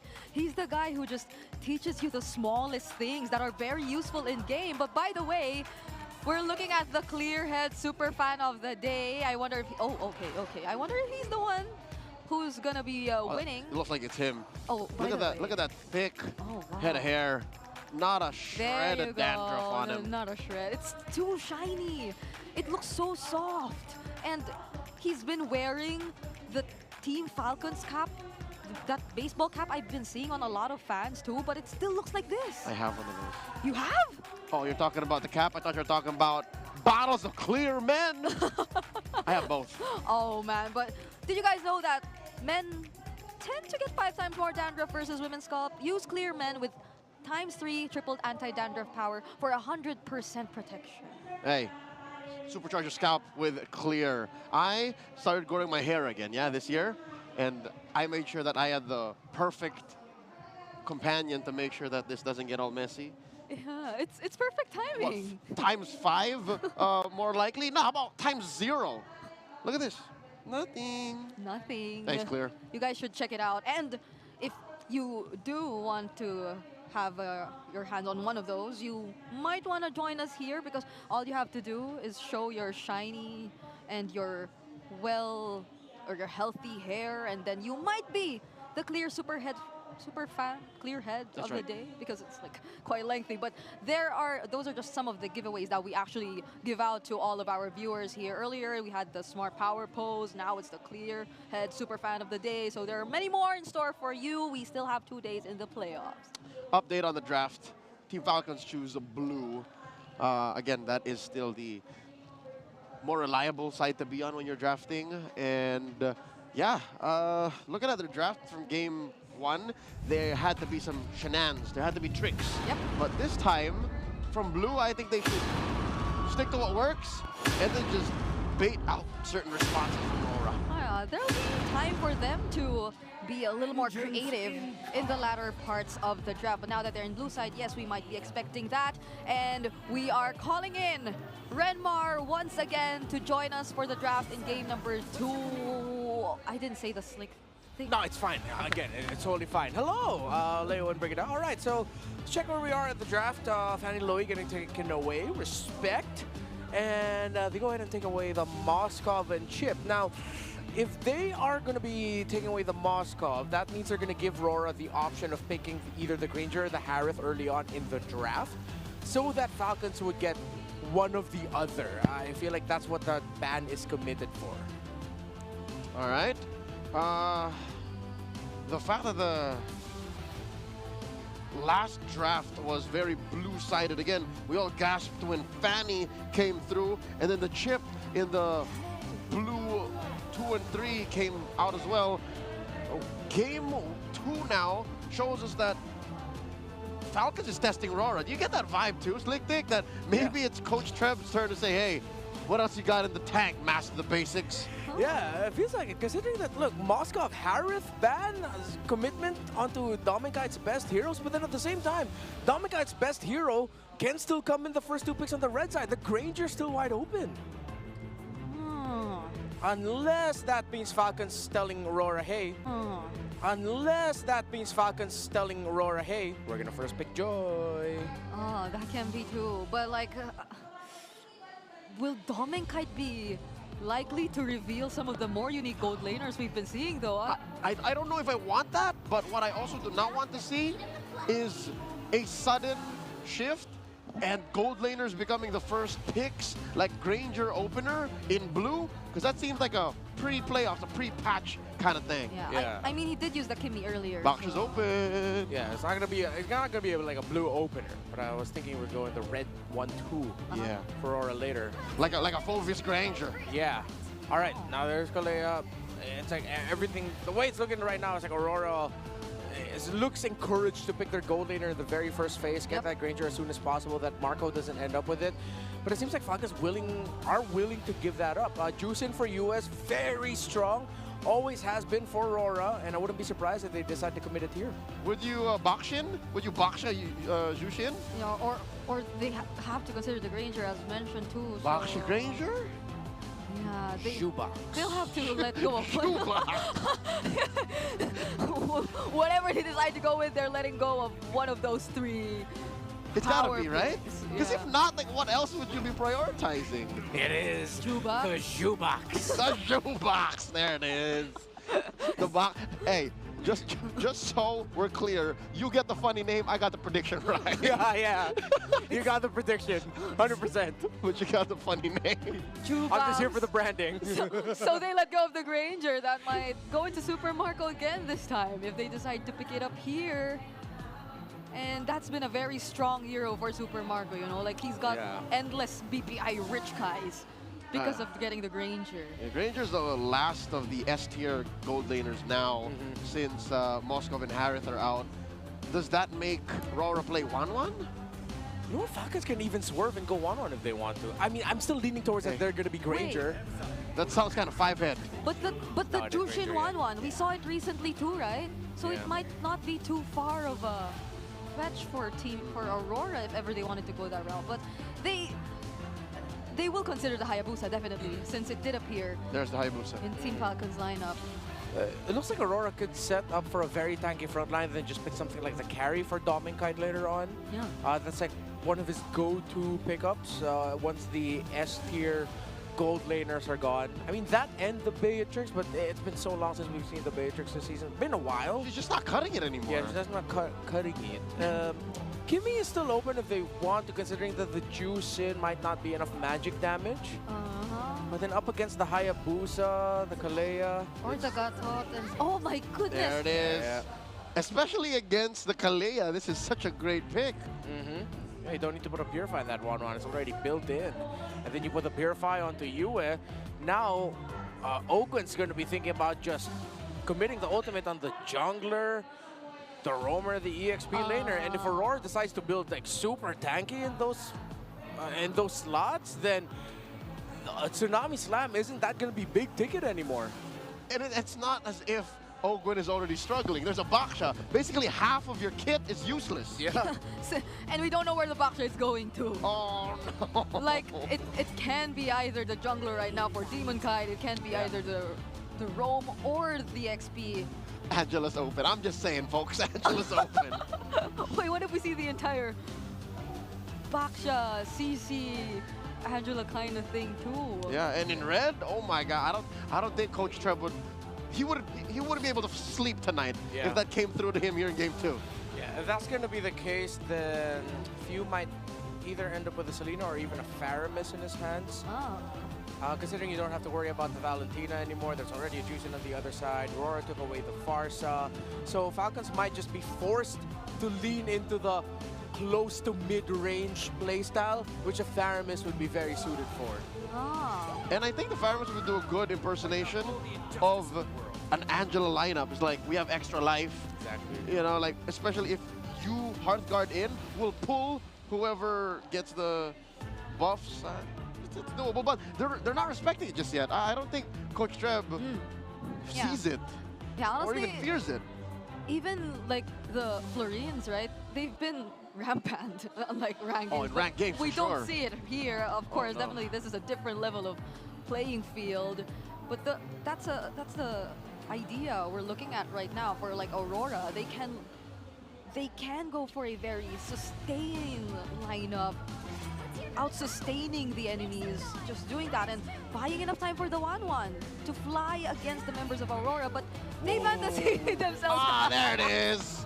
Coach Trev, you know, he knows. He's respecting it as if it was an absolute, like, there's even a 1% chance. He wants to sleep tonight. And there goes the Okay.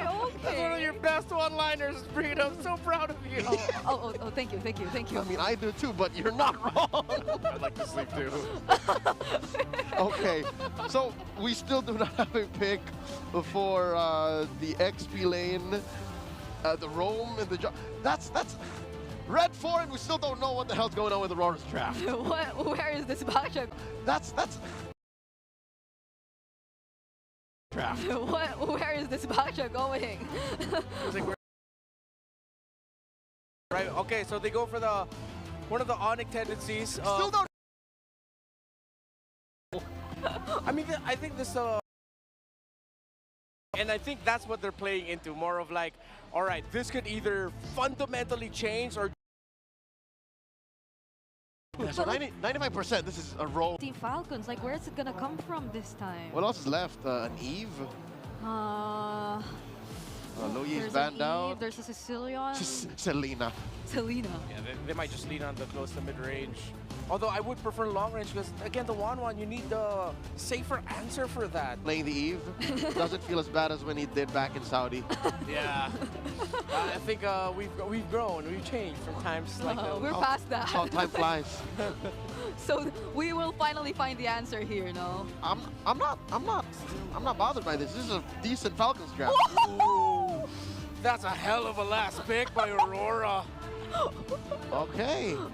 confirmed that this is going to be an XP lane Baksha. Whoa. Well, we don't know. Maybe they pull us out for a swerve, but no, we know now what's in the jungle.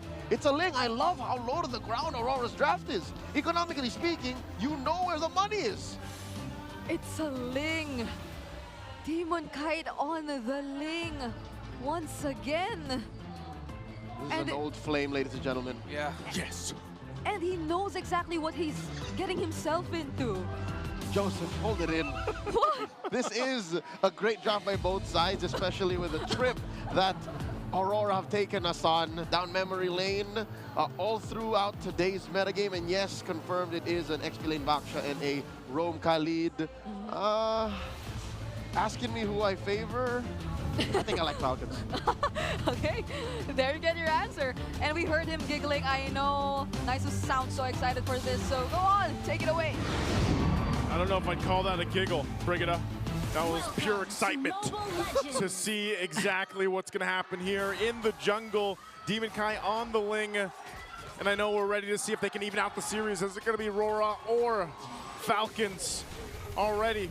After game one, Cinema, oh my goodness! Early poke there, Ogwen, one more hit. Yue was able to cast the Lantern Flare. Ogwen had to flicker out, so that's too close for the two roamers. You know, after a really great first movie, then they announced the second movie, then the second movie just starts with action right away.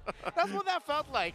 He like jumped right in the movie and just, you're in the middle of the plot. You're like, what's going on? It's like, and has the lockdown, the lock-in basic attack from the Kalei, of course, followed Reggie all the way there. And of course, with Yue dragging Ogwen at the same time, that's wild. Oh. Yeah, then they go 5 years ago. Yeah. Clutch quick Sandguard there from Renegade to outsave the damage from Kyle. Ogwen jumps in onto Dominkite. One more hit, two more hits away, and Dominkite gets away.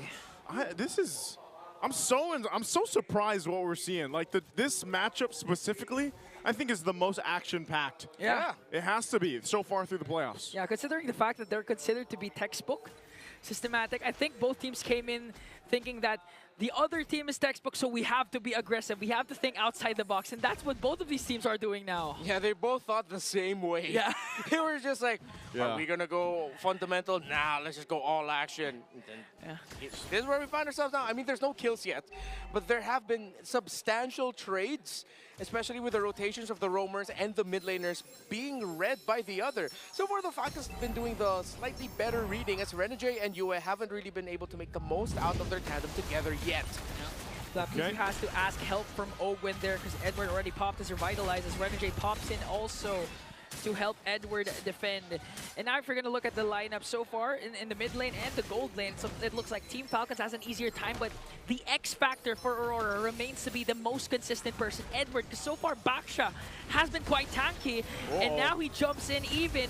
You being able to deliver the Lantern Flare, and the first blood drawn onto Flapteezy, but they're still going on. Ogwen has his eyes on Renegade. Kyle Teezy goes in with a Wiki Shadow Kill. Ogwen drops Demon Kite with the ultimate as Yue just popping the Lantern Flare to delay the charge of Team Falcons, but Ogwen jumps in again and gives the kill in a few. And Falcons will get some more on top of the objective. And it really looked like Falcons being able to gank Edward meant that the Revitalize was already spent. If they had that Revitalize then, Aurora would have won that sequence because they played it so well.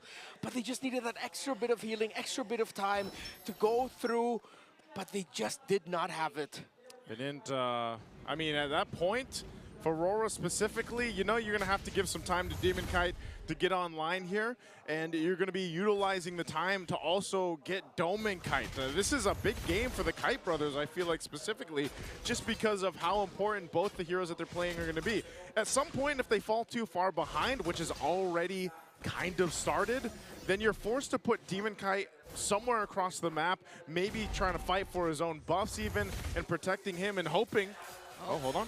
Shadow Kill, okay, good. Force out the Crimson Beacon early on from Yue, but a couple more hits away. Yue is gone from Kyle Teezy. Oh, look at this pressure.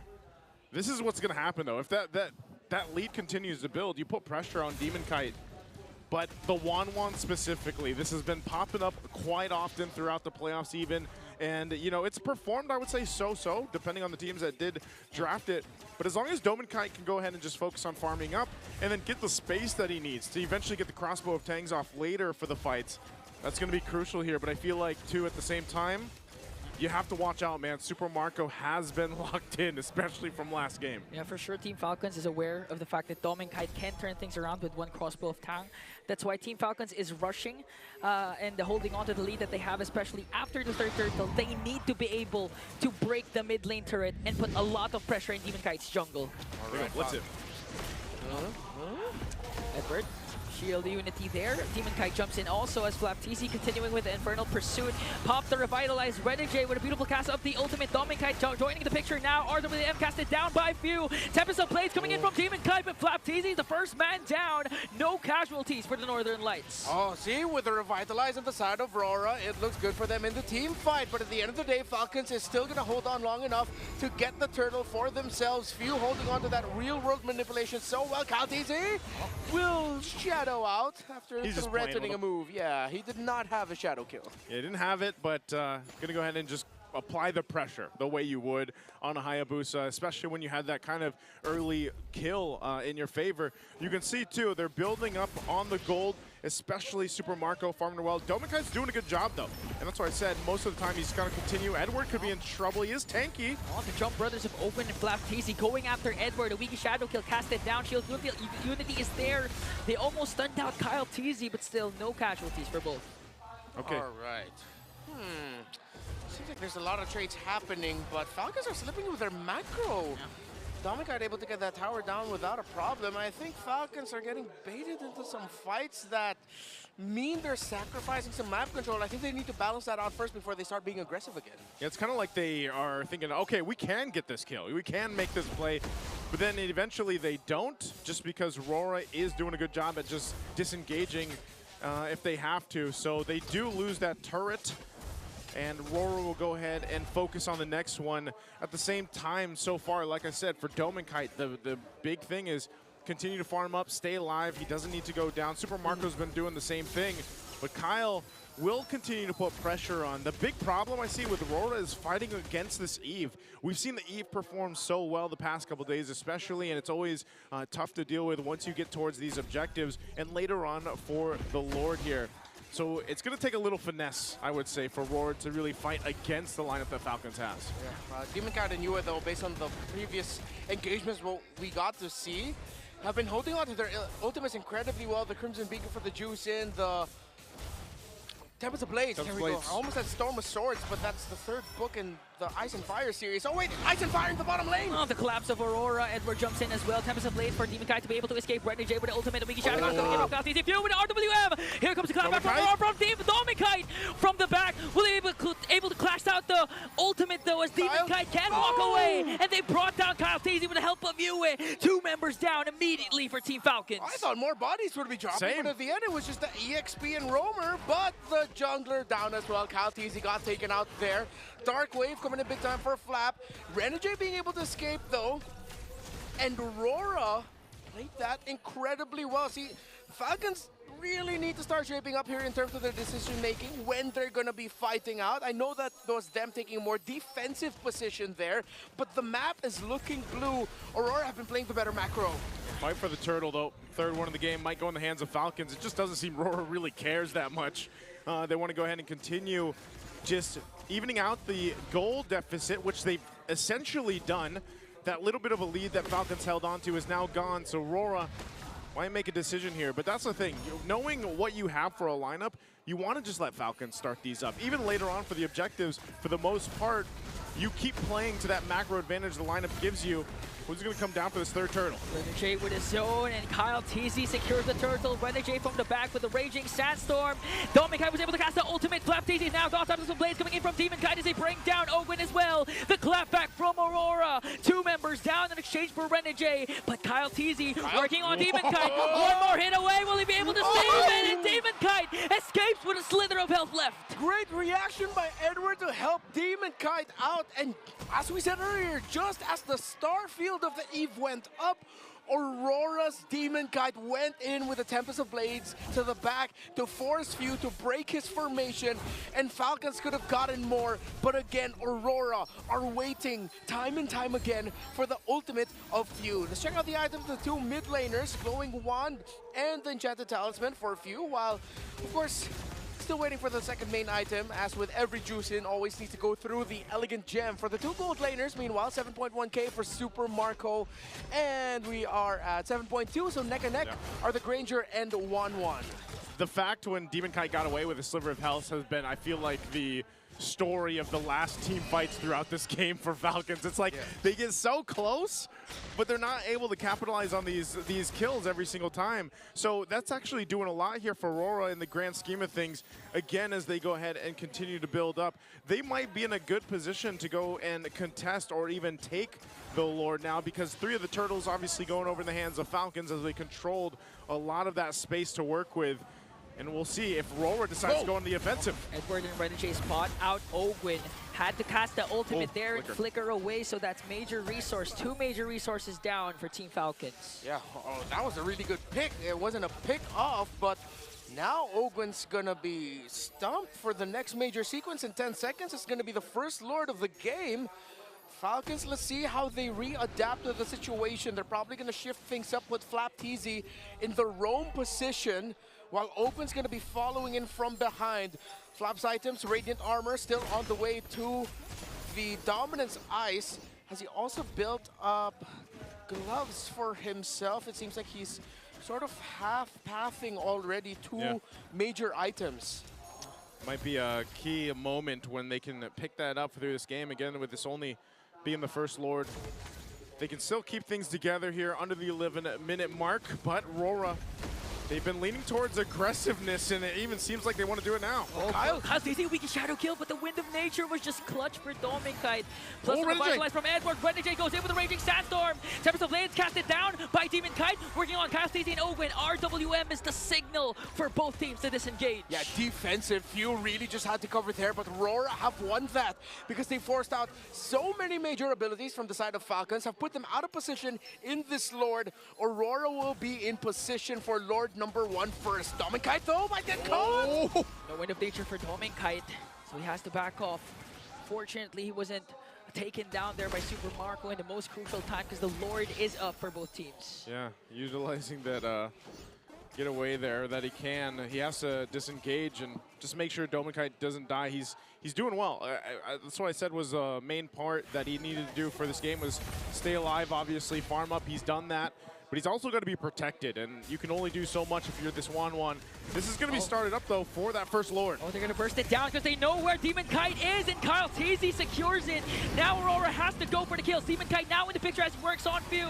Renegade, the first man down to Nexus. Dominkite, and a double kill for Super Marco. They want to make it 3. Edward quite low here. 4. Triple for Marco. Will it be 4? He has the Death Sonatas, but will he be able to reach Yue?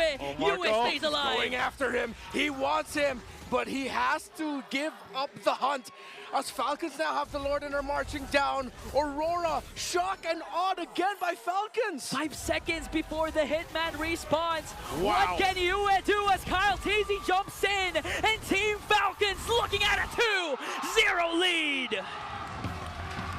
The birds of prey are flying high yet again. But the shadow of yesterday's defeat still looms over them. They have the lead, but can they finish off the lights?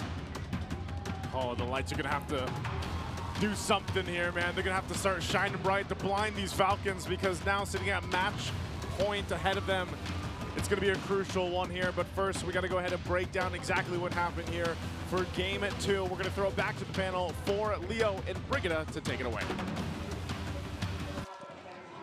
Thank you so much to our casters. I'm looking at the Falcons guy right now, you know, like, and the entire audience on the side of Team Falcons. I love how they're celebrating, but we saw this yesterday too. Yes. I feel like that should be a reminder. They are happy and enjoying the moment with caution. With caution. Emphasis on with caution. We have to remember it's not over yet for Team Falcons, but that was still a spectacular performance we've seen, especially from the Bulletproof. Yeah, Super Marco. Brigida, you mentioned how throughout Season 15, he has suddenly unleashed this new part of his persona, where he just wants to kill anything that moves. This is just that, but if you watch closely, we'll see in the highlights, it's a very controlled, very systematic, very methodical way of doing so. 6 0-0. Not once dying. There were close calls, but especially in that last team fight, I hope we have a spotlight on that last team fight. That's where the switch just got flicked, and that's where I knew this is what Brigida was talking about. Yeah, and that feeling where he still gets to step on the brakes whenever it's needed and get away from danger, even when Aurora seems like the one to always go all in, especially in the first few minutes of the game. I honestly felt like, well, Demon Kite felt a little too free in this game. Like, he was coming in from behind and all that. Yep. But what we failed to notice was that Super Marco was just waiting for the right time. Both kites. There was a moment wherein Doming Kite came from the back. Yeah, this one. Brigida's jaw went ajar, and I said, Brigida, you're drooling. How did Doming Kite do that? I guess you walked there.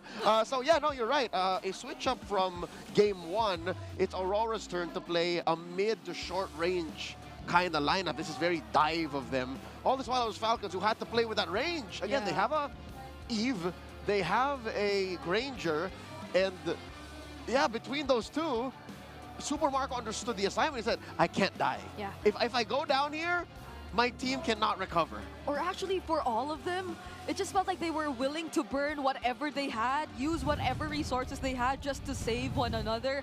And we've seen it multiple times. Like, at one point, even if he had to use the real-world manipulation, off timing, right before an objective just to save someone, he'll do it. And you highlighted that one instance too, where Ogwen just made sure that he could save Kyle TZ from the 4 blades. That's right. I don't know if you caught it in the highlights, folks, but there was a moment wherein Kyle TZ went in, shadow killed, Demon Kite orchestrated a solo kill, went up into the air, Tempest of Blades, Ogwen came in, threatened a Tsunami Slam, and that just made Demon Kite go away. Like, it's these little things that make you really appreciate the past 2 years that this lineup of Falcons have been together. 2.5 maybe, approaching 3. They just love each other so much, inside and outside of the game, that they can read those kinds of plays and say, I got you, bro, I got you. Yeah, remember that one time in day number 1 of the playoffs where it just felt like Flap had so much emotions, and in the interview he did say that, oh, I just felt too emotional because I thought we were gonna lose it. I thought we were gonna, like, not get into top 4, and he showed us that moment, how badly he wanted to for his team, how badly they wanted to, together, again, get back into MSC, get that grand final spot. But now we're seeing the patience. It's all coming into place. And they are 1 game away from redeeming themselves from last night's reverse sweep. Looking at the stats here, I love that Kyle and Marco are actually almost at par. Like, literally, Marco is the carry here at 49.9K. Kyle was 49.5. So even if this was a heavy dive comp, which again means Roro will be clumped up, a lot of members of Roro will be together, Kyle TZ's Hayabusa was still able to deal a lot of damage. Despite that, he made the most of the situation. BPI Rich Guy, all the money in the pockets of the Bulletproof. Super Marco, 833. A lot of kills on his, a lot of gold via kills and assists. Hey, we said it in the draft.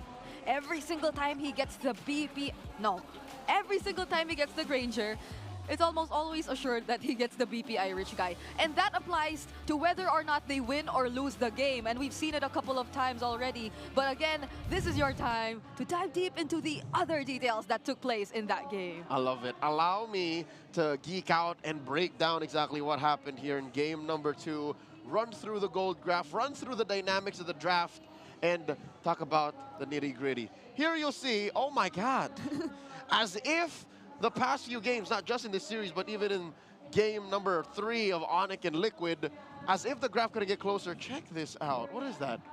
Barely 500, 1,000 in between, all throughout the early game, going into mid, and then the economy crosses, right? Here, at about 6.5, 7 minutes, Aurora and Falcons meet. This is a stalemate. This is a stalemate, and this is impressive, despite the fact that Aurora scored not a single turtle. They scored a couple of early turrets, but not a single turtle, and they were fighting. Mind you, there was a time in this game wherein it was Falcons who were actually keeping themselves scarce. So I assume it was around here. And then they traded bodies once more, trading bodies once more, blood is shed, and then boop! At about the 10.5-minute mark, Marco says it's go time. Brothers, listen to me. Falcons, to me, we must rally and go to match point. That is what happened at about the 10.5-minute mark.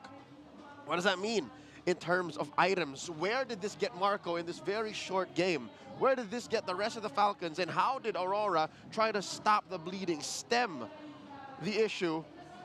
12.5 minutes. Let's start with the early game here.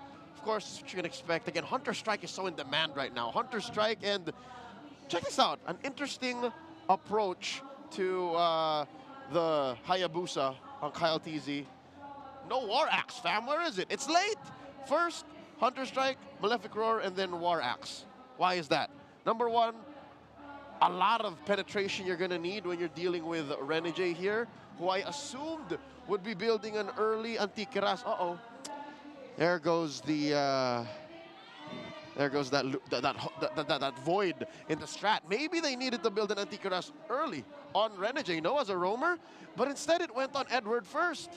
So, yeah, Renegade did go through a lot of the early to mid without even a Dreadnought armor, and I think that's why he was dying more often, there being less peel for Aurora, compared to how Falcons would do it, wherein, yes, they are slowed down by Edward's Baksha marks from healing, but again, all they need is to control range. All they need to do is deal the right amount of damage from Super Marco, hold you guys down via few, and then get the job done from Kyle. And again, more often than not, Few's real-world manipulations were not starters. They were enders to fights. So how do we end up with this situation? How do we end up with a dive comp for Aurora and then Falcons playing with range this time and still wanting to fight, okay? Check it out. Score is 9-6. Again, Aurora held a lot of the 6 kills over Falcons, like 6-3, 6-4, and then eventually it flipped. We started with Falcons being blue, all right? Always prioritize Kalia. Kalia is still one of the biggest heroes post-patch, one of the biggest heroes that really still defines how games are played now. She has solid heal, solid fights, solid CCs in fights, and of course, Granger, and then closing strong with the Hayabusa. All this while Aurora, this is not Alpha, this is 1-1. Sorry. All right? They swerved us with a Ling because they opened up with a Baksha, a Zushin, and a 1-1. Brigid, I don't know if you agree with me, but maybe the 1-1 wasn't the answer, not in that spot, especially since there were still these fringe gold laners in the Irithel, fringe gold laners in the Beatrix still available. I think the Moskov even, right? Maybe, or... No, he was banned. Oh, it was banned, yeah. Banned. Oh, it was banned, yeah. Yeah, So. again, we did float the 1-1, but like now looking back, was that the... I don't know, maybe I'm just looking for ways to qualify what happened. No, yeah, because honestly, even when Onyx first used this entire combo of the 1-1 Jushin, it didn't work out for them. But if you would like to follow that train of thought for Aurora, it's a very risky time to try doing that. So there could have been other answers, other more comfortable options, because we did mention it too, like we probably aren't expecting those kinds of pickups from Dom and Kite. Not this early? Not this early, but it did happen in the first phase of the draft. So maybe those are the adjustments they're currently trying to address and talk about, because you see them, they're very serious right now, trying to huddle it out, because this is just literally one last game. Brigida, that half of the room is very serious. Yes, it's very serious. So now let's get some fresh air out there. Let's throw it over to our hosts for this All Access segment. Welcome back here at Mpl Playgrounds. This is your very own Odin, together with the beautiful Miss Cha Cha Pega, the brand ambassador of Infinix. Welcome to Mpl Philippines. Thank you so much, Odin, and salamat sa pag-welcome sa akin. Ayan, we're so happy to have you here. Kumusta so far? Experience mo dito sa MPL Season 15? Ay, na-enjoy ko siya, as you guys can see. And nagulat ako dito sa MPL Playgrounds kasi I've been here sa MPL Arena. I've been watching every year, and then this is actually surprising for me kasi sobrang nag-level up lahat. And syempre, the Infinix booth, grabe ang ating upgrade sa booth, and then marami po surprises dyan. That's right. As we can see, may phones tayo dyan. And alam natin na ang official tournament phone ng MPL Philippines ay Infinix. Sa tingin mo, why does Infinix remain to be the preferred phones of gamers like you? Of course, GT20 Pro na experience ko na siya on hand. while streaming and while I'm playing kahit casual gaming lang. And sobrang reliable niya and I experience no lag at all. So as a gamer na gusto laging mag-stream nang hindi naglalag, this is the perfect phone for me. Kaya naman, I think mostly all of the gamers trust Infinix talaga. Yan, I definitely agree dahil na-try ko na rin yan doon sa stage. At balita ko, Miss Chacha, merong bagong lalabas ng Infinix, the GT30 Pro. So, pwede mo ba kami bigyan ng insights kung ano meron dyan? Ayun na nga yung GT30 Pro. As you guys can see here at my back, GT30 Pro is here. And alam ko marami na kayong excited dyan. Kung na-enjoy nyo ang GT20 Pro, I'm pretty sure mas magugustuhan nyo to dahil sobrang upgraded yung specs nito. And alam ko na as a gamer like me, magugustuhan nyo. I love it. Pang champion phone talaga yan. Phone. And speaking of, sino para sa'yo mag-champion ngayong season 15? To be honest, lahat sila sobrang ganda ng performance. But I'm really rooting for Aurora ML PH. Wow, let's see Yes, because aside from they are doing well on their games, I'm supporting the Infinix ambassadors as well. And they're doing all their best, di ba? And invite mo naman lahat ng ating mga super fans to visit MPL Playgrounds. Ayan, sa lahat ng mga mag-visit dito sa ating MPL Arena, visit the MPL Playgrounds and check out our Infinix booth right here dahil marami kaming binibigay na freebies and you can try to this Infinix GT30 Pro by yourself. So experience nyo here lang yan sa booth.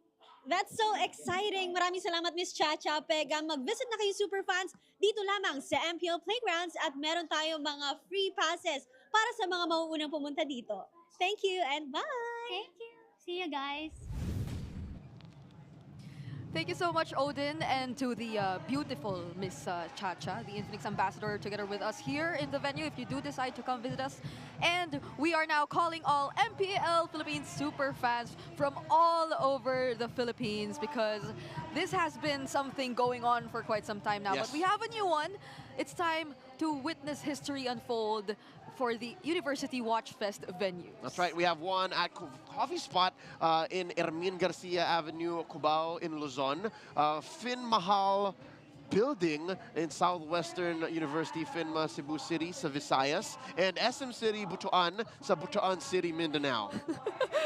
Why are you laughing? No, that sounded very accurate. Thanks. But I'm laughing at the fact that they're just so dedicated to making it so accessible to everyone. Oh, yeah. We have one in Luzon, we have one in Visayas, and we have one in Mindanao. So if you're nearby, go check it out so you can experience what it feels like because technically it's similar to what happens now in the playground downstairs, which is free for all, first come, first served, but except that it's more closer. Yep. It's closer to you guys. MPL connects the country.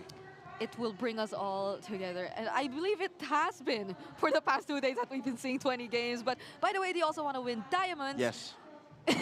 Okay, just watch MPL and get a chance to win diamonds. Just post your reactions while watching the MPL live stream and make sure to include the hashtags that you use. Make sure you use these that you see on screen. So it's down there. So there are 3. That's MSL, XMPL Watchfest, MPL Ph S15, and MPL Pangmalakasang Reaction. So you get to see the spelling there. It's down below. And you just have to include all that in your post so you get a chance to win diamonds. And I believe everyone wants diamonds right now because we have so many skins available for us in store and the Naruto is still ongoing. So you definitely would want to get your hands on that. What is that? A couple weeks left on that Naruto collab? Yeah, I think less than 20 days even. Because the last time I checked it was like 20 plus, but that was like days ago. So you gotta check it out as soon as you can.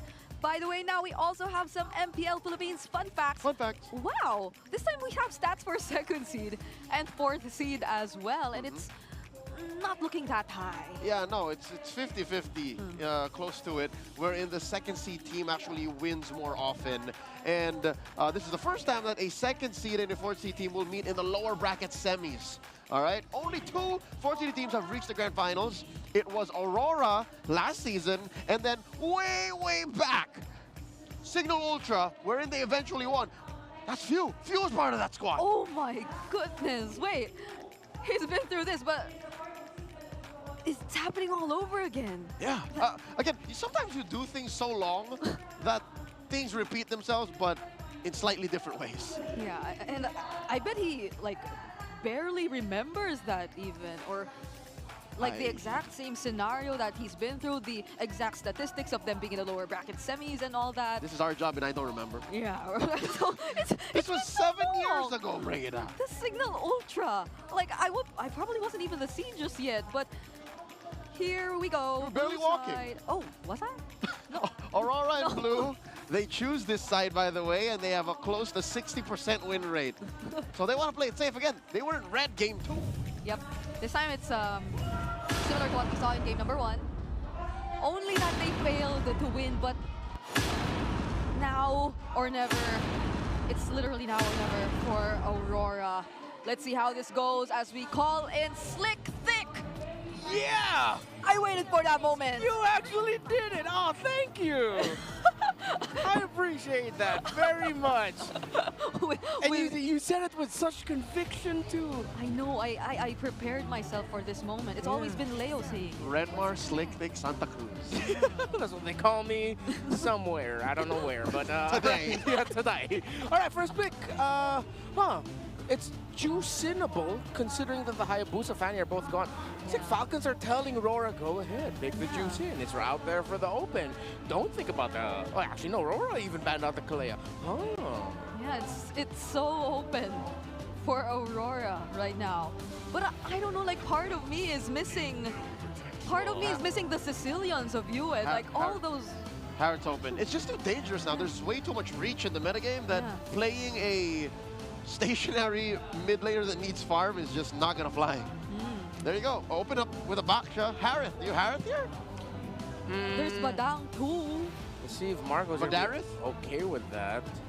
I mean, it's not usual in the Philippines that you see Eve picked up early on, because if Falcons goes Harith here, which, okay, they do, and then the you mentioned the Badang Leo. I agree with you. That looks very good for Falcons as well. Aurora can easily just go, bam, Eve. Even though, again, that's not a trend here. So Falcons will serve away from the Badang. They pick up the juice in instead. So if ever the Eve does come into play here, they already have a formation breaker.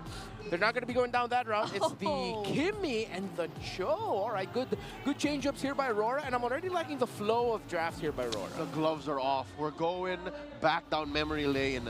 Renegade, a Cho main. Kite, one of the, players in the Philippines who actually likes the Kimmy and Gold. And then, remember Season 8? As far back as Season 8, before the Age of Utility Junglers, where Demon Kite would have played Baksha. Yeah. That's such a throwback for all of the fans who've been part long enough to know. Assuming it's a Jungle Baksha. Yeah, assuming it's a Jungle Baksha though, because right now, like, if you're Falcons, there are almost no assassins left if you're looking for the backline assassins. Really, the Ling appeared earlier. That could be an option, but are you willing to show it up in this point of the draft? Because you already see the Cho, you already see the Baksha as well, so they won't be revealing their jungler just yet, and instead will be securing the Badang for themselves either way. So, we don't know. We don't know who the junglers are yet for both of these teams. That's right. So mid-trio still shrouded in mystery.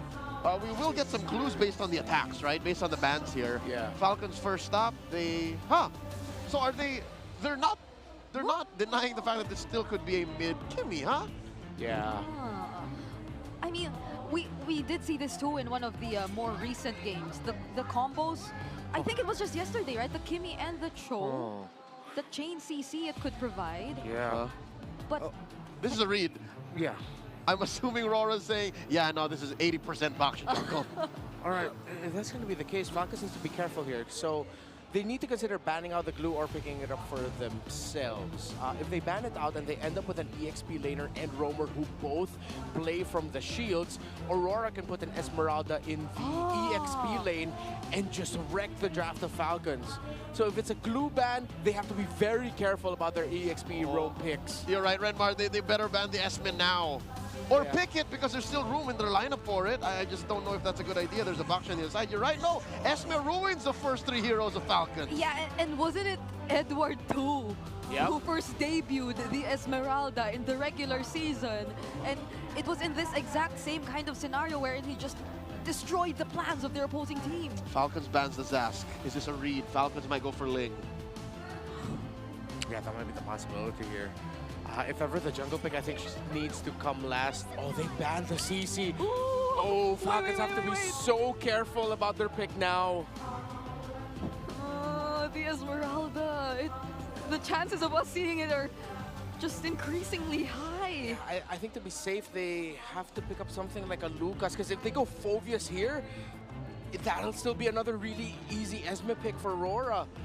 Right now, Aurora is dictating the draft. It's up to Falcons to find the right move. They're dangling the Esmeralda like a Labubu in front of Falcons. Yeah. Look at this! Figuratively speaking. You definitely do not want to put this Badang in the AEXP if that happens. So do they like reveal their jungler here already to reserve that possible swerve, or Have to. Have they to show it. I'm like 60-70% Ling here. Okay. They get a very, very good pick, and now they don't have to worry about the whole Esmeralda trading, unless that's what Aurora are still. They still want to go to that, because Lucas is available for Kyle Teasy as the last pick. Aurora can block it with a Valentina. Oh. I want to zoom into their phones so bad right now. No, these last two picks, red and blue, are like so 300 IQ, because again, there's so many current paths, you know? Like so many obvious choices that both teams know are possible but aren't falling for. We don't know where this Kimmy's going. We don't know where the Baksha is going. That too. Like there are so many unanswered questions, and the Beatrix shows itself. All right, jig is up. It's not a jungle Baksha, apparently. Unless again. Again, XP Lucas in the jungle Baksha. Is this finally the Ling? I think a Ling is so tough to play in this scenario. Yeah, are they willing to play that? Yeah, because you don't know. The Ling can still be caught mid-air. Okay. What else is there? Do you just double down, go fighter, pick Fred in this scenario, and just put all your eggs in the Harith basket? But then all of you are going to be fighting so close range. It's going to be such a hard team fight for Falcons to pull off. It's free hits for the Kimmy and Bea. I want something unique. My God! Okay. All right. Enough jumping. I told y'all it's not a fluke. Lancelot is a legit answer in the metagame. When the Ling is too expensive to deal with, you pick up another hero that has easy access and reach to the back line. Low to the ground, but still just as effective. Hold on. This is Kyle Teasy on the Ling. He is a Teasy. Kyle Teasy on the Lancelot. He is a Teasy, yes. So I'm pretty sure there's someone out there like Naisu who's giggling right now. No, he didn't say it was a giggle. Who has the same relationship I'm not giggling. as Naisu has with Demon Kite with Kyle Teasy. Yeah!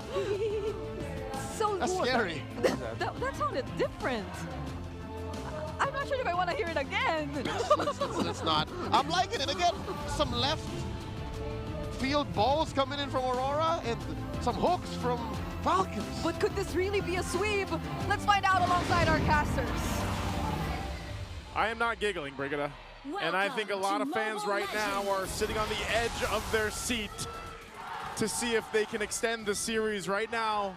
The lights have to shine bright for this one. It's match point right now, and Aurora needs to get back into the series. Is this the draft to do it as we jump into game 3 in this best-of-5 elimination match? Whoa.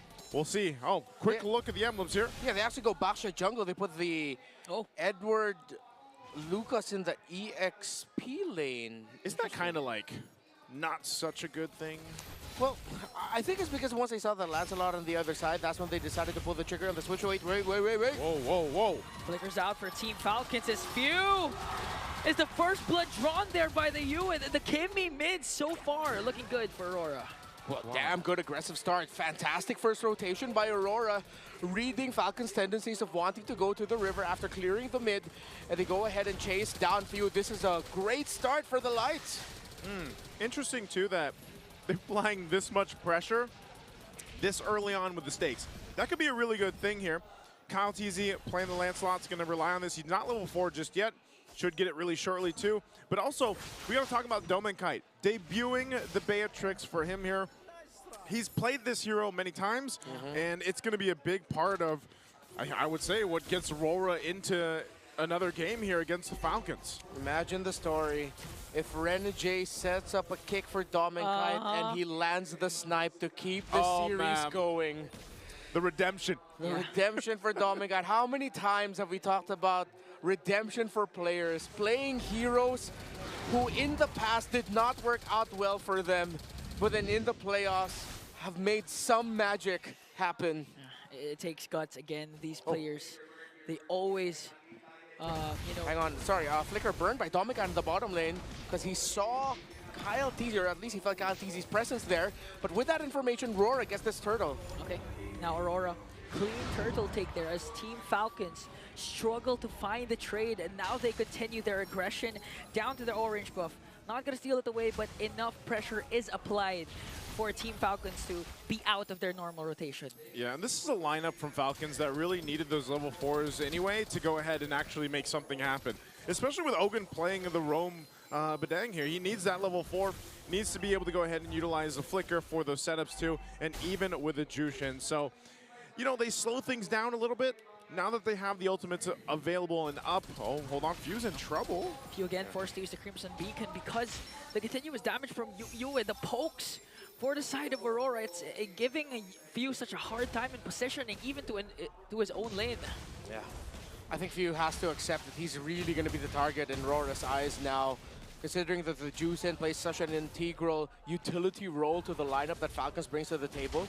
Similar to how a Matilda can empower a very mobile, very tanky lineup, the Jushin empowers a lineup that's kind of scrappy in terms of how they fight with the Harith and Lancelot that needs some extra bit more of control. And that's what Few brings to the table here. Good rotations by Aurora so far. Falcons are just trying to catch up to them. Yeah, they haven't let up at all.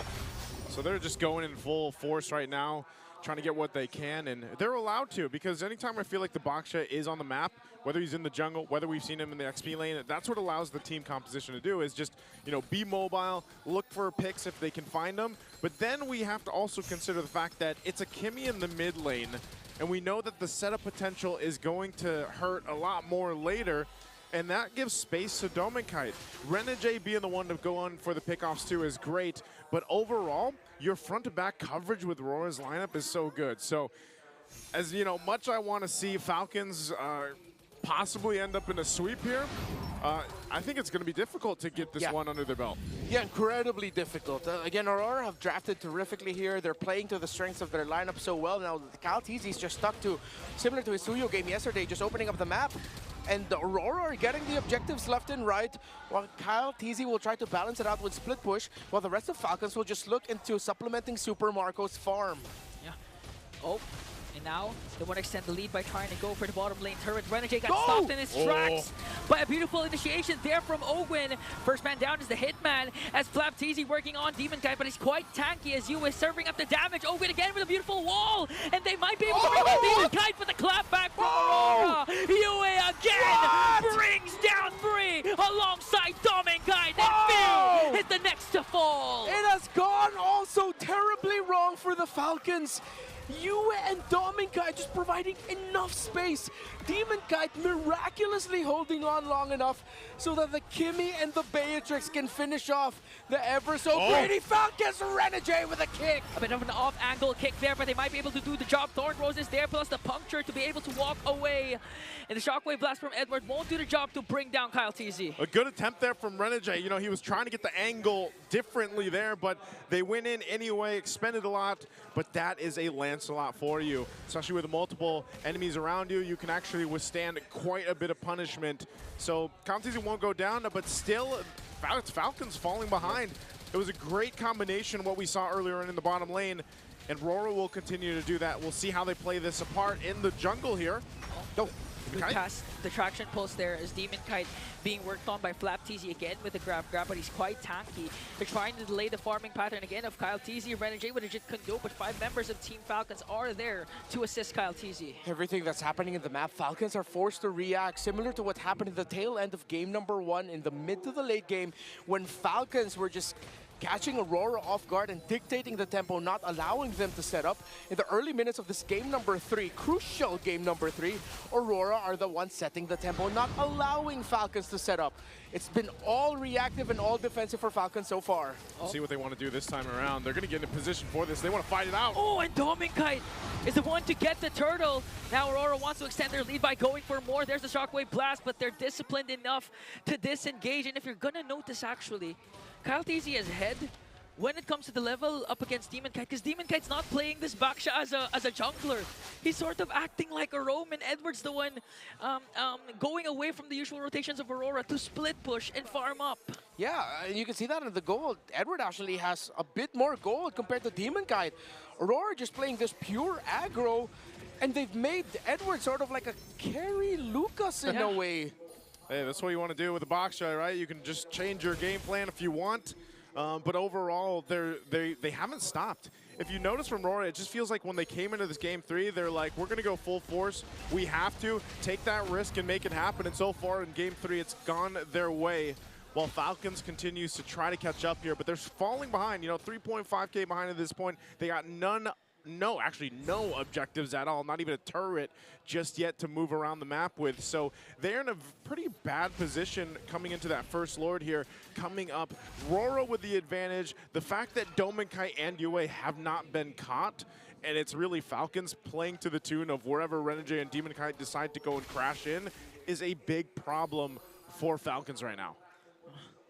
Blade Armor forced to pick up by Flaptease because of the damage that's coming from Dominkite, and a resurgence for Domink. Already has the Sea Halberd and Malefic Gun. Yeah, no wonder Fuse damage feels like, it's like, where is it? No, it's because there's 3 Radiant Armors on the side of Aurora. Yeah. On the Baksha, on the Lucas, on the Cho.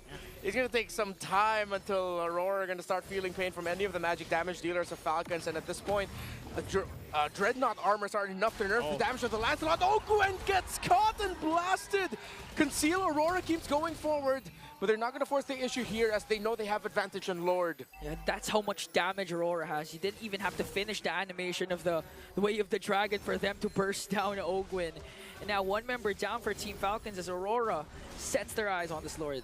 Very strong take right now. Falcons, even with Kyle TZ around here, this is going to be so risky if they even try to contest it, or he tries to, you know, do some fancy moves, which we've seen before with the Lancelot players around the world. But Renegade still holding on to the Way of the Dragon, and even with all that, Rora won't just take this Lord. They're still going to go ahead and wait for these buffs to come up for Demonkite, and then go when they have the full advantage that they're looking for. Yeah.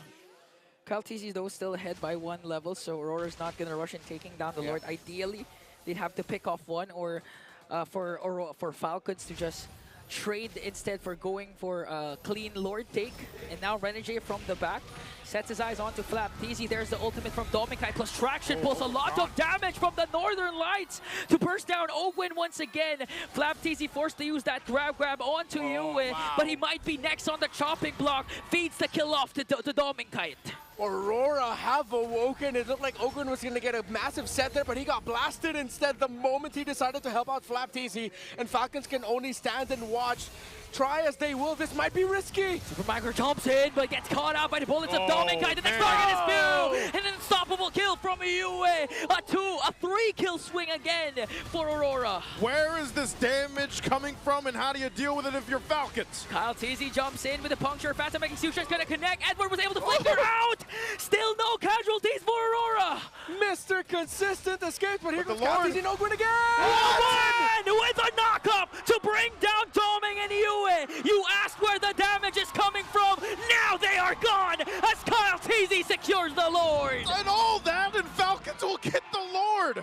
Kyle reminding the world what it means to bear the name of TZ, what it means to bear the hero that inspired a generation of junglers from M2.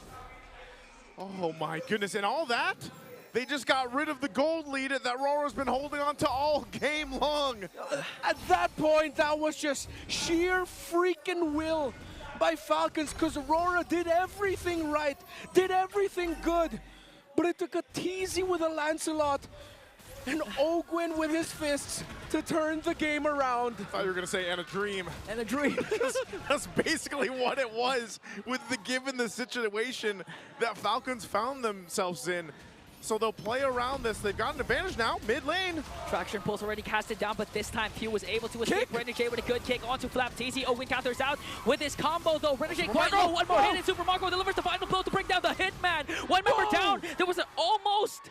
Phil almost got knocked down by Yue. No, Super Marco blocked it for Few. If that landed into Few, he'd be dead. He still took damage, but not the full brunt of it. That's a definite moment there. Super Marco protecting Few. They're going to get this tier 1 turret, possibly another one. Renegade still a couple seconds away coming up. They're going to force it with the Zaman force down under the turret. We'll see if they still get it. Half health on that tier 2 turret. So Aurora, given how they were in the lead majority of the game, they're still able to go in and hold on. But let's look how the items have evened out a little bit here for Falcons. Yeah, Falcons have the lead now. Already the core items for the Harith locked in. And now Aurora are feeling the damage. It's so neck and neck. Aurora are still very close, yes. They can still turn this around with better execution. But this was not the situation they wanted to find themselves when Ogwin saving it and setting it up for Kyle TZ to finish. Ooh. 2.6k gold lead now from Team Falcons after conquering a huge deficit. And now they want to extend the lead by trying and get a hold of the purple buff here.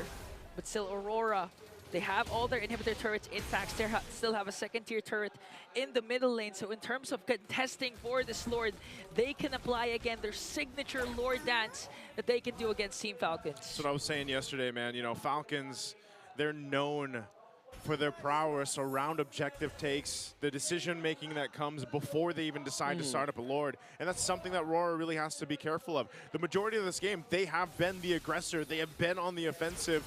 And if they continue to do that, it could work in their favor. But we also know, as great as Cho is as a hero, it could also be one of those moments where you don't get the kick and the angle that you're looking for, even by burning the flicker, and then you're just left there. So this is where it gets really crucial for especially Renegade on how they decide to approach this. It might not even be the answer of, just send Renegade. Maybe they have to go with something a little more creative. Yeah, actually, the good thing about the Aurora lineup is, and let's give a little bit more hope also as well to the Northern Lights watching, is that even if Renegade doesn't get the kick to set things up, Aurora's lineup has so many fail-safes, mainly two, the Baxia and the Lucas, that if a kick misses or it doesn't land exactly the right way, you have Edward and Demon Kite to help cover so that Demon Kite and Yue can deal the damage. It's still quite a hairy situation for the Falcons here if they're not careful.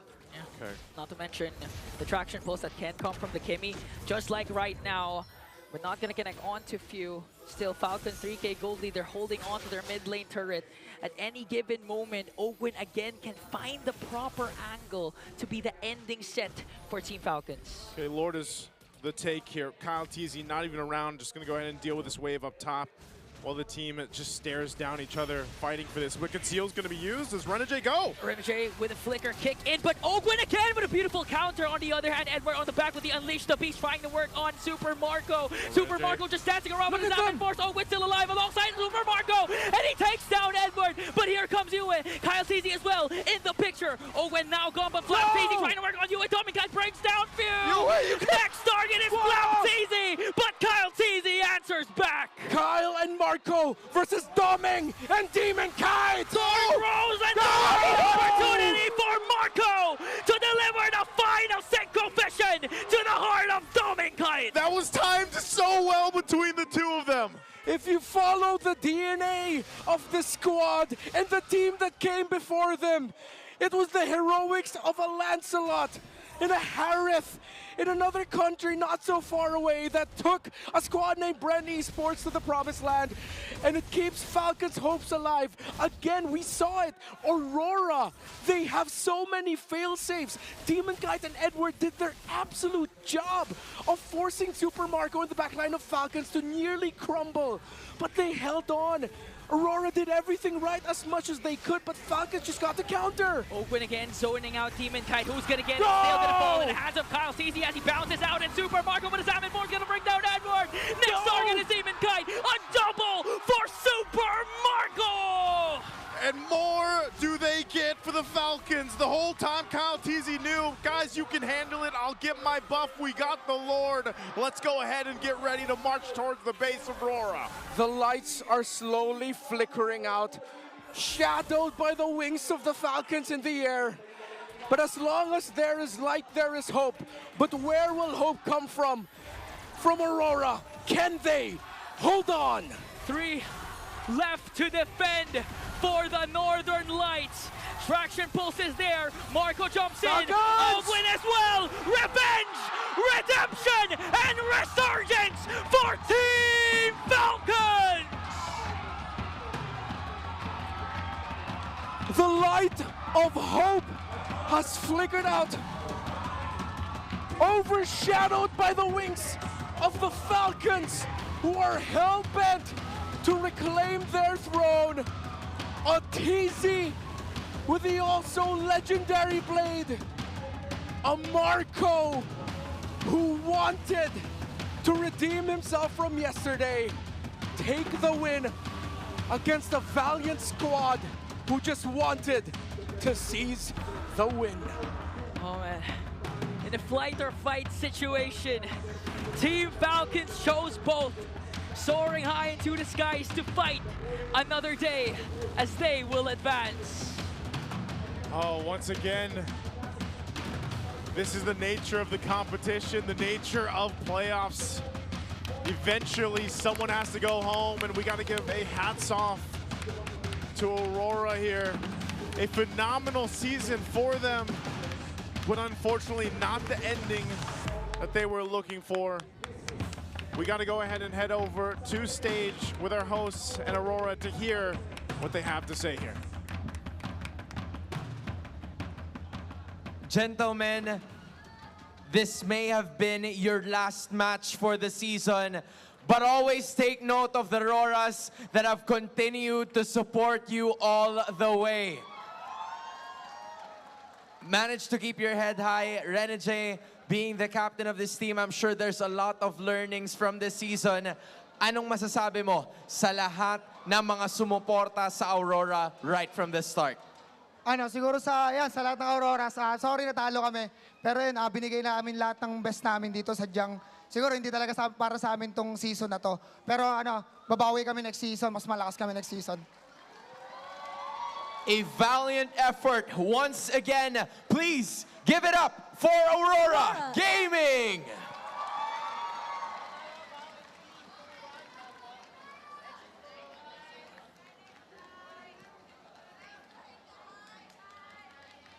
Aurora has given us a valiant fight, but the victors in the end are Team Falcons.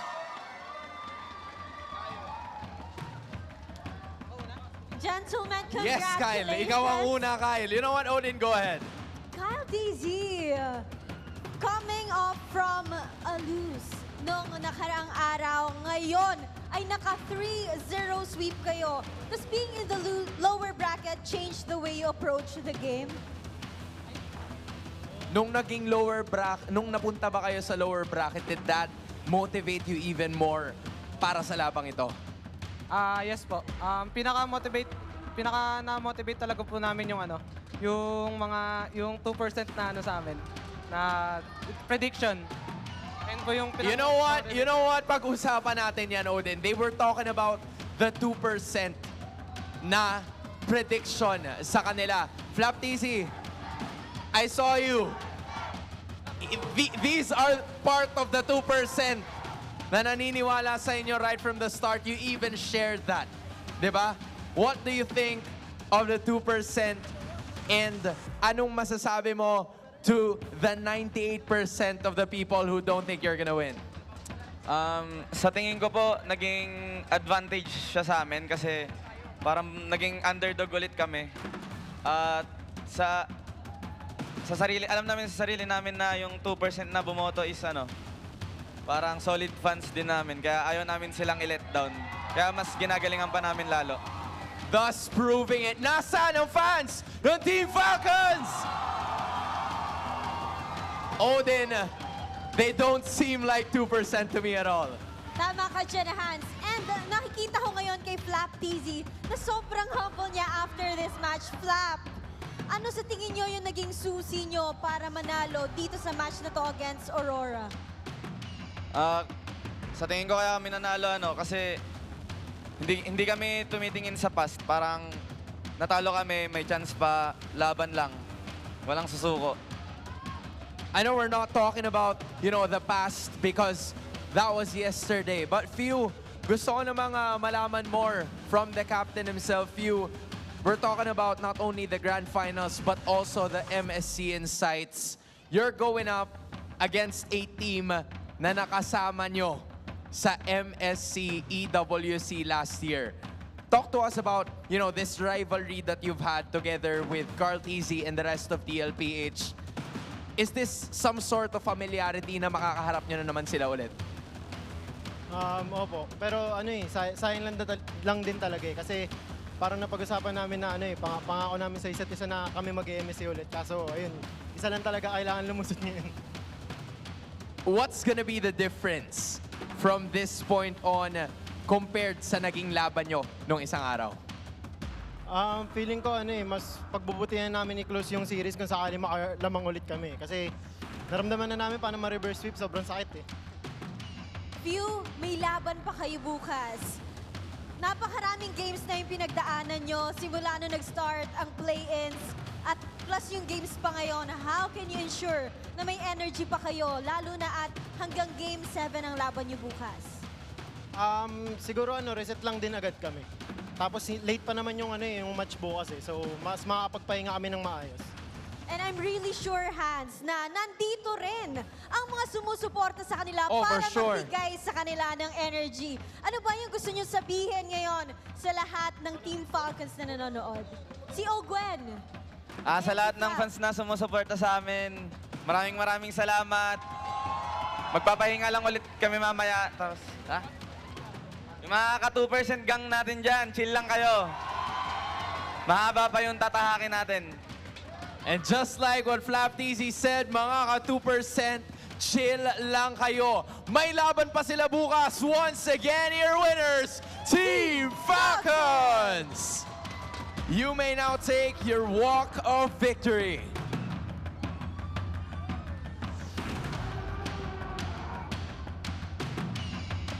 And with that sweep of a match, you may now take your bow. Odin, it doesn't matter to them whether it's 2%, they have acknowledged that they're the underdogs of the season. That was a very decisive match para sa Team Falcons at hindi pa tapos ang kanilang laban dahil bukas ay may kakaharapin pa sila para sa lower bracket finals. There's a lot of things to talk about this game number 3. So why don't we throw it back to our panel to discuss everything that has happened.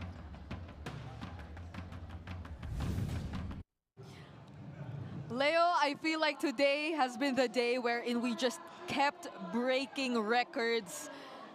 Onyx, 3rd seed, winning the first series, and now a 4th seed team winning this too. More than just breaking records, I think we are putting it on record that some picks and the metagame have changed. And we have to accept the fact that Lancelot is back in the metagame in the hands of Kyle TZ.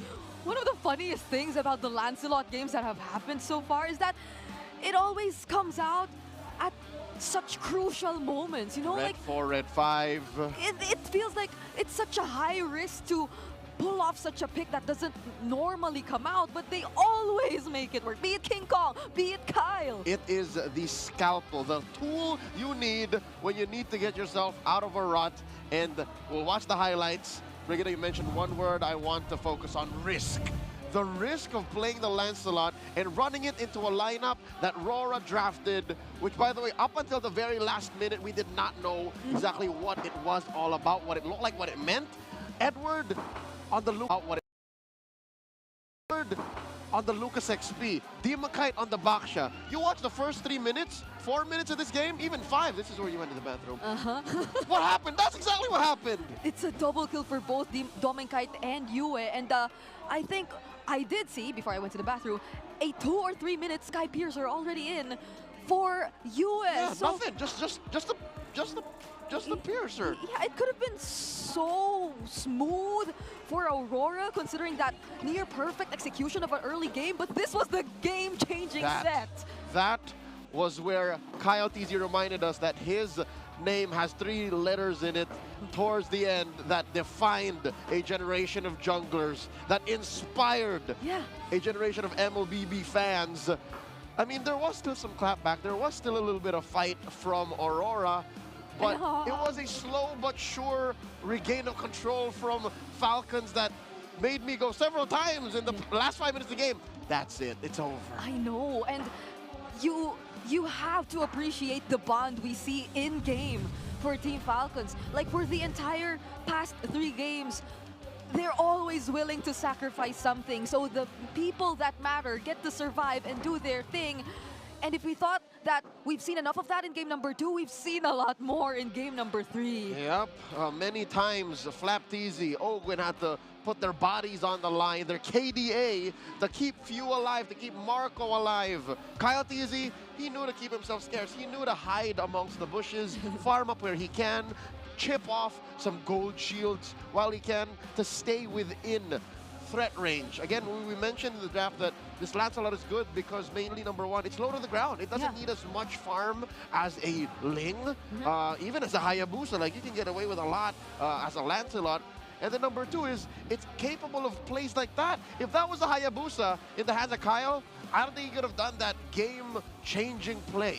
Yeah, and they just waited for that moment where Super Marco could fight back too, because earlier it just really felt like Aurora were able to capitalize so much on the Luke as EXP, which we don't really get to see often nowadays because it's almost always in the jungle. We also did highlight how they're going for exact same builds like him and Renegade. They may have let the Ghosts of the Past haunt them too much. They built maybe too defensively, you know? You're talking about the Dreadnought armor and Radiant armor and Tough Boots. All together, Edward, Demokai, and Renegade built the same items.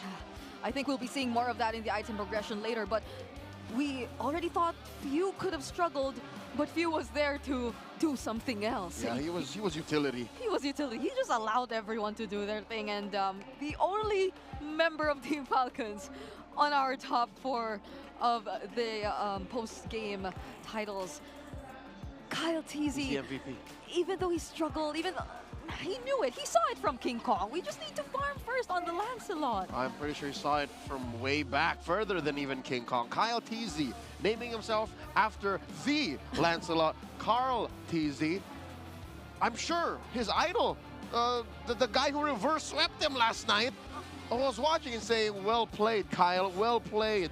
And again, looking at the Kyle, well played. And again, looking at the source of his gold kills and assists, 1,500 from that alone. And Rita, he pushed quite a bit. Look at that, 3,600 from minions. Yeah, I think this is what we were trying to look for him too until they waited for the right time. And now's the perfect time to talk about how it all progressed in that game. So Leo, take us through this last game of the series. I would love to. Let's take a look at the economy and the story, the timeline that we went through in this Game 3, a sweep by Team Falcons. So Aurora in blue, once again, remember, they chose this side. This was their Hail Mary. They chose to go, all right, we're going to dominate the draft. We'll control it from here. They got a pretty mean draft. It was very flexible. Started in control. It was at about 2 or 3 minutes. This is where Brigida mentioned that Kimmy building a Sky Piercer, just a Sky Piercer in mid. That's it. Yue just wanted to start making heads roll. And then suddenly, boop, at about 6 minutes, they converge. 6 minutes is, I assume, where that play by Kyle TZ started to, you know, get set up. If not here, maybe slightly past. And then, again, slowly, Falcons was approaching a point of inevitability. If you kept going this way, those 3 frontliners from Aurora would slowly wane in efficiency, and then they could not protect Dom and Kite, and they could not protect Yue well enough anymore to make for a comeback, and the rest is history. Looking at the objectives gained, again, a lot of these came in the early game. 2 minutes, 4, 5, 6, 6, 7, comes to a halt, stops. The map suddenly stays red, and then that's where Falcon clap back. Literally, I can list you down from here to here. That's the early game, and then mid to late, all Falcons. Look at that. 9:53 to 16:45 to the end in 16:52. Under 17 minutes. That is the narrative that Falcons needed to write, and they started to play at about 8 minutes. Now looking at the item progression, check it out. This is the aforementioned triple frontliner combo item build.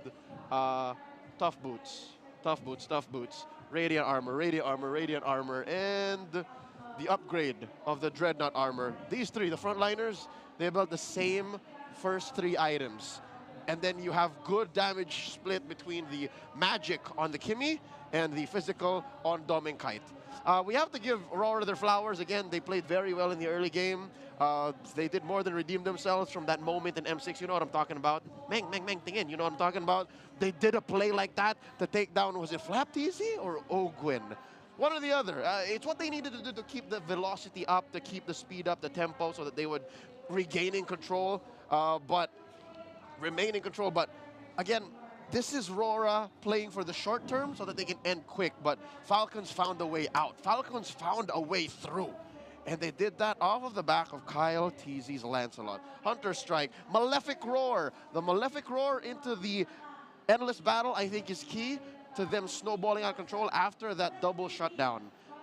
Folks, consider building Malefic Roar early, especially if you're a jungler. I know I will. Whenever I end up with a random Lancelot, Hayabusa, or Suyo, like I would just like consider, are these softies? Do I need to pierce through? Yeah. Malefic Roar. I think we've seen it a number of times today, where like the Hunter Strike came first, the Malefic Roar came first, and that's just how well these players know that they really need to adjust, especially given the rise of all these tanky frontliners, the rise of all these Bakshas, these flex heroes, the Badangs. So given that, yes, there are an increasing number of utility junglers and roamers, EXP laners, the assassins, they won't let themselves get left behind. Yeah, quick tip. This is one way to know if I should build Malefic Roar first or War Axe first. If there's a lot of Dreadnought armor out there, build Malefic Roar first. If you don't have time to fight, build Malefic Roar first before War Axe. So this is exactly why you see the players always pressing the summary of the items so far. You gotta check what's going on the item builds of your opposing team, so you could also adjust accordingly. And that is something our professional players just keep teaching us and keep doing, you know, like they've mastered all these 4 fingers and these claw type of gamings on their individual phones, and we're just about to see a lot more of that because we've finished all best of 5s happening for the playoffs. We are slowly transitioning to that portion of the playoffs where it's all best of 7s. That's about to happen from this point onwards, and that starts tomorrow. So there is a lot of preparation that needs to come into play. Fortunately for Falcons, they ended this in a sweep, so they have plenty of time to rest. But I know a lot of us are curious as to what went on during that final game. So let's check the Infinix mic check.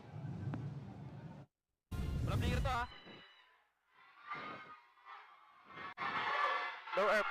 Sige lang, may bigger pa ako. Ready, boy? Okay. Dalawa, oh. Sige lang. Doon damage si Lucas, pre. Tuwa mo na, Lucas. Ingat ka pa. Harap na, boy. Harap na. Pero, di na-preheat ba yan? Tara, nag-flicker Kimi. Kimi. Try nyo Kimi muna. Kimi muna. Kimi. Kaya pa. Pinipreheat ako. Sabay kayo. Tara. Baya. Nabangga ka. Paling kalard. Stang ko, boys. Bakalard. Ayun ka. Kaya ba? Baksha. Nice. Para dad. Kaya ba tower lock, Mark? Baya, boy. Nahuli ko. Tower lock.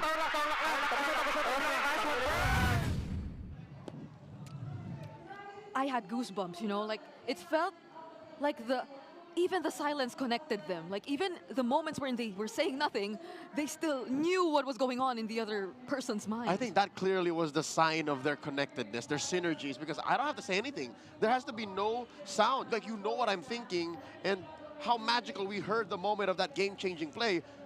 Ogwin was speaking. He's like, here, I got to, go. That was all he said. He didn't even repeat it, I think. He just said it once, and that was enough to call Kyle TZ's attention to go for the Thorned Rose. this is an unbelievable mic check we got from Team Falcons. The most insightful, the most... It was too quiet. I feel blessed to have seen behind the scenes of that play. I am too. I love how they stayed composed despite everything. They've been through a lot. They've been through a reverse sweep. They don't want it to happen again. But by the way, we're going to quickly introduce Cambodia's representative for MSC at EWC 25. So it's CFU Gaming. Yep. I know you guys have heard of them already. They are one of the first two to lock in to punch their ticket to MSC this year, and they are the recently crowned MPL Cambodia champions. They won Season 8, and some of these names might be familiar to you, but we last saw them in, guess where? M6. That was them. This is the team that almost dropped SRG in Swiss. Wasn't this the team, too, that surprisingly beat Team Liquid Philippines in a different tournament? I think that was SPS. Right at the peak of their performance. Like, weren't they one of the teams to first surprise the Filipino audience? Because they were like, oh, we can actually go toe-to-toe. The Kamai do that. They're very aggressive, and this is defined by their hero pool. Look at that. They still play a lot of Zushin, a lot of Suyo. That one is a specific pick. And then Wadu, of course. Wadu, how can we forget Wadu? Plays a lot of Moskov, goes lane to lane, coast to coast. Picked up a lot from Innocent, if you know what I'm saying. These are some of the teams you definitely have to watch out for. But by the way, we have something prepared for you guys before we wrap up the show. So let's head on and watch this one.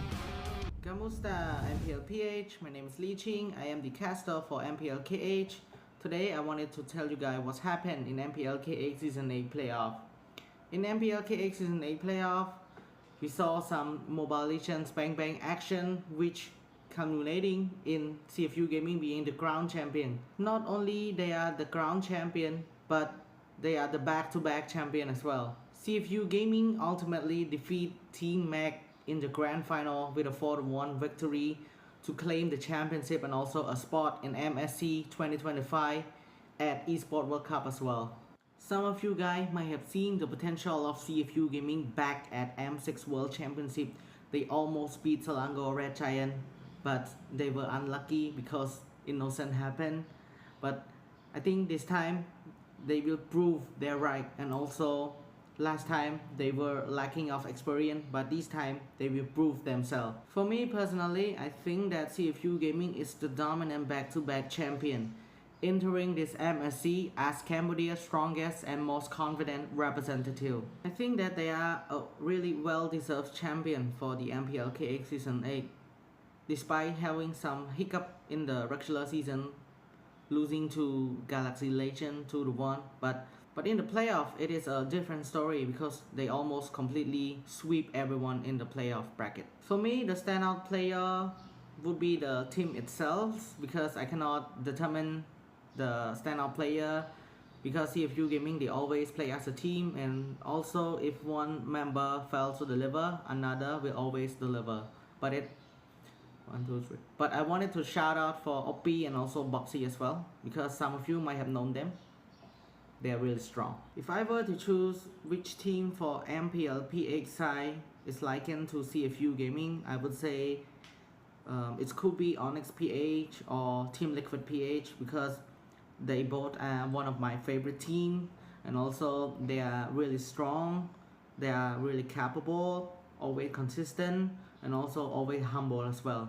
So yeah, that's it. And to Mpl Ph fan and also Mobile Legends fan across the world, don't ever forget to catch up. Mpl Ph playoff happening right now. You can go to Mpl Ph Facebook page, YouTube, or any other social media to catch up Mpl Ph right now. For more MSC 2025 at Esports World Cup's content, and also right now I really want to know that which two teams will be representing the Philippines for MSC 2025 at Esports World Cup. So I think that's it for me for today, and also thank Mpl Ph for having me. Thanks to Mpl Ph fan as well. I hope we meet again real soon, and also bye bye right now. See you. Bye bye.